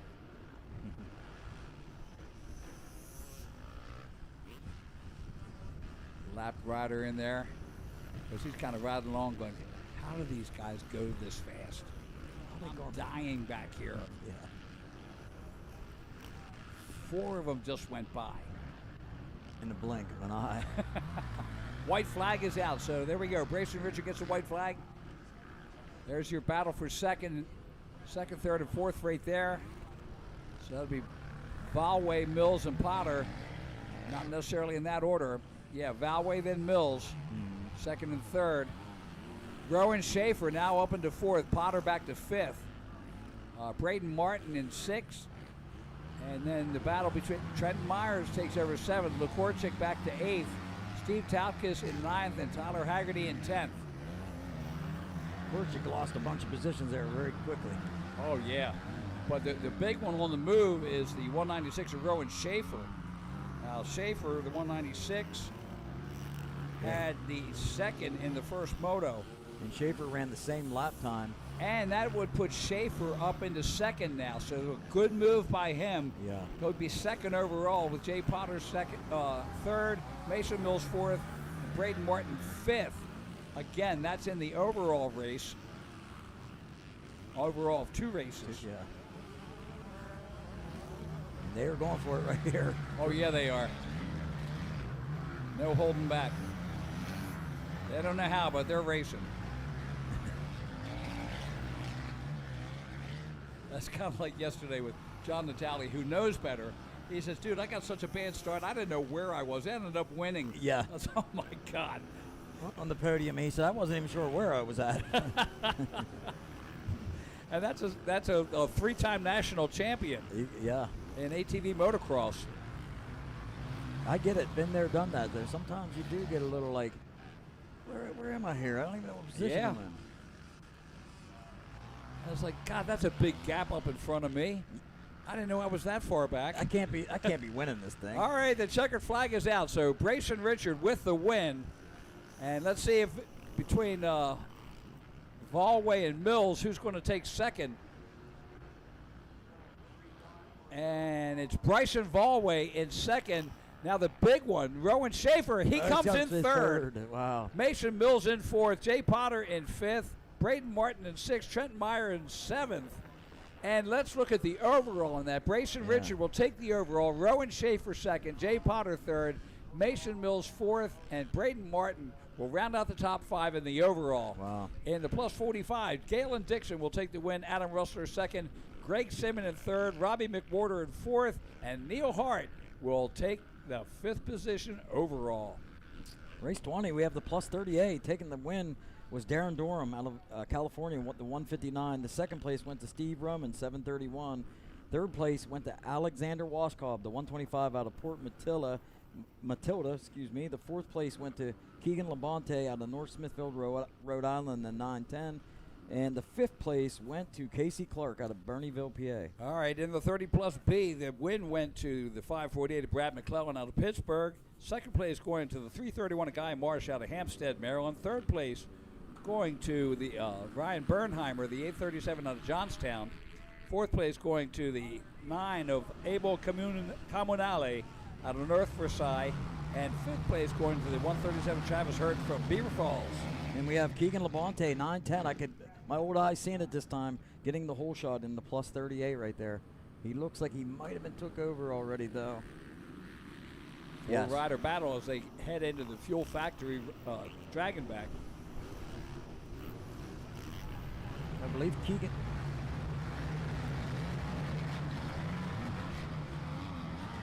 Of course, we're calling it a four-way, probably a 10-way. Yeah. As they head down the Himmler Excavating downhill, down into the Red Rider switchback. On the Red Rider switchback, there's Stevie Roman there. Roman in 910. Keegan Labonte right behind Roman on the Honda. And we're going to take it down to Andy at the Cleveland Brothers podium for another presentation. Down here in the podium with plus 45 winner Galen Dixon. Galen going 1-1, man. Congratulations. Good day, good weekend actually. So why don't you tell us about it? Yeah, that was an interesting race. It felt like I was in a race the whole time when we caught up with the other class, so it made it interesting. Besides that, I just like to thank Com Cycle, Wolf of Wayne Street, FMF, Factory Connection, Cardo, Scott Goggles, and Oak Raceway. That's Galen Dixon, your plus 45 winner. I'll bring it over here to our open C winner, Brayson Richards. Brayson, good job, man. Tell us about your race. That's pretty good. I threw the scoop on, and luckily they just prepped the track, so it looked up pretty good at the start. I got like a third place start and just held it on longer down the hill and brought into first and just held on there. So. Present you with your Moto Win medal. Let me get your number 1 plate. Congratulations, Brayson. You are the champion. That is our Open C champion, Brayson Richards. Congratulations. Okay, we are back to action on the track. The 30 plus A and the 30 plus B as they battle their way around through that Honda switchback. There's your leader. And of course, he doesn't have side number plates. And I think that is the, could be the 630. Well, we'll have to see. I check them up. Put the number on them there. You know, it's certainly not Galen Dixon. No. Green fender. That would be a yellow that would bike. Be wrong. Yeah. There were 159? 158, 159. Darren Durham. Who knew? Yeah. Who would have guessed? I got to talk to him after the race yesterday, and of course we were all talking to Vinny and Tyler Steppick. Yeah. And I said, Darren, I gave you a lot of credit yesterday, about being a test rider. He goes, yeah, not a lot of people know that. And I said, and of course I knew he was from here, but I said, well, Valencia, California now. And he goes, yeah. He goes, I'm still only an hour away. He says, but I use the California address. Yeah. For my AMA. Still got his AMA Pro. Yeah. So. Yeah. Kudos to him. Absolutely. Been doing it a long time. He has been for a long time. And you actually informed me a little bit yesterday with that test rider, because I didn't know that, but it makes perfect sense. It would be, because you have to be able to feel them little things in the bike change. Oh, it's very hard. Very hard thing to do. Darren Durham is your leader. Stevie Roman in second. Alice Twaskob in third. Keegan Labonte in fourth. Reed Miller fifth. Nathan Cronk sixth. Joey Deneen seventh. Brendan Hendry in eighth. In the 30-plus B, Brad McClellan is now your leader. Guy Marsh in second. Robbie Denoff in third. Ryan Berkheimer in fourth. And Abel Comunale is your fifth-place rider. Looks like Roman moved up in the second position there. Yeah. Good move. Yep. Yeah, he's actually catching Durham. I'll tell you what, look at that. Oh, Roman got a little. Darren Durham and Roman doing the triples there. Yep, here comes Roman. He is putting a push onto Durham. Oh, that Kawasaki's barking. White flag is out last lap as they head around. When we're just informed that the 250 Pro-Am will be the last race of the day, it's going to be well before 3 o'clock. Yeah. So stay tuned. Keep tuned in with us on the RMGsports.net network, and you'll be part of the 13,550. That was yesterday. Could be more today. Could be more today, yeah. It's a Sunday. Everybody's watching racing. It's either this or baseball. Baseball. It's like, put this on. All right, I love baseball. All right. I love motocross a whole lot more. Me too. Way more than baseball. Roman. Motocross been very, very good to me. Let's see if Roman can pull in Durham here. Look at that, right on him. Durham has a unique line again through that cat off camera up there where he goes up high. He stays on that throttle and is able to keep the front wheel kind of light and drive in through there. Almost with the wheelie technique out of there. It's kind of cool. See if he does it again.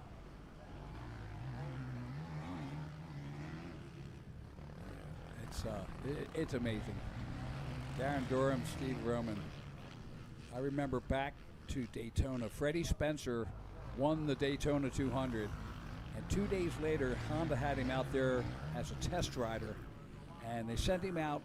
Oh, look at Roman. Look at this battle. Going at it, and Durham will take the win just ahead of Stevie Roman. Roman went for it. So, and back to the story, Freddie Spencer, they sent him out there 2 days after the 200 because they still had the track rented, and they sent him out on his bike with an experimental wheel. It was a carbon fiber wheel on the back. It exploded coming out of turn one, splattered him into the wall. Wow. And he missed 4 races trying to get back recovered. Yeah. Being a test rider, the fastest rider in the world, and Honda put him out there, and Yeah. Dang. Wow. That's wild. Yeah. And it's like, oh, sorry about that. Yeah. Sorry about that. Well, I always love watching that right for going down for Bike Week and watching, just all the races that are down there. Oh yeah. So, Darren Durham with the win, Stevie Roman second, Brad McClellan takes the win, and Guy Marsh second. And that will be the top two in both the 30 plus A, 30 plus B combination. Race number 21, the 85 12 to 15C and the 85 9 11C is on the line. The win yesterday in the 85 12 to 15C was Izzy Likens out of Bellefonte. Second place going to the 66 Charlie Burnett out of Chaptico, Maryland, down by Budds Creek. Third place going to Vince Manganello out of Baden, Pennsylvania. Fourth to the Aiden Whittingham out of Carlisle, Pennsylvania. And we're going to take it down to Andy on the podium. Okay, guys, I'm down here on the podium with plus 30A overall and moto winner going 1-1 for the weekend, Darren Durham. Darren, local legend, man, still keeping it for real. Yesterday, you're finishing the Pro-Am and you're in fourth. That's a really good ride, man. These guys don't realize who they're playing with, do they? Well, I've been coming here a long time, and it's good to be back. I want to thank Jeff for putting on this awesome race for Dylan and helping everyone local out. I mean, Jeff really takes care of everybody, so thanks, Jeff. First Bike Motorsports. My bike actually blew up this week, and this is sales guy Angelo's bike, so thanks, Angelo. Really appreciate the bike for the weekend. It was really fast. Fast House, PR2, Bell helmets, heat wave goggles, Dunlop. Yeah, everyone helped me out. I really appreciate it. Present you with your moto win medal. Nice. Nice save, yes. I didn't know these were trophies. Yeah. I got a couple more of these, right? I didn't see these things yet. All right. And here's your number 1 plate. Plus 30A champion, Darren Durham. Congratulations. Well, I'll tell you what, Darren Durham, one of the elder statesmen of motocross now, and always got a story. I just love being around him, having a good time. Yeah, he does. And here we are back to the 85 12-15C, and the 911. The win went to Ryder Laux, a 901 out of Roughdale. Second place went to the 998 of Addie Likens out of Bellefonte. Third place going to the 61 of Jackson Petro out of Irwin, Pennsylvania.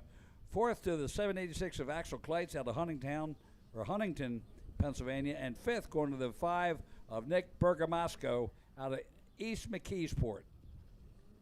Race number 21 of 29. And then, of course, the Pro-Am after that.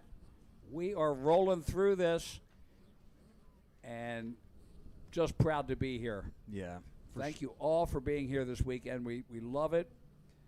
Again, I hope we kept you entertained. At least if nothing else, you get some laughs on us. Yeah. And we're just so proud to be here for the Mercedes Motorsports 2026 Dylan Slusser Memorial. Dylan, I hope you're roosting in heaven and having a great time watching us. Oh, my gosh. You so know he is, with the biggest smile on his face, watching down. 85 12-15C, up into the first turn. Dog leg left under the Oh, we got somebody down look hard. out. Somebody down hard. Two of them down. Yeah. Hate to see that. And that is 41. the 41 of Vincent Manganello out of Baden, Pennsylvania. Had third in the first moto on the Corman Corporation Husqvarna. Look at KTM in second there, not sure the number. And now, if that rider's not up yet, that's going to delay the start of the 85 911C. We'll see what happens. Yeah. Could end up being a separate moto.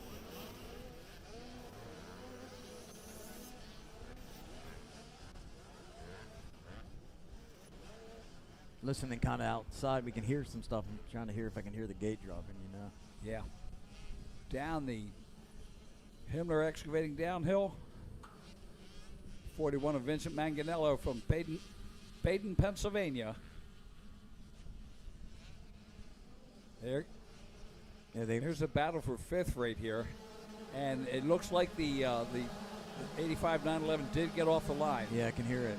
I just seen 921 Jax Maturko there. He looks like to be in third place.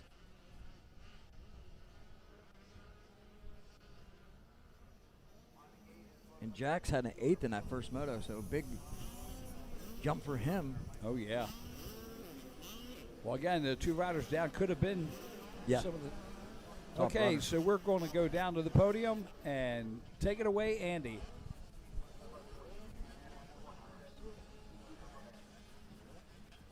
Guys, I'm down here in the podium with plus 30B moto win winner and overall champion for the weekend, Brad McClellan.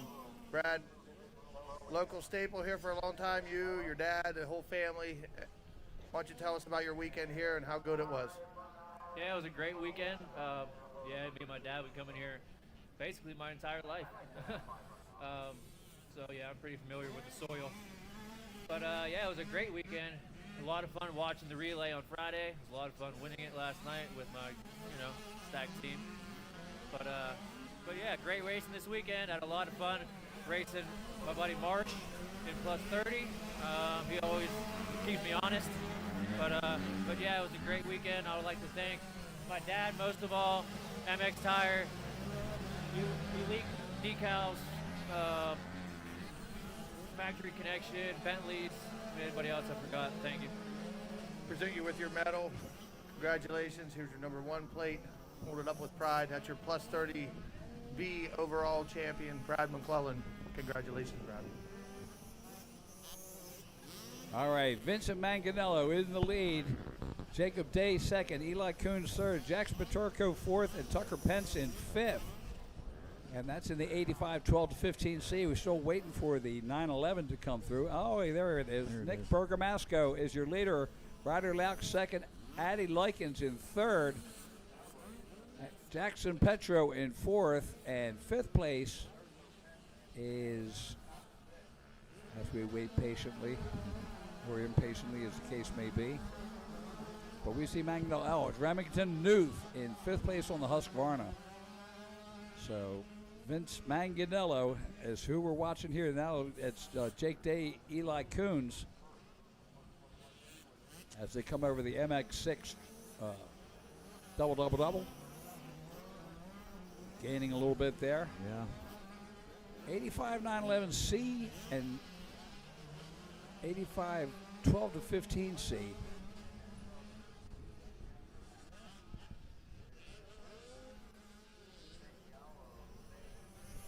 Looks like Manganiello has a 4-second lead on Jacob Day. So Manganello coming through at a 2:09.172. Again, Sea Riders.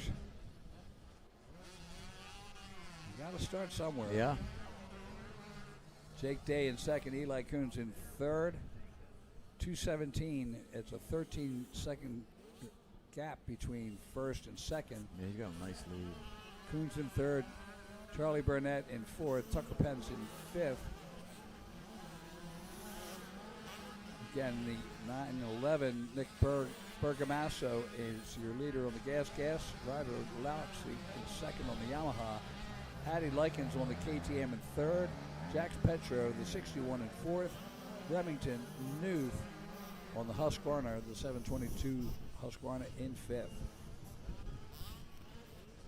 But in the overall, Manganello with the third and first would take the overall at this point. Charlie Burnett second, Jacob Day third, Eli Coons fourth, and Jax Maturko in fifth. Again, that's if things stay the way they are right now. Yeah. In the 911.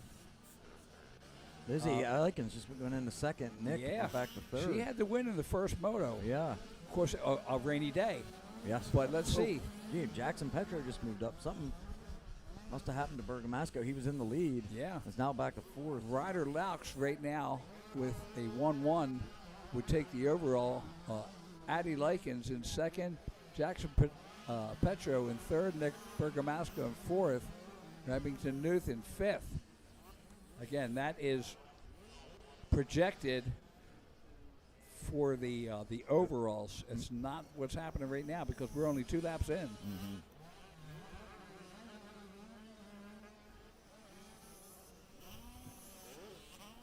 Posing for a photo up there for the for the socials. Last lap. Always smile for the producer. Always smile for the producer. Thank you. I need that. Being the new guy, I need to learn these things. Oh, yeah. We're putting a sign up over top of the window that says, smile. It's not an option. I remember the second day on the job, you said to me, hey, when that camera was on, just smile. And I remember it actually helps you smile as well because it's effective, you know. It's infective, or is that the right word? Yeah. You know what I mean. Excessive. Yeah. Impressive. Yeah. Exactly. Yeah, well, now this is so cool, just being out here selling motocross, and that is, you know, it's the best gift that we can give to anybody. Yes. Is just giving back. Like I said, in my 4th generation of announcing and refereeing, that's amazing in itself. It is. It really is. And kudos to racing. you. Oh my God, it's even more than that. Yeah. What's that coming around to be? Well, I heard you guys saying down there, if you're here when we announce the Quad Nationals, you'll be 70. 70, yeah. I'll be 70 this summer. Jeff was interviewing me and you, and I was like, oh, I'm a young guy. I'm only 52. So. Keep going. I know. I wish I'd known I was going to make it this age.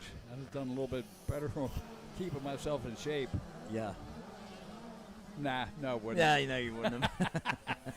People ask me and say, you want to be 21 again? Oh, absolutely. I said, but you want to know what you know now? I said, oh, no, I want to be just as dumb as I was the first time. Just as dumb as I was. Oh, yeah. Some mistakes were so much fun, you have to do them twice. Yeah. We want to go back and do them twice. They were so good. I got to give credit to Mae West for that one. That wasn't my line, but yeah, well attributed to her. Yeah. He didn't patent it or nothing, so you can steal that. That's just a borrow. Yeah, or a borrow. Yeah. Her picture comes up. I've got a face made for radio. All right, and the checkered flag comes out. So Vince Manganello seals it with a 3-1. Charlie Burnett should be coming in second. Jake Day in third. Eli Coons and Tucker Pence rounding out the top 5. In the 85 911, Ryder Laux, right now we're projecting him coming up in the win with Addy Lykin second, Jackson Petro third, Nick Bergamasco in fourth, Lennox Yingling definitely with a 5th.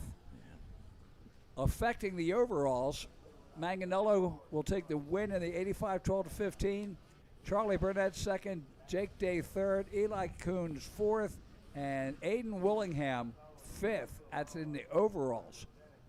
In the 85 911 overall, it'll be Ryder Laux with the win, Addy Likens in second, Jackson Petro in third, Nick Bergamasco in 4th, and Miles Burgess taking the 5th. And not pleading the 5th, taking the 5th. Race 22, we have Ralph Bentley taking the win in Moto 1, number 5. Coming in second place with Daniel Nikowski out of Erie, PA on the 938. In the third place was Matthew Sempa, the 18, out of Tyrone, PA. In the fourth place, we had Brian Semder out of Carlisle, PA, the 26. And in the fifth spot, James Martinsek, did I say that right? 735 out of Washington, PA. Martinsek, but that's close. You were good. That was good.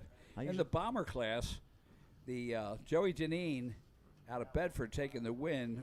The 837 Ryan Bernheimer out of Johnstown in second. Eric Talkis out of Butler, Pennsylvania in third. Fourth going to Jax Taylor, the number 33 out of Clarksville. And in the Clydesdales, that's the plus 250. That's not 250 cc's, that's 250 pounds. I think they should have a weigh-in before the race to make sure that it's honest. Make sure that's true. So Dante Spinosi out of Coriopolis takes the win. Second was the 558 of Chad Scheffler out of New Alexandria. Third going to the 33 of Ben Kiefer out of Bell Vernon. And fourth going to 629 of Zebediah Scott out of Marion Center. And we're taking it down to the podium. And Andy with another presentation. Okay, guys, I'm down here at 85 12-15 overall winner and moto winner, Vincent Manganello. Tell us about your race. It was good. The track's getting deep, but yeah. Have a good time out there today? Yeah. Who do you want to thank? My mom, dad, my grandma, my brother, my nana, Local Max, Beaver Creek Cycles, Bull Run, Catalyst, and everybody else. That's Vincent Manganello. Give you your number 1 plate. Hold it up with pride. Here's your 558 medal. You can put it around your neck. Congratulations. 85 12-15. Vincent Manganello. Congratulations.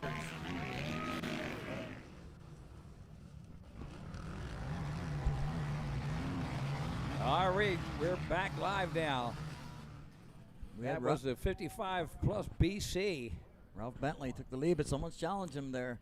We're not inside. Just for a second.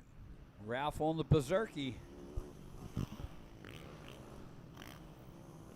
Daniel Nowakowski out of Erie PA on that 938 and in the second position. Dan Nowakowski on the FXR AVS Pro Action. Jeremy Weisco, FMF Off-Road Express, Erie PA Yamaha. Yeah, Nowakowski looking energized. That or his brakes failed as he goes down that downhill. Compared to yesterday, his brakes must have failed because. Yeah, he's got the fire in him today. Yeah, he does. Look at Ralph Ralph Bentley. takes it back. So I'm going to show you some fire here, Bubba. Ooh, look at that drive out of there. Look at Nowakowski. He's got the horsepower going. He overshoots that a little bit. That's going to take a little bit out of you. That absolutely hurt. Okay, I'm fine. Gets a little squirrely there, too, so that gets Ralph back into the lead. See, Ralph's back there going, listen, buddy, you do this like this. Nice and calm and slow. Yeah, it's not a sprint, it's a marathon. That's it. At this age, 55 plus. Look at different lines Look at there. Nowakowski, he's still keeping it up. Yeah, he is. He wants that overall. It's not just a trophy. Exactly. The problem is, look at him go. He's going. So Bentley just ahead of Nowakowski, but Nowakowski, there's a vision from our Dunlop tunnel camera. Ralph's got it going, but Nowakowski goes to the inside. Dives under and takes the lead. Puts the move. Ralph's like, I'm just going to wait. Yeah. Yeah. You showed me have no brakes. The way Good luck with that. He's saying the way you're pushing right Look now. at Ralph. Yeah, Ralph on the outside. takes takes the lead back. This is oh, a great what a battle. Great battle. You know, of course, Ralph's probably saying, we're only doing this for 2 laps. Yeah. I was just about to say, he's going to say, I'll just let you do your thing because you're about to burn yourself so out. You're going to throw the anchor out, and I'm just going to walk away with it. I'll give it to Nowakowski, though. He's fighting. Yeah, he's absolutely in it. Of course, Semder and Esquino are probably in the background going, look at them damn fools. Yeah, what are these boys doing up there? Nowakowski didn't come down that downhill. The Himmler, what is it? The Himmler downhill. Look, he's back up there now as they come up through the Vinny Luhovi quad of the MX6 triple-double. Ralph just keeps it so smooth, though. You don't see nothing extraordinary, abrupt movements, nothing like that.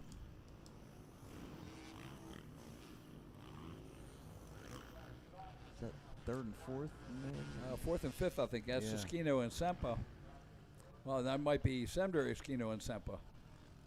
Yep.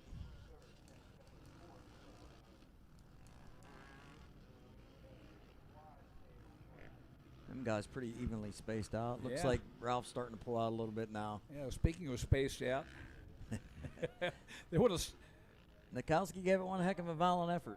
Okay, and we're going to take it down to Andy at the podium on the Cleveland Brothers stage. 85 seed 9 to 12 overall champion and moto winner Ryder Louts. Tell us about your race. It was good. The braking bumps were pretty bad. It's really dry, but overall the track's really nice. You did a good job at it today, man. You conquered it. Tell us who brings you here. My mom, my dad, my brother, my dog, sports medic,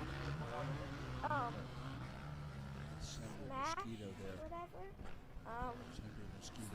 the shot, and that's it. That's Ryder Louts. He's your 85 9 to 12 overall champion. Here's your Moto Win medal, your number 1 plate. Congratulations, buddy. You're on top today.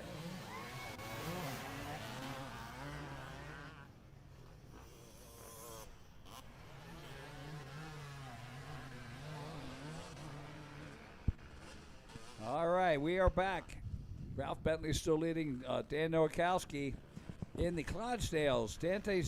Dante Spinosi just passed Chad Scheffler. and Ben Kiefer to take over the lead.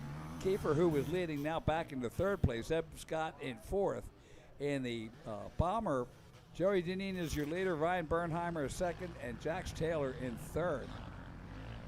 So a lot going on, but right now we're looking at the master, Ralph Bentley, working his way through the Caterpillar off camber.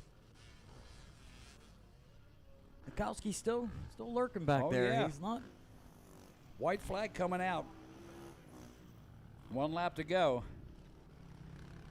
And they did not stop for oxygen, so I'm good with that. These guys are rolling.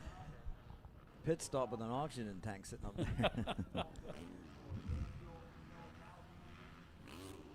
I think Mikowski just gave it a little, probably pushed a little too much there. Where you seen Ralph just keep it nice and smooth, like he always does. No, Ralph Bentley, he's just been doing it so many years. Long. And I joke, but he is the master. He's a good guy, a great businessman. Yeah. And absolute ambassador for our sport, especially vets. For sure. Like I said, the first time I met him was at Still City. I was 14 years old. He helped me wrench on my bike a little bit. Oh, yeah? Yeah. Yeah. And I got some grief once for, they were saying, yeah, you're talking bad about the old guys, and you're old too. I said, yeah, well, duh. Yeah, that's why I'm talking. My job to make light of it. Yeah, and to talk crap. It's bench racing. If he was right here, I'd be talking the same thing. Absolutely. And he'd be laughing. That's how we do it. Because he would. He'd turn around and say, like, yeah, next time you want parts, you're going to have to come to me. Yeah, and you get. And the markup. You get 50 over retail. Oh yeah. Not 50 off a cost, 50 over retail. Oh. With a big smile on his face. Yeah. And he'd still help me wrench on my bike. Oh, for sure. Yes. Like I said, and I said it, before, 14 years old, he helped me at Still City. Missed that track. That was a couple years ago. That was a couple years ago. Yeah, Delmont's just not the same. No. I remember Davey Coombs going up there and taking the camera and showing around where the track used to be. Yep. And of course, Jones and Roman, you see Mike John always like Mad Mike, call him Mad Mike. But Mike Jones here hanging out with the REMX, helping all the students here at the track. And then they used to do that event where he lived right there beside. Oh, yeah. And they do the freestyle stuff. It's always just a good, amazing memories. All right, so Ralph Bentley takes the win. Dan Nowakowski in second, Brian Semder in third, Skino in fourth, and Matt Sempa in fifth. And in the overall, that will put Ralph Bentley with the win with a 1-1, Nowakowski 2-2, Semder with a 4-3 in third, and Sempa with a 3-4 or 3-5 in fourth. So there we go. Yeah, Clydesdale. What we got? Dante Spinosi in the first. Yep, he'll take the overall. Take the over. Chad Scheffler second. Ben Kiefer in that third, and Zebediah Scott for the fourth. And of course, in the bomber bikes, Joey Deneen with win, Ryan Bernheimer second, Jax Taylor, and that's the way they will go on the podium. Next, we have race 23, the Micro EE2 Amp 4-6. Taking the win in first moto was Eli Labonte in the 19. Coming in second was Van Russler in the number two, and he got number two, second. But in third, we got Jax Hollabaugh, 225 is his number. In the fourth position, we had Noah Black in the number 7, and in fifth, we had 813 Benson Rich. So the Micro EE2. So the electric small bikes. Yeah. Just so many different options now. Look at that sky. It's beautiful. Just a gorgeous day. We've been waiting for this all spring. It's been 4 races. We have your 3 race weekends. Yeah. But whoa. And looking forward to the Quad Pro Nationals coming up, and also the Travis Straughn event, which is going to be great coming up. And looking forward to calling that with you. And absolutely. We got our year planned out right here. And we do. Yeah. For sure. And heck, that takes us into September, so that's going to be basically the end of it goes too fast, don't it? It goes too fast this time, don't it? Oh, yeah, it does.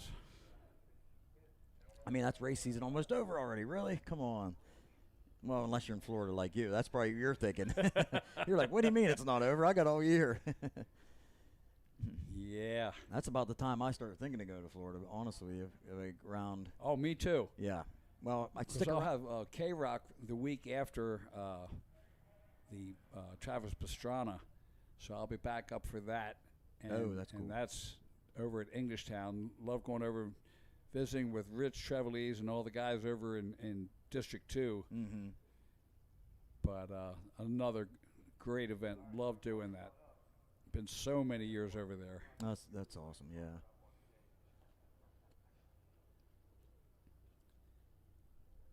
Just like old home week. I guess everything out here now is old home week for me. Yeah. That's okay. I'll take it. And I think the week after that is we'll be going out to Congress. I'm on the Motocross Commission and chairman of the Sporting Commission. So we'll have our fall meetings then. We've got some new rules we're working on now. Again, you know, it's already, everybody already knows that the amateur is now 14 years old instead of 16. Okay, yeah. Or 15. Yeah. So that's coming out, and some other ones, right? Oh, yeah. Yeah. Of course, the big one this year has been the chest protector, and I'm Yes. very proud to be Me in too. on that. Yeah, that's great, man. Honestly, that should have Long been overdue. Long overdue. That's that's the word I was looking for. But of course, can't make it industry wide because you get to the trials riders and they're like, you know, what do you mean I got to wear a closed helmet? Yeah. they don't want to hear that. And then a chest protector. They're like, what is that thing? Yeah, I'm on a trials bike. I'm doing less than 2 miles an hour. I said, yeah, but on 8 foot tall rocks. Yeah, and when you fall from that 8 foot down, you know. I was always a guy that always wore a chest protector. I just liked wearing it because I had one time a rock catch me right in the chest back in Bimington. Yeah, racing my Bimington. God. Oh, there's rocks up there, big rocks. Man, that thing, one hit my hand, almost simultaneously one hit my chest. My finger swelled up the size of a softball almost, it looked like. You try pulling the clutch with that. I couldn't. I was actually done, and then one hit me here, and I wasn't wearing a chest protector, and my father said at the time, my mother was there too, hey, how about putting that chest protector on now? I was like, yeah, I think I will.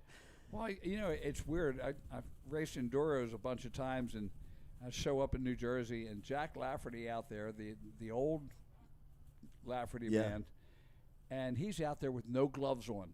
Yeah. In March, running an enduro. Wow. I can't get warm. I'm leaning over, putting my hand on the cylinder, trying to warm my hand up. Yeah. And he's no gloves on. It's like, oh my God. What the heck? I can remember, just bring back memories of racing cool places. There we go with the whole shot, but doing just different tricks to try to keep the hands warm, right? Oh, and I've paid the price for it because that's now I've had frostbite so bad from racing in the winter that I go immediately from cold to sheer pain. Yep, sheer pain. Forget the numb. And there's the number 2, Van Rustler from Lewistown, Pennsylvania, getting the whole shot. Whoever that is on the outside, I love how he's standing driving down through there.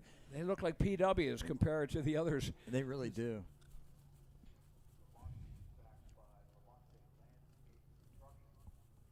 Of course, you don't see the Cobras out on these. This is all basically KTMs. There may be Husqvarna, Gas, and KTM, but it's all the KTM design. Yeah.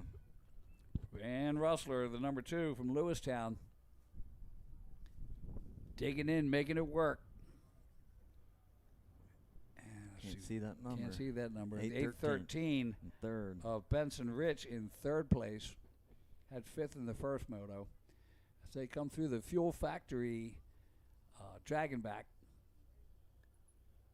I like that line, old Van Rustler. To see how he went way, he knew he was taking that water truck line. He stayed way left on that Dragon's back. He was kind of hoping they'd let him. Yeah. Just tucked in. Look at him. Learn that body position young.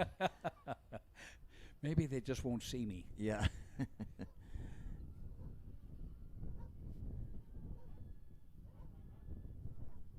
Yeah, I just look at him. I love it.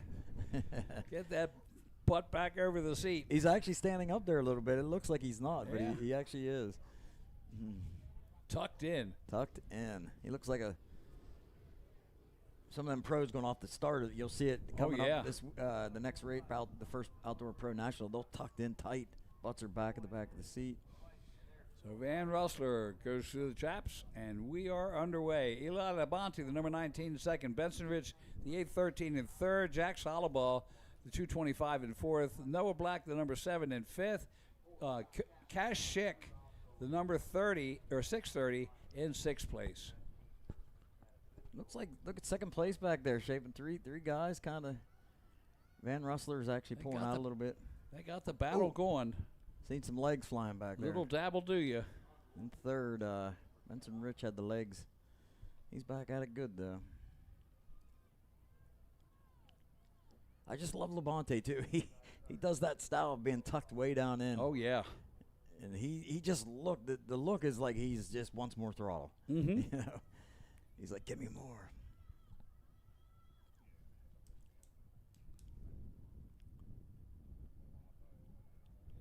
The first year we had the e-bikes at the regionals was COVID year. And I had the first super regional youth out at Tomahawk as a referee, and basically, you know, it was supposed to be 15 minutes. Yeah. And the e-bikes went around for practice on that big track, and they couldn't make 15 minutes. Oh, yeah. So we cut it back, went to a 12-minute, and that has held since then. The 12-minute. 12 minutes. Especially, I mean, this track not so bad like this. Yeah. But you put a lot of elevation in there, and they're just not, they can't do it. They can't do it, no. The battery just doesn't hold enough. I mean, you got elevation here, but, you know, some. And it was funny because being an engineer on the ship, I thought I knew everything about batteries, and found out just how much I didn't know. And, you know, when we're going through the rules, it's all about the regulation of the charge.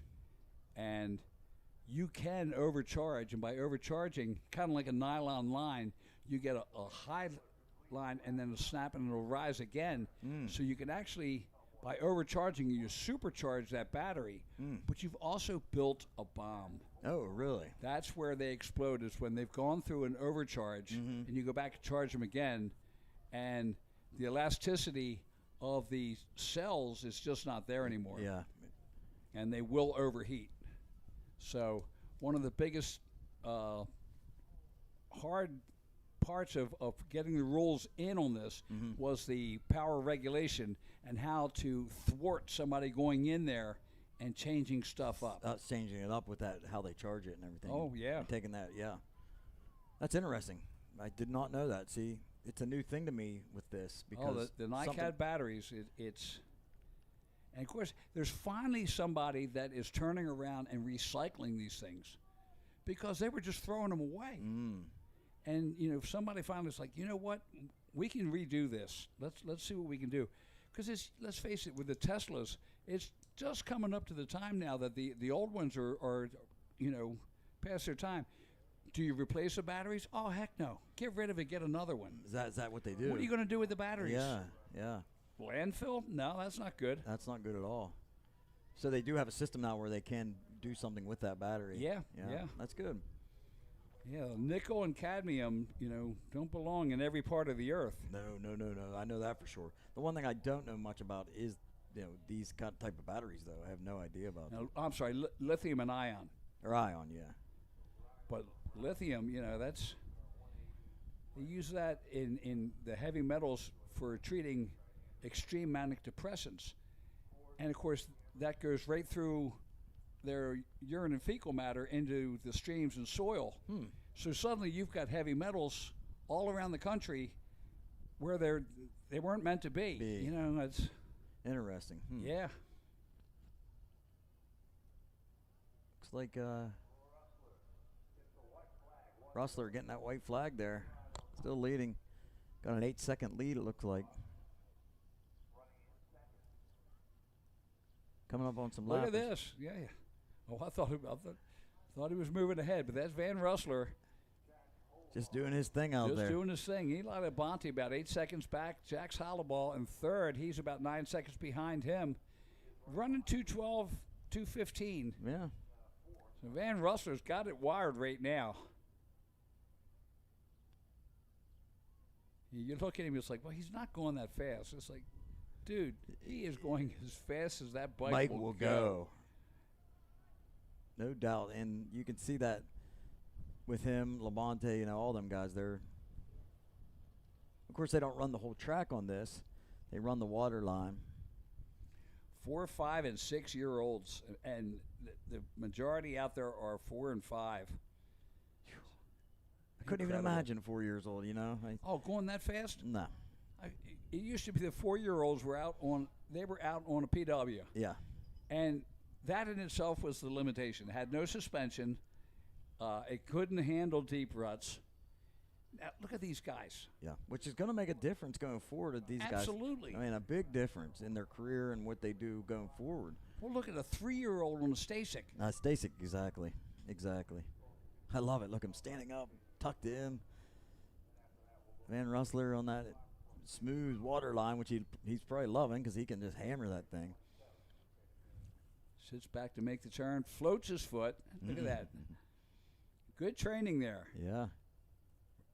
Way to go, Daddy Rustler. Looks like that rut they had yesterday in there because it's not as wet today, but that water line had a rut. I love they built that little rut up top there. And the checkered flag will be out. Van Rustler will take the win and the overall. Second will be Eli Labonte. Third will be Jax Hollowball. This is in the overalls. Benson Rich will be fourth in the overalls. Noah Black fifth.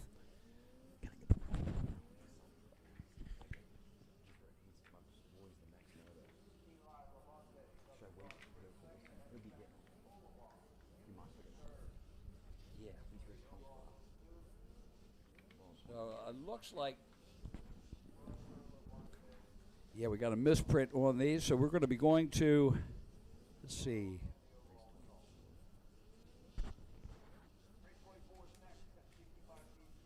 I'm looking at the schedule and looking at the paperwork, and they're not matching up right here, so give me a second. Micros. Next up should be the 65-711C. Race number 24. And then we'll go to race 25, the 250B 40 plus BC. So 65-711 is on the line. The win went to the 252 at Dominic Bentley out of 84. Second place going to Addison Likens, the 998 out of Belfont. Third place going to the 5 of Nick Bergamasco out of East McKeesport. Fourth place going to Jake Burgee, the 432 out of Phillipsburg. And fifth place going to the 54 Paisley Jade out of Connellsville, Pennsylvania. So race 24 is on the line. Race 25 in staging. That's 250B and 4 plus 40 BC. Looking like we're going to be done way before 3. So just keep us tuned in. We've got our second 250 Pro-Am Moto coming up. And as you take a look down there, 30 entries in the 65-711C as we get ready to get underway for their second moto of 4 laps. What a great turnout. Oh, we are winding down. I'm just loving life here. After this will be 5 races left before we go to the Pro-Ams. And as I said, that'll probably be 2:15 to 2:30 that they'll be going off. Here we go, underway, 65-711C. Wow, what a hole shot. Yeah. Looks like 262 or 252. Let's see. Dominic Bentley, maybe 252. Yeah, Dominic Bentley. He had the win in Moto 1 on the Jones and Roman Sokol Performance PR2. Scott FXR, Varner Construction, and Mom and Dad, of course, Gas. Trying to get a beat on that second rider. 30 riders out there in 65 711C. You talk about a healthy sport. Yes, which is great to see. There was a time there where it was getting a little, a couple years back. And Oh, yeah. It was like, oh, come on, we got to. And Jeff Cernick has done a great thing to bring it back to life. And all around, you go to any track anywhere. You had Jeff Yenser up here early going to his track. You see that just how great it's doing. And that's good to see. We need it for this sport. Yes, we do. And you get Yes, the we do. views on YouTube, watch us. That helps. It all helps. And of course, it's always the argument when you put the 65 10 11 and the 65 7 9.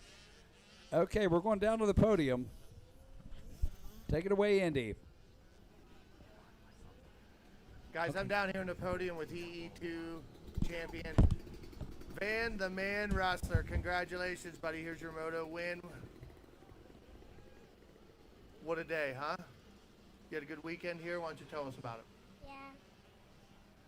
Who do you want to thank? My mom, my dad, Foley Designs, MS2 and Stacy. Present you with your number 1 plate. Congratulations, Van. You are the champion of EE2 today. Congratulations. All right, out here on the track. Dominic Bentley, the 252, is your leader. Addie Likens, the 998, in second. The number 5, Nick Bergamasco, is in third on the gas. Jake Burgee, the 432 on the Yamaha, in fourth. Sonny Salandro, the 051 on the Cobra, in fifth. Cash McKnight, the 21, in sixth. Cole Laux, the 126, in seventh. Sebastian Velasquez, the 225, in eighth. Jackson Kleitz, the 786, in ninth. O'Connor McKinney, the 918, rounds out the top 10. That top 10 rundown brought to you by Fuel Factory. Here we go. We got a nice battle. There's your top 3 riders, Bentley, Likens, and Bergamasco, as they run through there. That's a gas sandwich with a Cobra in the middle. No baloney. It's a Cobra. As they bring it around through the tail of the dragon, look at the corduroy there now. Boy, we have got some berms in that one. Down the Hillman Excavating downhill. They bring it around through the Honda switchback. And what a breakaway with Bentley, Likens, and Bergamasco as they head around the pond turn. And 3.5 laps left on that, or excuse me, 2.5 laps left on that. Up through the MX6 six-pack. Likens, Addison Likens. Oh, the Likens racing family, love them. Great people. So glad they're in our sport. And you see the top 3 headed through there. Dominic Bentley up to the top in the Caterpillar off camber. Addison Likens in second. Bergamasco kind of equally spaced behind, but Addison Likens, she's like, I want that. I'm coming after you. So we'll see what happens. She had second in the first moto with Bentley in the win last one. Likens knows that a 2-1 beats a 1-2. Under the LMR Tire Bridge, and LMR Tire First Turn Plum Contracting Bridge. It's been a long weekend. And down through that long sweeping off camber. Look at Addison. You go, girl. Up on top of the Fuel Factory dragging back. Bentley holding it tight there. Down to the tail. Addie Likens trying to change the outcome on this one. She's right, look at that. She's right there on the gas. Rider down at the bottom there. as they go into the Honda switchback. Addie Likens all over the back fender. They wisely choose the outside.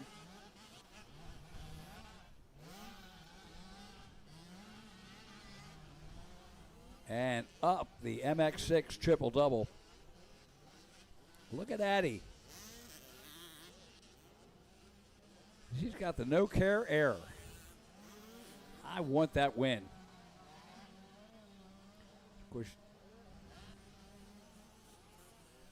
as they come up on a lapper there.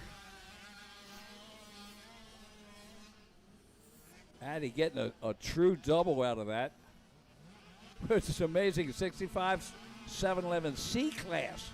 30 riders out there. Bergamasco making a charge on her. Trying to keep her honest. She's like, yeah, I'm honestly beating you. White flag is out. 1 lap to go. Addie Likens right there behind Bentley. Let's see who's going to want it more. Bergamasco comes through. Bentley's like, I'm trying to ignore her. It's like one of those no-see-ums in your ear. Very hard to ignore.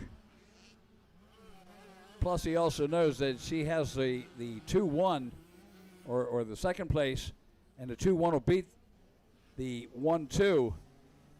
So trying to use the lappers right there. Oh, Addie gets by, just barely. Getting squeezed. Bentley through the tail of the dragon. More lappers. This is where the lappers will come into play here. It looks like Addie's going to get stuck with them. Addie Likens makes it through on the inside. So Bentley and Likens coming down the Himmler downhill.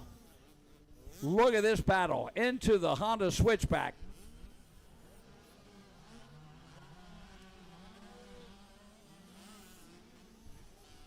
Addie mixing it up, trying different lines. Remember what Dad said. Not to mention the 4 other siblings.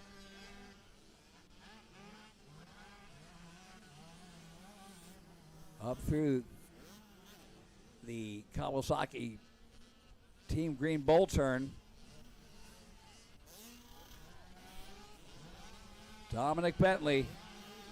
Look at this, Addison Likens. She knows it's a white flag lap. She knows she has less than a half lap left, and she's going for it in the off camber. See if she picks a different line. You see Bentley at the top there. There's Bentley. He's got a lapper just ahead of him. Slows him up a little bit. Addie Likens trying to make a run, but Bentley will bring it in and take the win. So Dominic Bentley with the 1-1 will take the overall. Addison Likens, the 998 in second. And also in the overall, Bergamasco, the number 5 in third. Jake Burgee, the 432 in fourth. Sonny Salandro in fifth.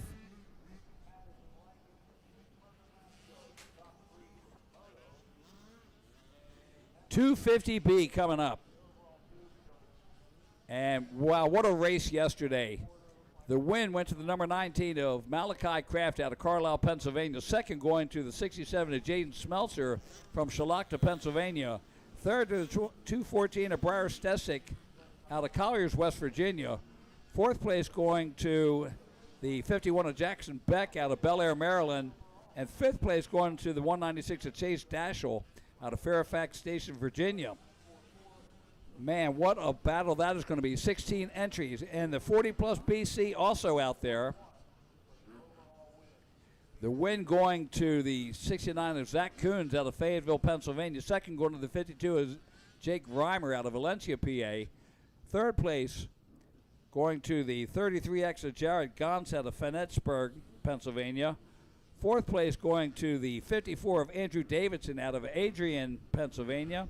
And fifth place going to the 392 of Michael Stover out of Mill Hall, PA. Race number 25 is on the line as we are ready to go. After this race, there will be 4 races left before the Pro-Am. The 250 Pro-Am coming up.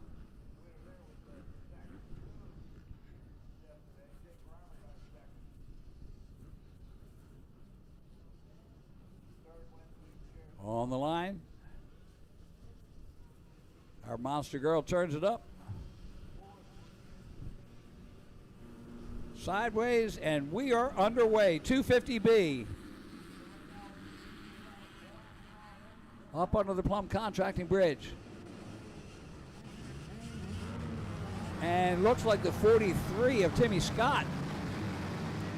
And he's immediately passed. So let's see if it's going to be the 19 of Malachi Kraft as they come down into the Fuel Factory Dragonback. And that might be Kraft. I think that is a Kawasaki out there, the 19.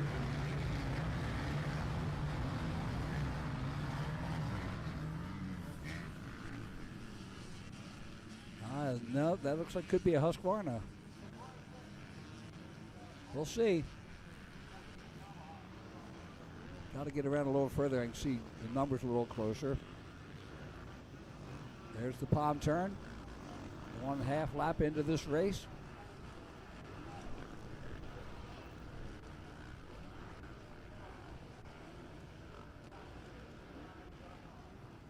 Third through fifth as they make the turn into the valley. There's your leaders.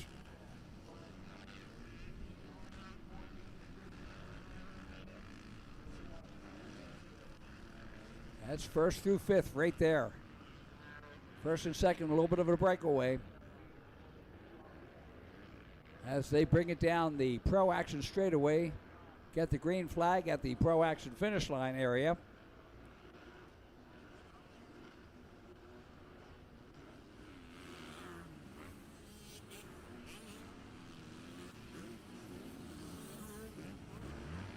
Cole Curvert, the number 20, is your leader. Jonathan Palmer, the 122 in second. Rocco Clark, the 58 in third. Landon George, the 955 in fourth. Troy Uber, the 789 in fifth. Colton Wetchin, the 142 in sixth. Joe Morrow, the 884 in seventh. Brady Lansendorfer, the 754 in eighth place. So Scoob is down there right now. His son in eighth place. And yesterday he had a 15th, so 15 and 8, but doesn't matter. He's in eighth place. That's a good thing. In the 40 plus BZ, Zach Coons, number 69 is your leader. Jared Gonsi, 33X in second. Michael Stover, the 392 in third. And we're going to take it down to the Cleveland Brothers podium where Andy is about to make a presentation. 65cc 7 to 11 C-Class champion, Dominic Bentley. Congratulations, Dominic. Let me present you with your Moto Win medal. Put that on with pride. Tell us about your weekend here at Pleasure Valley. Yeah, it was good. I got out to a good start and I just kept it. Present you with your number 1 plate. Tell us who you want to thank and who brings you here. My mom, my dad, Jones Run Motocross School, Chris Sokol, Chris Jones, PR2, the Twin Air, Waynesburg Power Sports, and everyone else. Thank you. 65, 7 to 11. All right, so Jaden Smelser, the 67. We got a data update and changed things quite a bit. Smelser in the lead. Briar Stesic, the 214 in second. Timothy Scott, the 43 in third. Malachi Kraft, the 19 in fourth. Chase Dasher, the 196 in fifth. Jackson Beck, the 51 in sixth. Landon Janke, the 88 in seventh. Cole Covert, the 20 in eighth. Jonathan Palmer, the 122 in ninth. And Troy Uber, the 789, running in the 10th position. That is brought to you by DJ Steve-O. DJ. And thanks, Kevin, for letting me run down. If you didn't hear my voice, that's because I was down on the line with my boy. Oh, I could hear you screaming from here. I was waving. I seen the drone go by. I don't know if you guys seen it, but my son Brady Lansendorfer, who got a bad little shot, really bad little shot, as you can see, in 15th place, but had a bad day yesterday, which led to not a great gate pick today. So. Right. Zach Coons is leading in the 40-plus BC. Jared Gonson second, Michael Stover in third, Andrew Davidson in fourth, and Jake Reimer. Oh, no, Reimer now in fourth, Andrew Davidson in fifth. So lap number 2 in the 250B and the plus 40 BC as they make their way through in race number 25. Yeah, I see Jaden Smeltzer with 67 in the first place. In Moto 1, he got that second, so he's doing what he has to do to stay up there up front. Briar Stesic with that third in Moto 2. He's actually he actually took over the lead. Briar Stesic just took over the lead. So he's back up. He's up to first. Timothy Scott now into second, and Macalakai Kraft. Let's see if he can get crafty like he was yesterday. I mean, Kraft was absolutely getting crafty. I loved it. He was picking some crazy good lines and made his way up through the pack.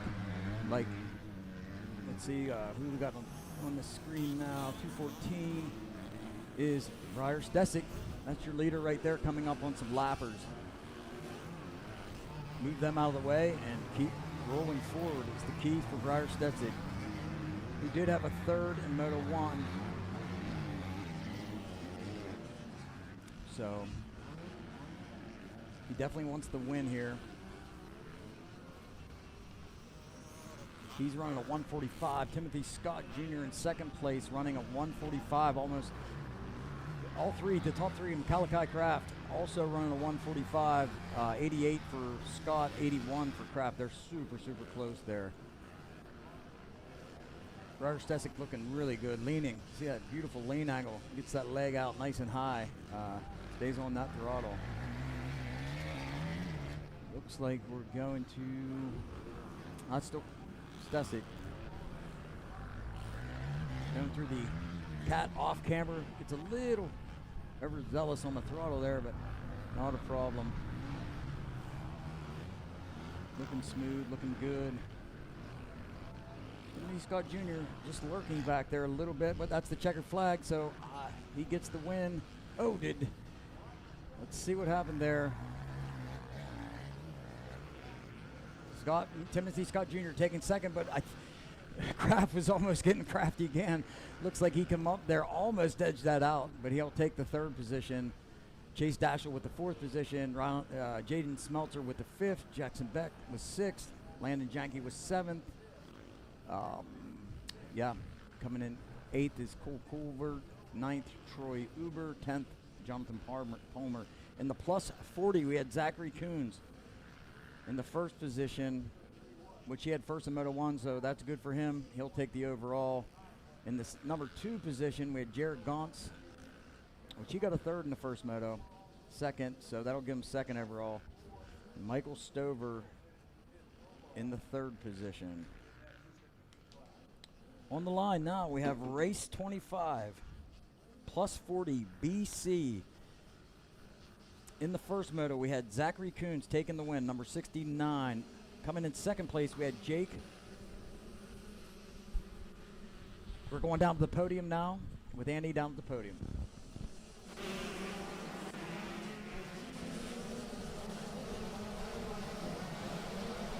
250B overall winner. Congratulations to Briar Stesic. Give you your moto medal win. 3-1 gets it done, man. You fought hard during that moto. Got the overall. I'll present you with your number 1 plate. You are the champ in 250B for the weekend here at Pleasure Valley. Tell us about it. It was pretty good. I actually kind of got a decent start on that one. I don't know, it came out probably like second or third off the start. Worked my way up. I was behind Jaden for a while. He was ripping. He was doing pretty good. Made a little mistake and I went right around. It's all line choices out there. You're riding a 125 against a lot of 250s.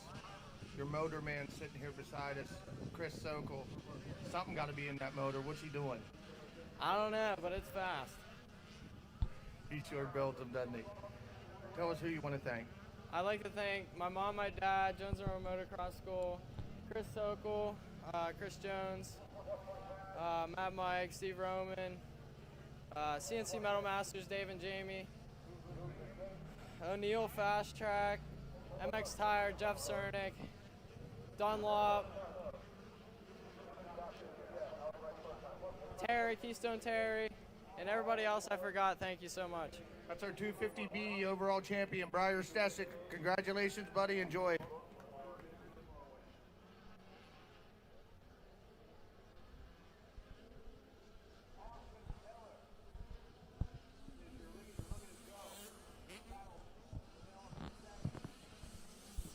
Okay, we are back, and we are in the Super Mini.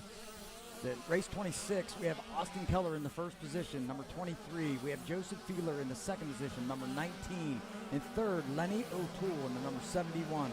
Caleb Likens, number 98 in the fourth position. Kelsey Harris in the fifth position, number 74. Stephen Green Jr., number 2 in the sixth.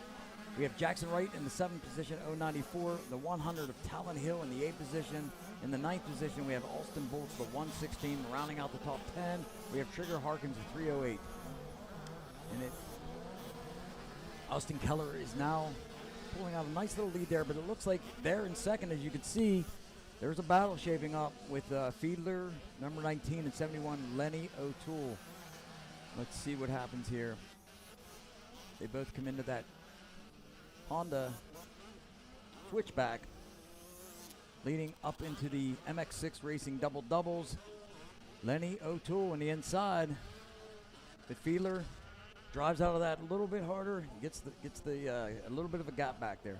We're going to get down to the podium with Andy right now. Plus 40 BC champion, Zach Coons, going 1-1 for the weekend. Let me present you with your Moto Win medal. You already got your other one on from the other day, yesterday. Had a good weekend here. Why don't you tell us about it? Thank you. Yes, I did. I'd like to give thanks to my brother, nephew, kids, lovely lady friend, Sarah, for keeping it clean at the camper and cooking for us. I'll present you with your number 1 plate. Hold it up with pride. Zach Coons, your plus 40 BC overall champion. Congratulations, Zach.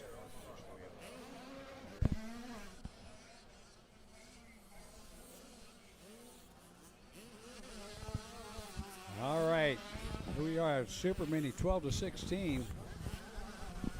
2 laps in, Austin Keller in the lead. Joe Fiedler second, Lenny O'Toole is in third, Caleb Likens in fourth, Steve Green fifth, Jackson Wright sixth, Talon Hill seventh, Kelsey Harris. Wow, look at that, Kelsey Harris eighth place. Wow, Yeah, in the Super Mini. That is saying something there. That is awesome. Austin Bolts ninth, Trigger Harkins rounding out the top 10. That's brought to you by Tom Cycle and Kibbick Cycle for that rundown. There's a battle shaping up there for second. This might be what they got on to here between Fiedler and O'Toole. That's Austin Keller there in the lead. He has a 4-second lead with a lap time of 1:51. Fiedler running a 1:52, and O'Toole also running a 1:52. Keller taking a look back like,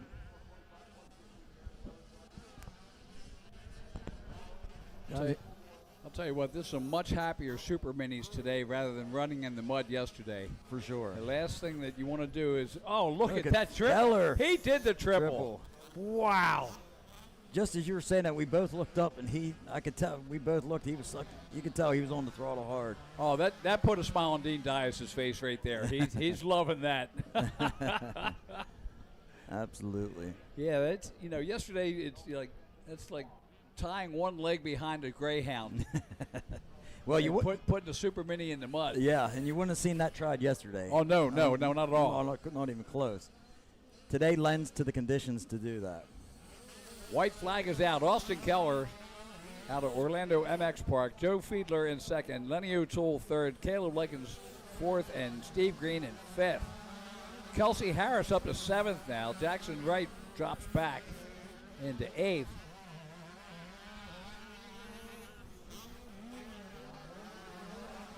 Keller's just putting school on, basically. Looking good, smooth.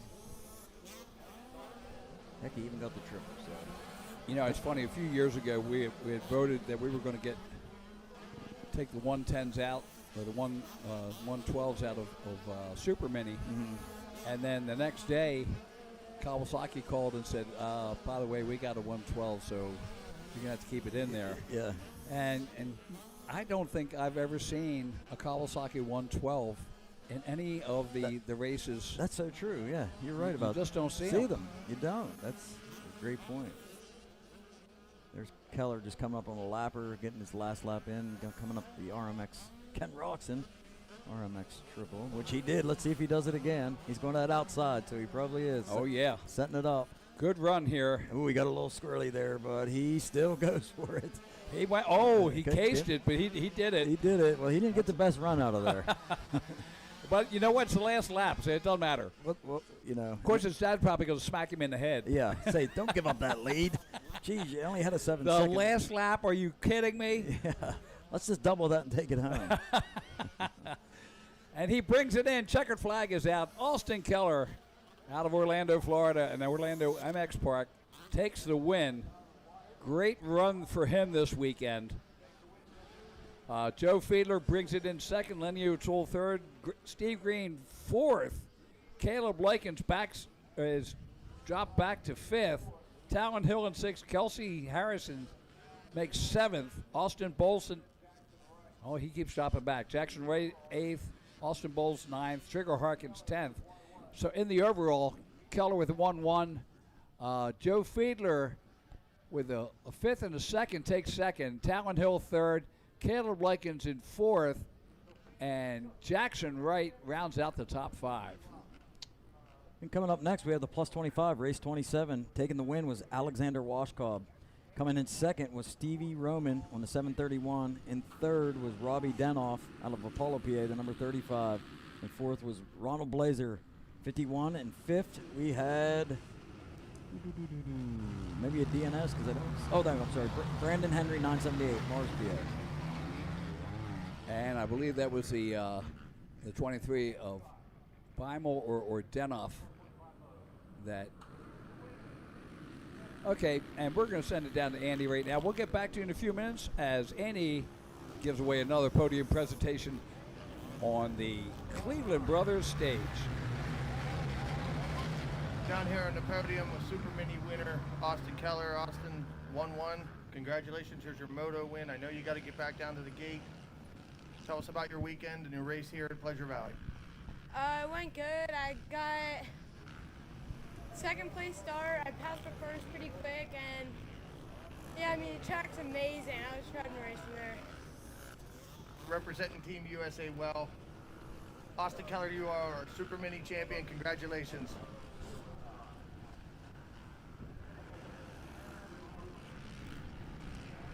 Okay, we are back to live, and that's Keller and Fiedler. No, that's one. Let's see, it's 173. That's Roman out front. Roman out front.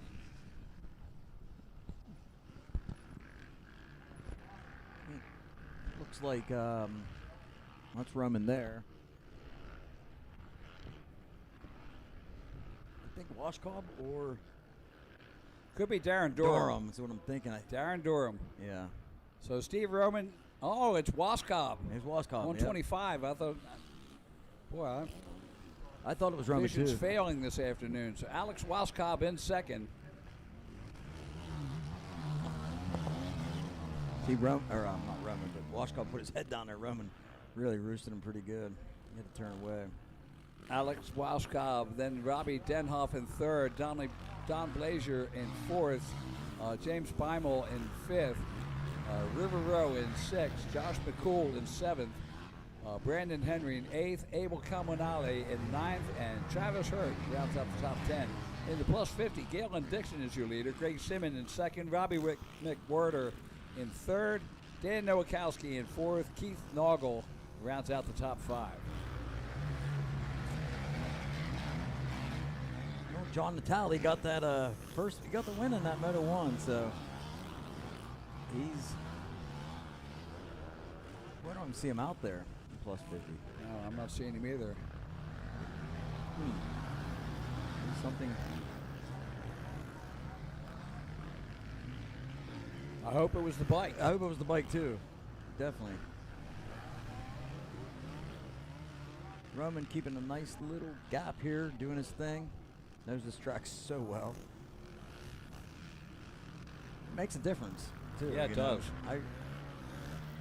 This was my favorite track, honestly, back when I was racing, back when I was 16, 17 years old, and you just pick up little things riding a track all the time like that. 2 motos after this before we go to the second 250 Pro-Am. Probably be about 220 when we get to them. Yeah, heck, we might get it in before 3 today, huh? Yeah.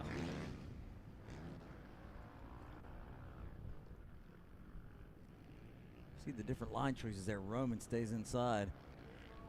Washcobb goes outside to inside. Carries a little more momentum. Didn't seem to help him, though.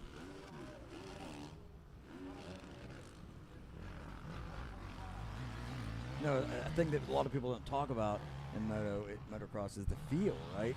It's that feel. It's Roman has so many laps on this track that he knows the feel of when it rains a little bit, of when it gets water, when it gets disc up, or how that rut, because you're right. It's the forces that are coming from that track up into the bike. And if you haven't rode this track in a while, you forget what that feels like. And so your body doesn't know how to react to it really quickly, you know. And that seconds of maybe able to make them decisions off that feel are what allows someone, you know, to get out in the lead and be a little bit faster, and the seconds add up.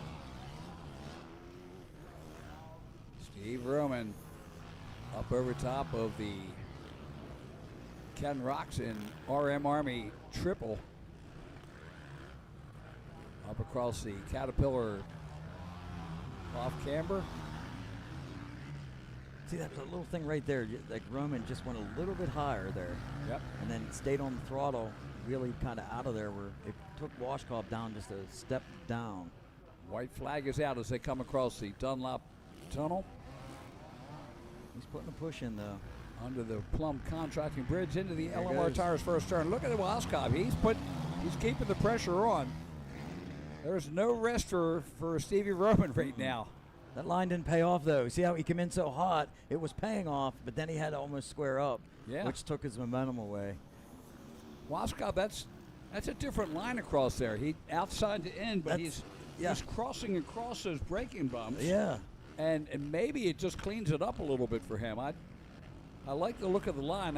You know, if I was out there, I'd have to give it a try. Yeah, that's what I said. Yeah, to you earlier. I said earlier he was going from that outside way to that inside. Yeah. Which I like too. I finally saw it. He's putting a push on here. Okay, and there's a lapper just up ahead. Steve Roman goes to the... Oh, the lapper played a little piece in that. He slowed him down a tiny, but not too bad, actually. Yeah. Slowed them both equally, so. Yeah. But there's more up ahead. And they're coming up to the Kawasaki bowl turn. Boy. Them two. Luckily, they both go outside. Look at this. Washcobb alongside of him as they come up over the they're gonna be RM Army triple. Washcobb putting the pressure on. It's the last lap. It's the last quarter of the last lap. Washcobb taps him. Oh, and he goes off. And Washcobb cuts the track. No way. He cuts. No. That's not coming back. That's coming back. At least I think it is. That's yeah. That's a no-no. That's a no-no. Yeah. You didn't hear that from us. we didn't say that. We didn't. It shows Washcobb with the win. Roman in second. Robbie Denhoff third. River Rowe fourth. Ronnie Blazier in fifth. But again, if I'm Steve Roman or Mad Mike, I'm jumping up and down right now. Yes. Galen Dixon will be taking the 50 plus. Robbie McWhorter in second. Greg Simmon in third. Nowakowski in fourth, and Keith Noggle in fifth. Oh man. Race 28, we have College Boy taking the win in Moto 1 was Cole Lute out of Clymer, PA, 209. In second place, we had Alex Neff out of Slippery Rock, the 959. In third place, we had Cole Colvert out of Manchester, number 20. In the 4th place, we had Cole Smith, 23X, out of Katanning, PA. In 5th, we had Bobby Malloy out of number 3 out of Dunbar, PA. And that's the top 5 on College Boys, 17 to 24.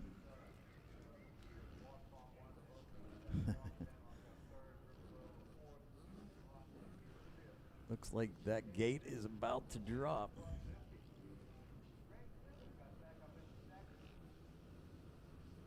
Brought to you by Race Awards. Here we go. The gate is down. Let's see who pulls that holy. It looks like. Boy, I couldn't get a beat on it there. 3. I think it's Bobby Malloy, possibly in the lead. She had a 5th in Moto 1 if it is him. All right, we're going to take it down to Andy on the podium. Guys, I'm down here in the podium with our plus 25 overall winner. It took us a minute here to get some things figured out, but Steve Roman is the overall champion. He is the moto winner. We present you with your 558, your number 1 plate. That was a heck of a race, man. You kept the heat on. Looks like he screwed something up in the corner and blew it or did something. I don't know what went on, but I know we were waiting here for the results, but you are the winner. Congratulations. Tell us about it. Yeah, it was absolutely awesome. I got off to a pretty good start. I think Alex, I don't know, I raced so many races, it's hard to remember. I believe he did have it, and then I got him pretty early over here. And the thing with the end there, I think he just messed up and was out for blood and wanted to win, but he just, cut the corner. Even before he pulled off, he just pointed, he said, "It's yours, I messed up." Either way, he held it together and rode an awesome race, and I couldn't do it without all my family, everybody that's here to put us on, all the Jones and Roman motocross kids. And I want to say I'm unbelievably proud of the Friday night performance that my team put on. Couldn't do it without all them. So, and thanks, Jeff, for putting this type of event on. That's Steve Roman, our plus 25 champion. Steve does a lot for this community. We'll give him thanks and congratulations. I keep this one. I'll get you in. We'll bring you up here. Nope, you. All right, back to racing. Cole Lute is your leader. Bobby Malloy, the number 3 in second. Cole Covert, the number 20 in third. Colt Smith, the number 23X in fourth. Braden Martin, the number 77, is fifth. Axel Neff, the 959 in sixth. Landon George, the 955 in seventh. Lucas Lakorczyk, the 259 in eighth. Mason Mills, the 29 in ninth. And Zach Labar, the 108, rounds out the top 10. What's that mean in the overall? As it stands right now, Cole Lute will take the win. Cole Covert in second. Bobby Malloy third. But again, it ain't over until the obese lady warbles. Until she wobbles, huh? Cole Lute doing what he usually does when he's here. I think he's taking a little break. I haven't seen him a couple rounds, but he's back. And look at that Himmler downhill. Boy, the second, third, fourth, and fifth there, though. What a battle. They're in a battle. Well, yeah. Look at this inside out. Wow. There's another pass.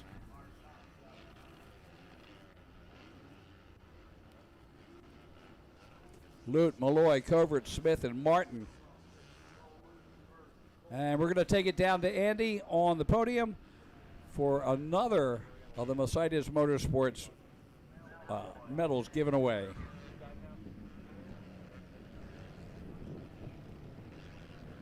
Plus 50 champion Galen Dixon. Congratulations, moto win. Back up here again, man. It's a familiar place for you. Tell us about it. Yeah, thanks. Thought I was going to have a battle with Johnny, but he went home early, I guess, so it made it a little easier on me. Track was good. Racing was good this weekend. I'd like to thank my wife, the Wolf of Wayne Street, Tom Cycle, the O, Focus X, FMF, Hardo System, and my wife for all the help this weekend. That's our plus 50 champion. Congratulations with your number one plate. Hold it up there with pride. Galen Dixon, he's your champ. Thanks, Galen.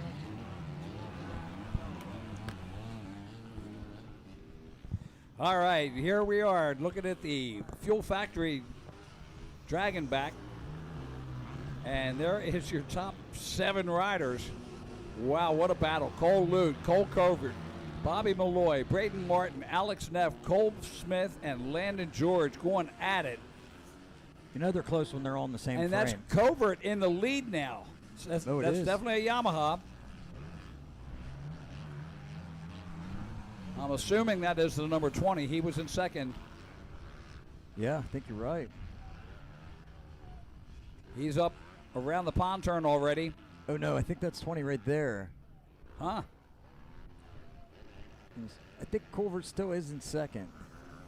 But I thought I caught 20 right there in the lead of that frame right there. Huh. There's your leader.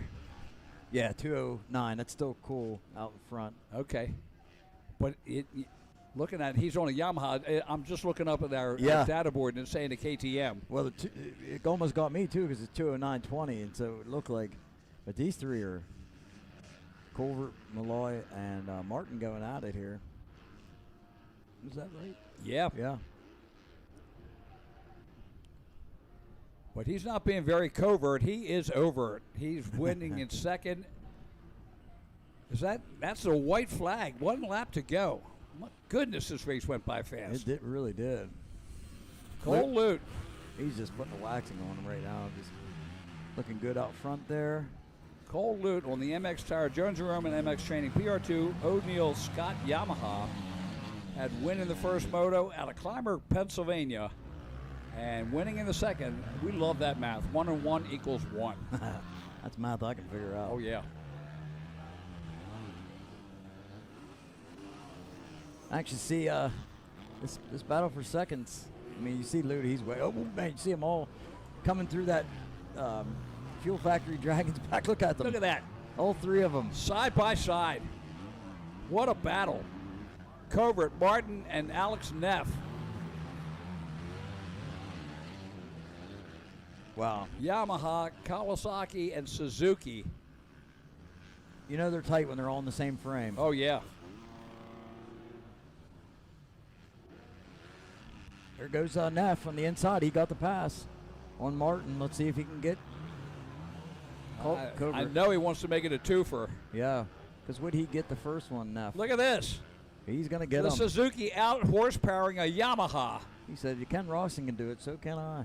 Wow, he did get the twofer. Yes, he did. Neff looking good. Covert's like, no, I don't think so. I'm coming back. Ooh, they both triple. Oh, Covert comes up a little bit short. Or Neff, I should say Neff. Sorry, wrong. Neff up to the top. Drops down. There's the checkered flag. Cole Lute will take the win and the overall. Here's the battle for second. Look at what Neff pulled out there. He got out there. Wow. Oh, and then almost a battle there for Cole Covert in third, Braden Martin in fourth. In the overalls, Cole Lute will take the win. Axel Neff second, Cole Covert third, Cole Smith fourth, Braden Martin fifth, Bobby Malloy sixth. On the overall. It was a good race. Was a good race. And the last one before we go to our Pro-Am feature will be Schoolboy 1 12-17. Briar Stesick, the number 214 out of Colliers, West Virginia, took the win. Second went to the 196 of Chase Dashel out of Fairfax Station, Virginia. Third place going to the 66 of Jaden Smeltzer out of Shalakta, Pennsylvania. Fourth place going to Joe Fiedler out of Moon Township, Pennsylvania, number 19. Fifth place going to the 94 Jackson Wright out of Camp Hill, Pennsylvania. Somebody got a nice holy there. Let's see who it is. Big lead. Chase Dashel, I heard the other announcer saying maybe. All right, we're going to take it down to the Cleveland Brothers podium for another presentation from Andy. College boy overall winner, moto winner going 1-1. College boy Cole Lute, congratulations, buddy. There's your moto win. Tell us about your race. I actually had a pretty bad start, but I made quick work of it. Who brings you here? My mom, dad, Jeff and everyone at MX Tire, Evansburg Yamaha, PR2, Jones & Roman Training, O'Neill, Scott, and everyone else. Present you with your number 1 plate Hold it up, man. You are the college boy champion. Congratulations, Cole Lute.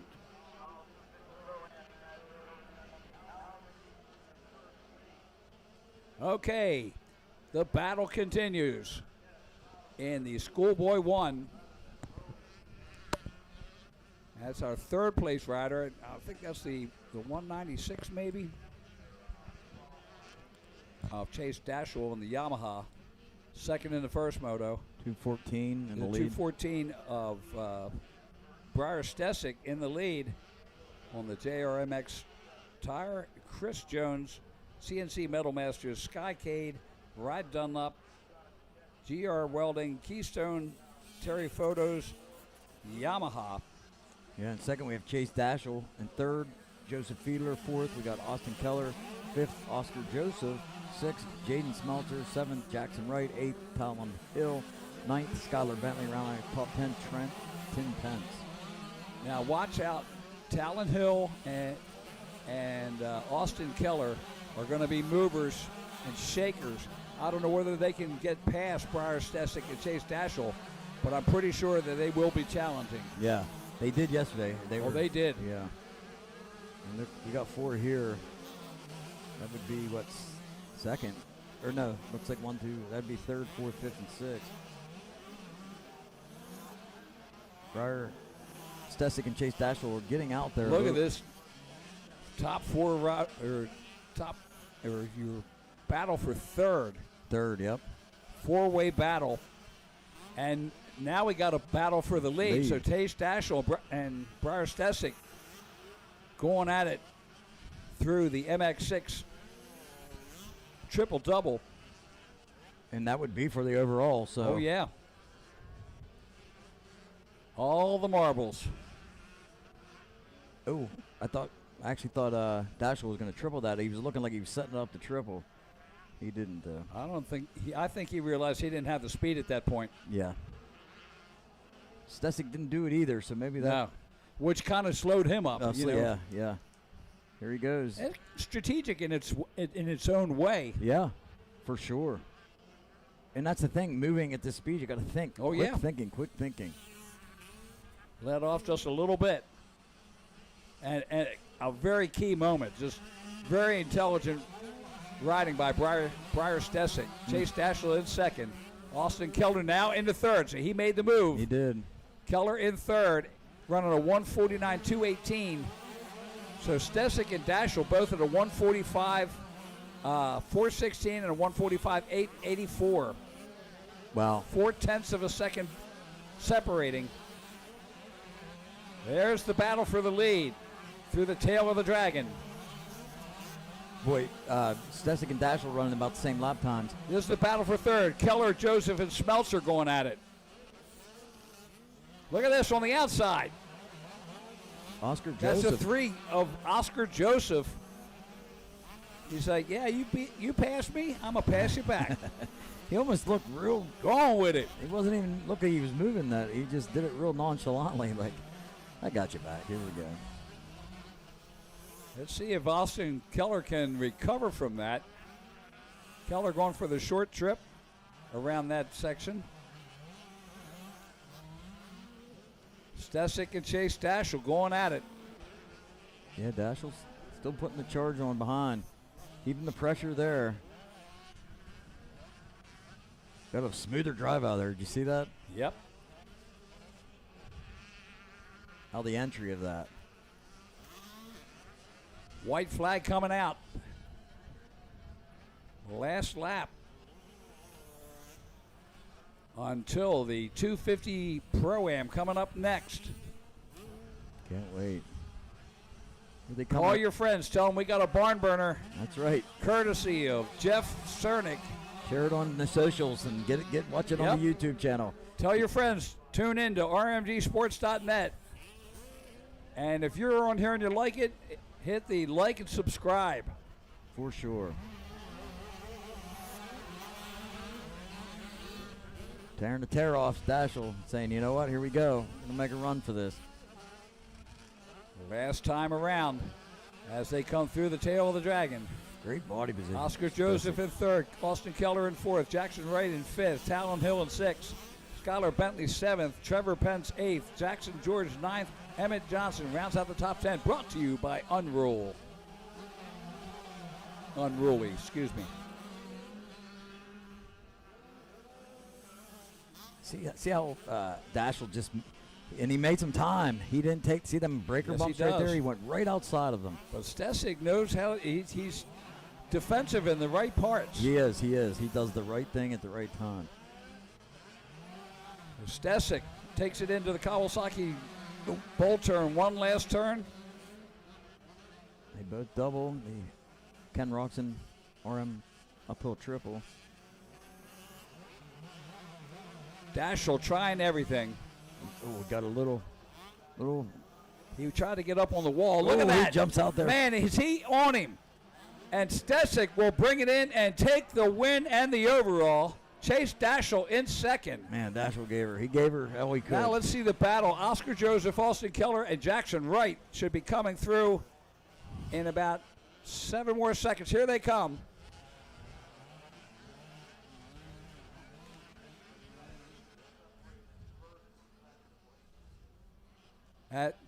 So it'll be Oscar Joseph, Austin Keller, and then Jackson Wright, right off the pace at that point.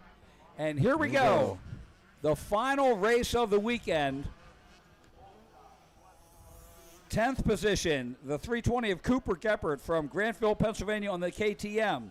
9th position, going to the 441 of Seth Shirley from Edgemoor, South Carolina on the Yamaha. 8th position, Jay Colbert up in out of Manchester, 120. 7th position going to the 650 of Trevor Hazlitt out of Hamburg, New York on the Kawasaki. The 6th position going to Derek Leatherman, 944 out of Abbottstown, PA. The 5th position going to the 404 of Raleigh Boosie out of New Berlin, Wisconsin on the Yamaha Rock River Power Sports, Gizmo Mods, Canvas, CP Racing, Oakley, EVS, Dunlop, Tamer, FMF, Bellray, Decal Works, Guts, ASV, Yamaha. 4th position. Going to Reese Wheaton, the 734, Mercedes Motorsports, MX Tire, Team Green, O'Neill, Race Tech, Bonsai, Mikia, Scott, Guts, Pro Circuit, T1, Tamer, Works Connection, Witchcraft, Rider Development. On the 300 in 3rd place is Jonathan Getz out of Old Town, Florida on the Monster Army Fly Racing FMF 100% Adventure Moto Tamer Fast Company Husqvarna. In the number 2 position going to Luke Fowler, number 46, KTM, OB, Monster Army, Dunlop, Thor, Bell, 100% Air, TCD Racing, FMF, Motortex, OGI, Sam Hurley. And the win out of Chesterfield, South Carolina on the Club MX Yamaha, the number 57 of Justin Turner Jr. And we're going to break for Andy, taking it down to the podium. Guys, I'm down here in the podium, and I know we're getting ready for the Pro-Am, but that Schoolboy 1 race that you all just watched, that's some of the best racing there has been here all weekend. And congratulations to Briar Stesic. Man, you've had a clean sweep of this whole weekend. Really tough competition, and you came through. Congratulations. Here's your Moto Win medal. It's well earned. There's your number 1 plate. Tell us about your weekend and the clean sweep and what it took to win today. My weekend's been great so far. I don't know, really all it took was just line choice, holding it on all through the bumps, and pretty much just training and working at yourself, making yourself better through the week. I don't know.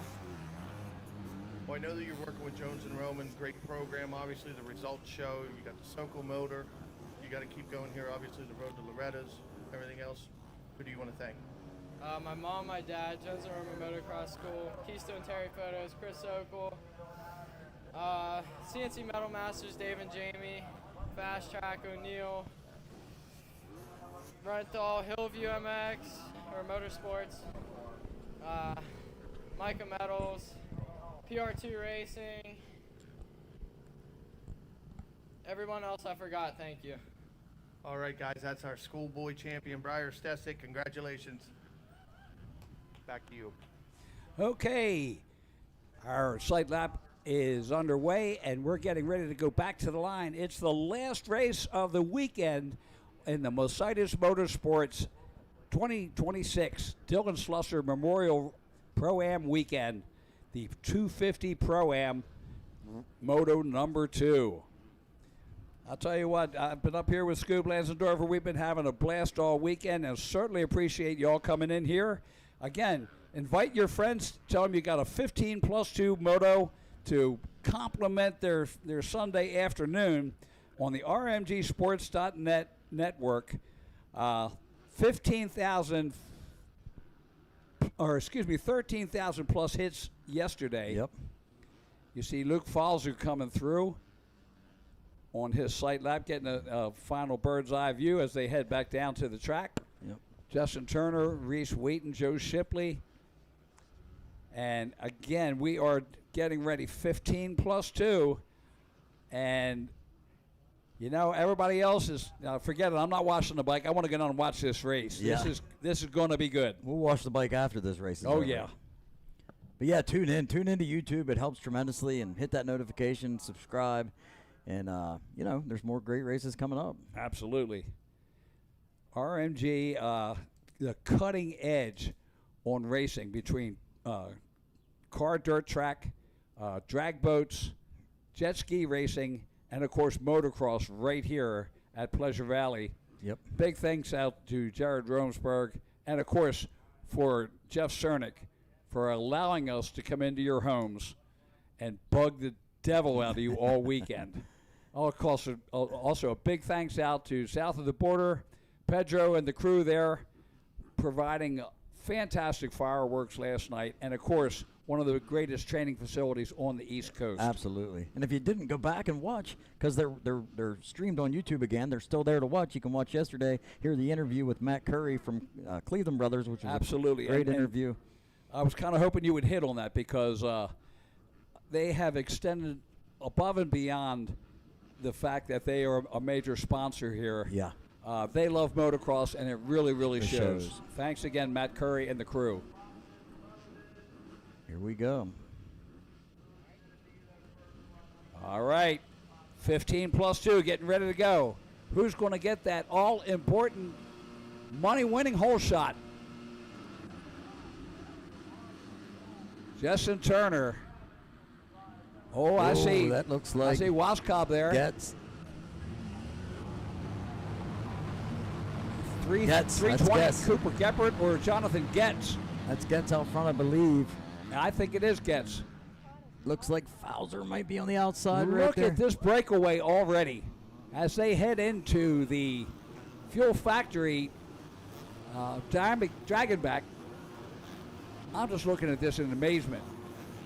What a battle. I think that's Turner already out front where he needs to be. I'm pretty sure that's him. I think it's, well, Getz now would be in second, I think. And then Fowler in third, maybe. Fowler third, yes. Fowler's making a drive. He does get it. If that's, is that him? I think that's Fowler in second now. Yes, the 300 of Getz in third. And a whole supporting cast coming up behind him. Yeah. Justin Turner is like, dude, I'm the man. I'm the man this weekend. This I'm weekend, gonna show you. It's me. It's me. I got this money. It's me. 734 in fourth there. It's Reese Wheaton.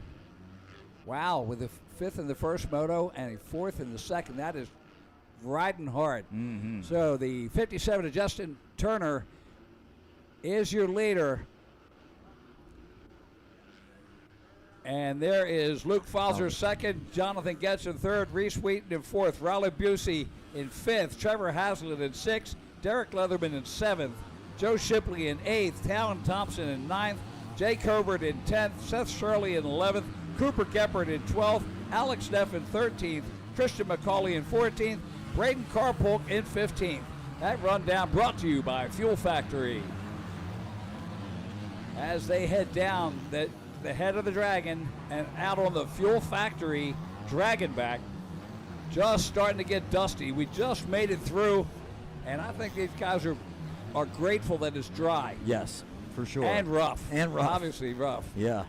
Justin Turner heading down the Himmler downhill. Luke Fowler in second. John Getz in third. Reese Wheaton in fourth. Fowler There's your top three. A little out of control there for a second. Boy, he's always up front, though, isn't he? Out of the whole yes, shot. Fowler's always up there. And that's a key, a whole shot. At this level, and the speed There's the of these battle guys. for third. That's Getz and Wheaton going at it. Oh, battle for fifth now. Okay, this is Riley Busey. Fourth. Riley Busey is challenging Reese Wheaton. Mm-hmm. I'd like to see Reese. Yeah. I love seeing Reese up there, but I'd like to see Riley Busey make the charge on that Gizmo Mods Rock River Yamaha. Lap number 2 coming in. Justin Turner at a 141.190 as he comes through the traps. Luke Fowler at a 141.141. Look at that. So Luke Fowler faster, 2 seconds behind. Jonathan Getz at a 141.661 is a second behind Fowler. Reese Wheaton at a 143.596 and Riley Busey at a 143.627. That covers your top 5 spots. And the top 3 all running 141s. So that's incredible. Mm-hmm. And then going to Reese, he's dropped down like 2 seconds to a 143. Yeah, nobody else can touch those. The top 3. And boy, is that turn getting deep. Look at that inside rut. That's not a rut, that's a rail. That's the railroad tracks of motocross. Down the Himmler Excavating downhill and into the Honda switchback or chicane. Battle for fifth. Riley Busey and Trevor Haslett. Haslett making the charge. Takes the outside. He's got that speed. It didn't work out though. I don't know. Maybe he got it past him. Because that's definitely that's not a Yamaha ahead. Yeah. Wheaton. Oh, Wheaton. Oh, and Fort. That's Wheaton and Busey. And Busey, yes. Busey's making the charge. Ooh, there's Fowler catching Turner. I mean, he's not letting him get away. He had a little bit more of a gap for sure. Let's see the lap times as they come through. 141.750 for Turner and a 140.576 for Fowler. Fowler is getting it. He was a second almost. Fowler can do that. He just has this thing where he. Well, he's got 2 laps in. He knows what the track's like now. Yeah. At speed. Yes. Big difference between that and a sight lap. Yes, for sure. Jonathan Getz still in third. Reese Wheaton in fourth. Riley Busey in fifth. Trevor Haslett sixth. Derek Leatherman seventh. Jake Covert eighth. Shipley in ninth. Seth Shirley in 10th. And the gap, 1 second between Turner and Fowler. 2 seconds between Fowler and Getz. 4 seconds between Getz and Wheaton. And Riley Busey is right on Reese Wheaton. Tight racing all the way up to 7th place. Fowler is without a doubt making a charge. He is catching him. And he's pulling away from Getz, which Getz in the last moto made a charge on Fowler. But they're pulling away from him. Coming up into lappers already. As they come through the Team Green bowl turn and up over the Ken Roxon RM Army triple. Turner, solid lead right now, but watch out, Fowler is on the gas. Again, Justin Turner has proven that he is tough to get around. Same as Fowler. Fowler last time, Getz came up on him and he turned on the afterburners. Got away. He's like I said, he is good at doing that. Some guys can't do that. They get caught up in something and then. Oh yeah. Now Turner on that lap was 143.72. Fowler at a 145.53, so 2/10 faster. Wow. Getz at a 141. Reese Wheaton at a 144. Riley Busey at a 143. So Busey 1 second behind Reese Wheaton. That's a sweet battle right there for fourth. Camera's not on it, but they are definitely going battling there. So Justin Turner and Luke Fauser through the tail of the Dragon, headed towards that Himmler downhill. They kind of, like I said, got away from Getz. Going into the Honda switchback. That's the battle for fourth. There's we go. Reese Wheaton and Riley Busey going at it as they come through the tail of the Dragon. Busey trying to get as low as he can. Yes, look at him. He's dragging his shoulder going through. And there he goes. He launches to the inside and just not enough. And there it is. He's got him. He cut him so off. Busey has moved up into fourth place. Oh, and he makes a look little out. mistake. He makes a little mistake. Wheaton's looking at him like, dude, you're going to take yourself out. I had nothing to do with that one. That was all on you. All up the MX6 triple-double. Boy. So Riley Busey moves up into fourth. Reese Wheaton back to fifth. And there is Justin Turner just ahead of Luke Falzer as they bring in lap number 5. Busey was tucked in so low there. And that should be the halfway point at this right now, because I think last time they went 18 or 10 laps. 10 laps, yeah. So yeah, we should be about the halfway point. So there we go. And right now, look at the gap. Justin Turner at a 149.19, Luke Falzer at a 141.538. So just about 0.6 faster, 0.6 of a second faster as Turner over Falzer. Jonathan gets it a 142.247, about 5 seconds back now. Yeah. And Busey is running a 144.692, but he's 11 seconds behind Jonathan Getz. He's got to find some afterburners or he's going to be stuck there in fourth. This is coming down. The question is going to be, can Falzer kick in some afterburners and match them lap times to catch? And look at that. He's doing it right now. 3 seconds now. They're running close on lap times. Oh, yeah. Luke Falzer down into the valley as they head into the Kawasaki Bowl turn. Falzer makes a little mistake. I'm sorry, Turner.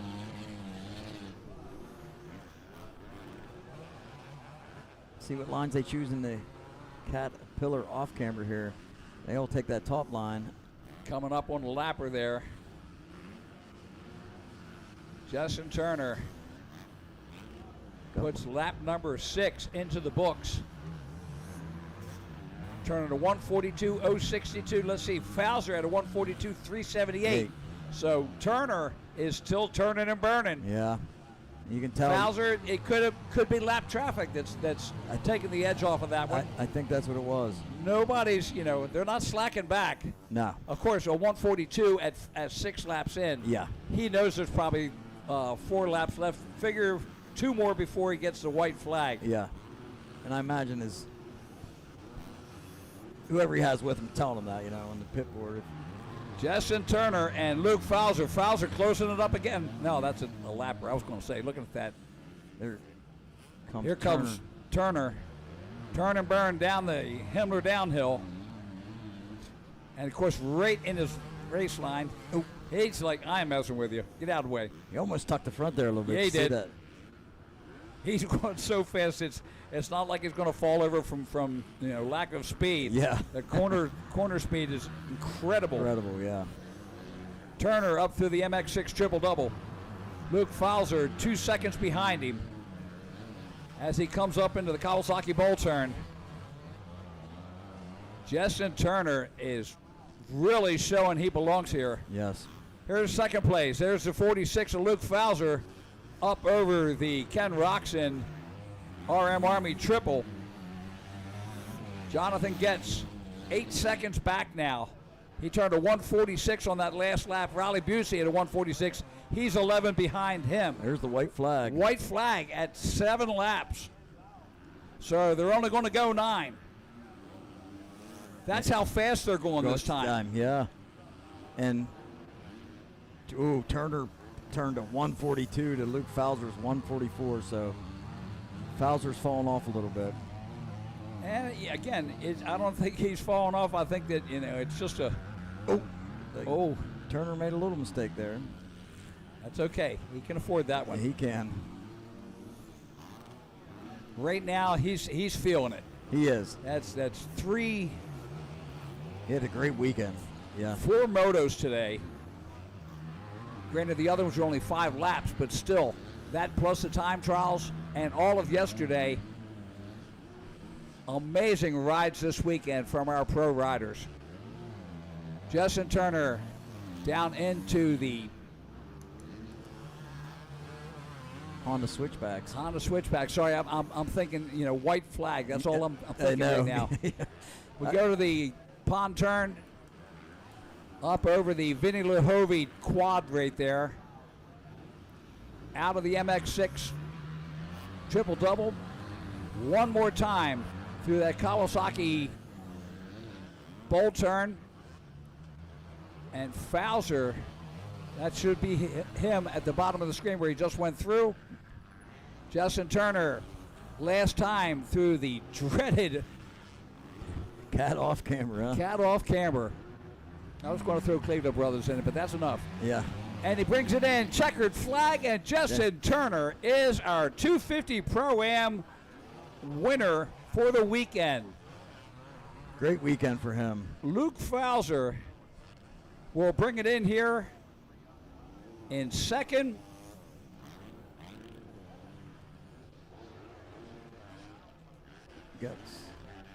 Getz brings it in third. Riley Busey in fourth.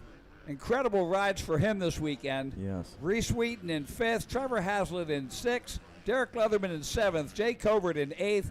Seth Shirley in ninth. And Cooper Geppert rounds out the top 10. Wow. It's good racing this weekend. Great event. What an amazing event. So we're waiting for them to bring it up. There's Jonathan Getz putting it on the center, or excuse me, on the side for a third. Turner there in the middle, and Fowler there off to the right. To be that young again. Okay, we're going to send it down to Andy on the stage for the podium, our last podium of the weekend. And boy, what a podium it is. I think the Ironman Award should definitely go to Justin Turner for the weekend. Agree, 100%. Okay, guys, we are up here on the 250 Pro-Am final podium. Photo up there Man, what a race. What a weekend. What a way to cap it off here at Pleasure Valley. You guys put on a heck of a show. The three of you were in a whole different league this weekend. And we'll start off with Jonathan Getz. Great ride this weekend. Tell us about it. Yeah, I got a good start, and then Justin got around me, and then Fowler got around me, and then I got arm pumped. So then I just rode my race. Who do you want to thank? My mom and dad, Tutu Graphics, Shedrick Galore, Seminole Power Sports, Team BWR, Flow, Ithaca, Fast House, Tamer, Monster, Do It All, and everyone else. Thank you. Let's give it up for our third place finisher, Jonathan Getz. Our second place finisher, Luke Fowler. Always a pleasure to have you here. It's great to have you. You're up here again, man. You had a good weekend. Second place is not bad here, considering the conditions this weekend. It was a good race for you. Tell us about it. Yeah, really good weekend overall. First couple races back for me this year, and it's just really good. I just want to get hats off to Jeff and his whole staff. I mean, without these races, I don't really know where I'd be at, because this is a lot of my income for the year. So I'm just very grateful for him and his staff and how they do the weekends. The relay was really fun. Tracks turned out great all weekend. Same thing as usual. But yeah, it was good. Well, it's always great to have you back. Who do you want to thank? My mom, my dad, CNC Metal Masters, Ross Shank for helping me down at the gate. Pretty good mentor too. Pro Taper FMF, Orange Brigade, 100%, Thor, Monster, Point View, Alpha Dynamics are always keeping me dialed on and off the bike. And yeah, Shipley always hyping me up down at the gate every time we're up here, and it's nice to be back home. Head back down the club, train with Justin for the next couple of weeks or, well, months. Get ready for great outdoors. Let's give it up for our second place finisher, Luke Fowler. Justin, wow, great weekend. Good money weekend for you too, huh? Oh yeah. Well, congratulations. You're the moto winner. You're the overall winner, 250 Pro-Am. It's nice for Daniel, Blair, to let you guys come up here. You guys put on a good show today. Tell us about it. Yeah, it was sick. That moto was not easy. Luke was hounding me the whole time, so definitely kept me on my toes. Had to make sure I rode clean, rode smart. Jeff did great this weekend. This was a sick event that he put on. This is my first time here. I'm pretty amazed at how the track is. The track is super sick and just is awesome. Who do you want to thank? Got to thank the good Lord up above, my mom, my dad, my sister, the whole Club MX Yamaha team, Daniel Blair, Brandon Haas, Mike B, Ben Graves, everyone, the whole staff at Club, they just helped me a lot, and all the sponsors that backed the team backed me, and I'm super grateful for all of them. Thanks. Well, that's Justin Turner, your winner overall 250 Pro-Am. And before we celebrate, I'm going to turn it over to Jeff on behalf of AMA and Pleasure Valley. Hey guys, what do you think? This was one hell of a race day, wasn't it? These 250 guys put on an incredible ride. And congratulations to Jonathan and to Luke. I mean, these guys, I've been changing their tires since they've been on 50s, okay? I've known them forever. And I am proud and very honored to bring this Pro-Am. And it's an honor for me to say on behalf of the AMA, Mositis Power Sports, Cleveland Brothers, and Plum Contracting, Pleasure Valley wants to give you this #1 plate to Justin Turner. What a ride. All I can say is today is Mr. Turner's neighborhood at Pleasure Valley. And here's the #1 plate, and I want to present you with this championship ring. Congratulations. Thank you. Give him a big hand. Let's celebrate. Throw some champagne, guys. Congratulations.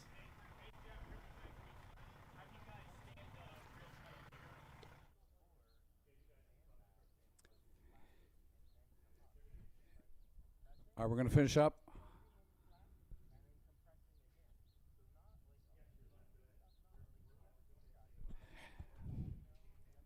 All right. Well, ladies and gentlemen, we want to thank you all for coming in here. You can view us on YouTube, and if, again, we have ad packages if you want them, but make sure that you subscribe and like rmgsports.net. Tune in for everything that we've got for the rest of the season. Next up will be the ATV Motocross, and that'll be happening July 9th through 11th. Again, we thank you for coming in here. Thank you to Cleveland Brothers. Thank you to Mositis Motorsports. And again, we hope you enjoyed the weekend. It's been a great Scoop, weekend. Thank it's you. been great. Absolutely. As Kevin Bailey, the Motomouth, I thank you. And again, for the staff of RMG Sports and the Pleasure Valley staff, thank you and enjoy the rest of your weekend. See you guys.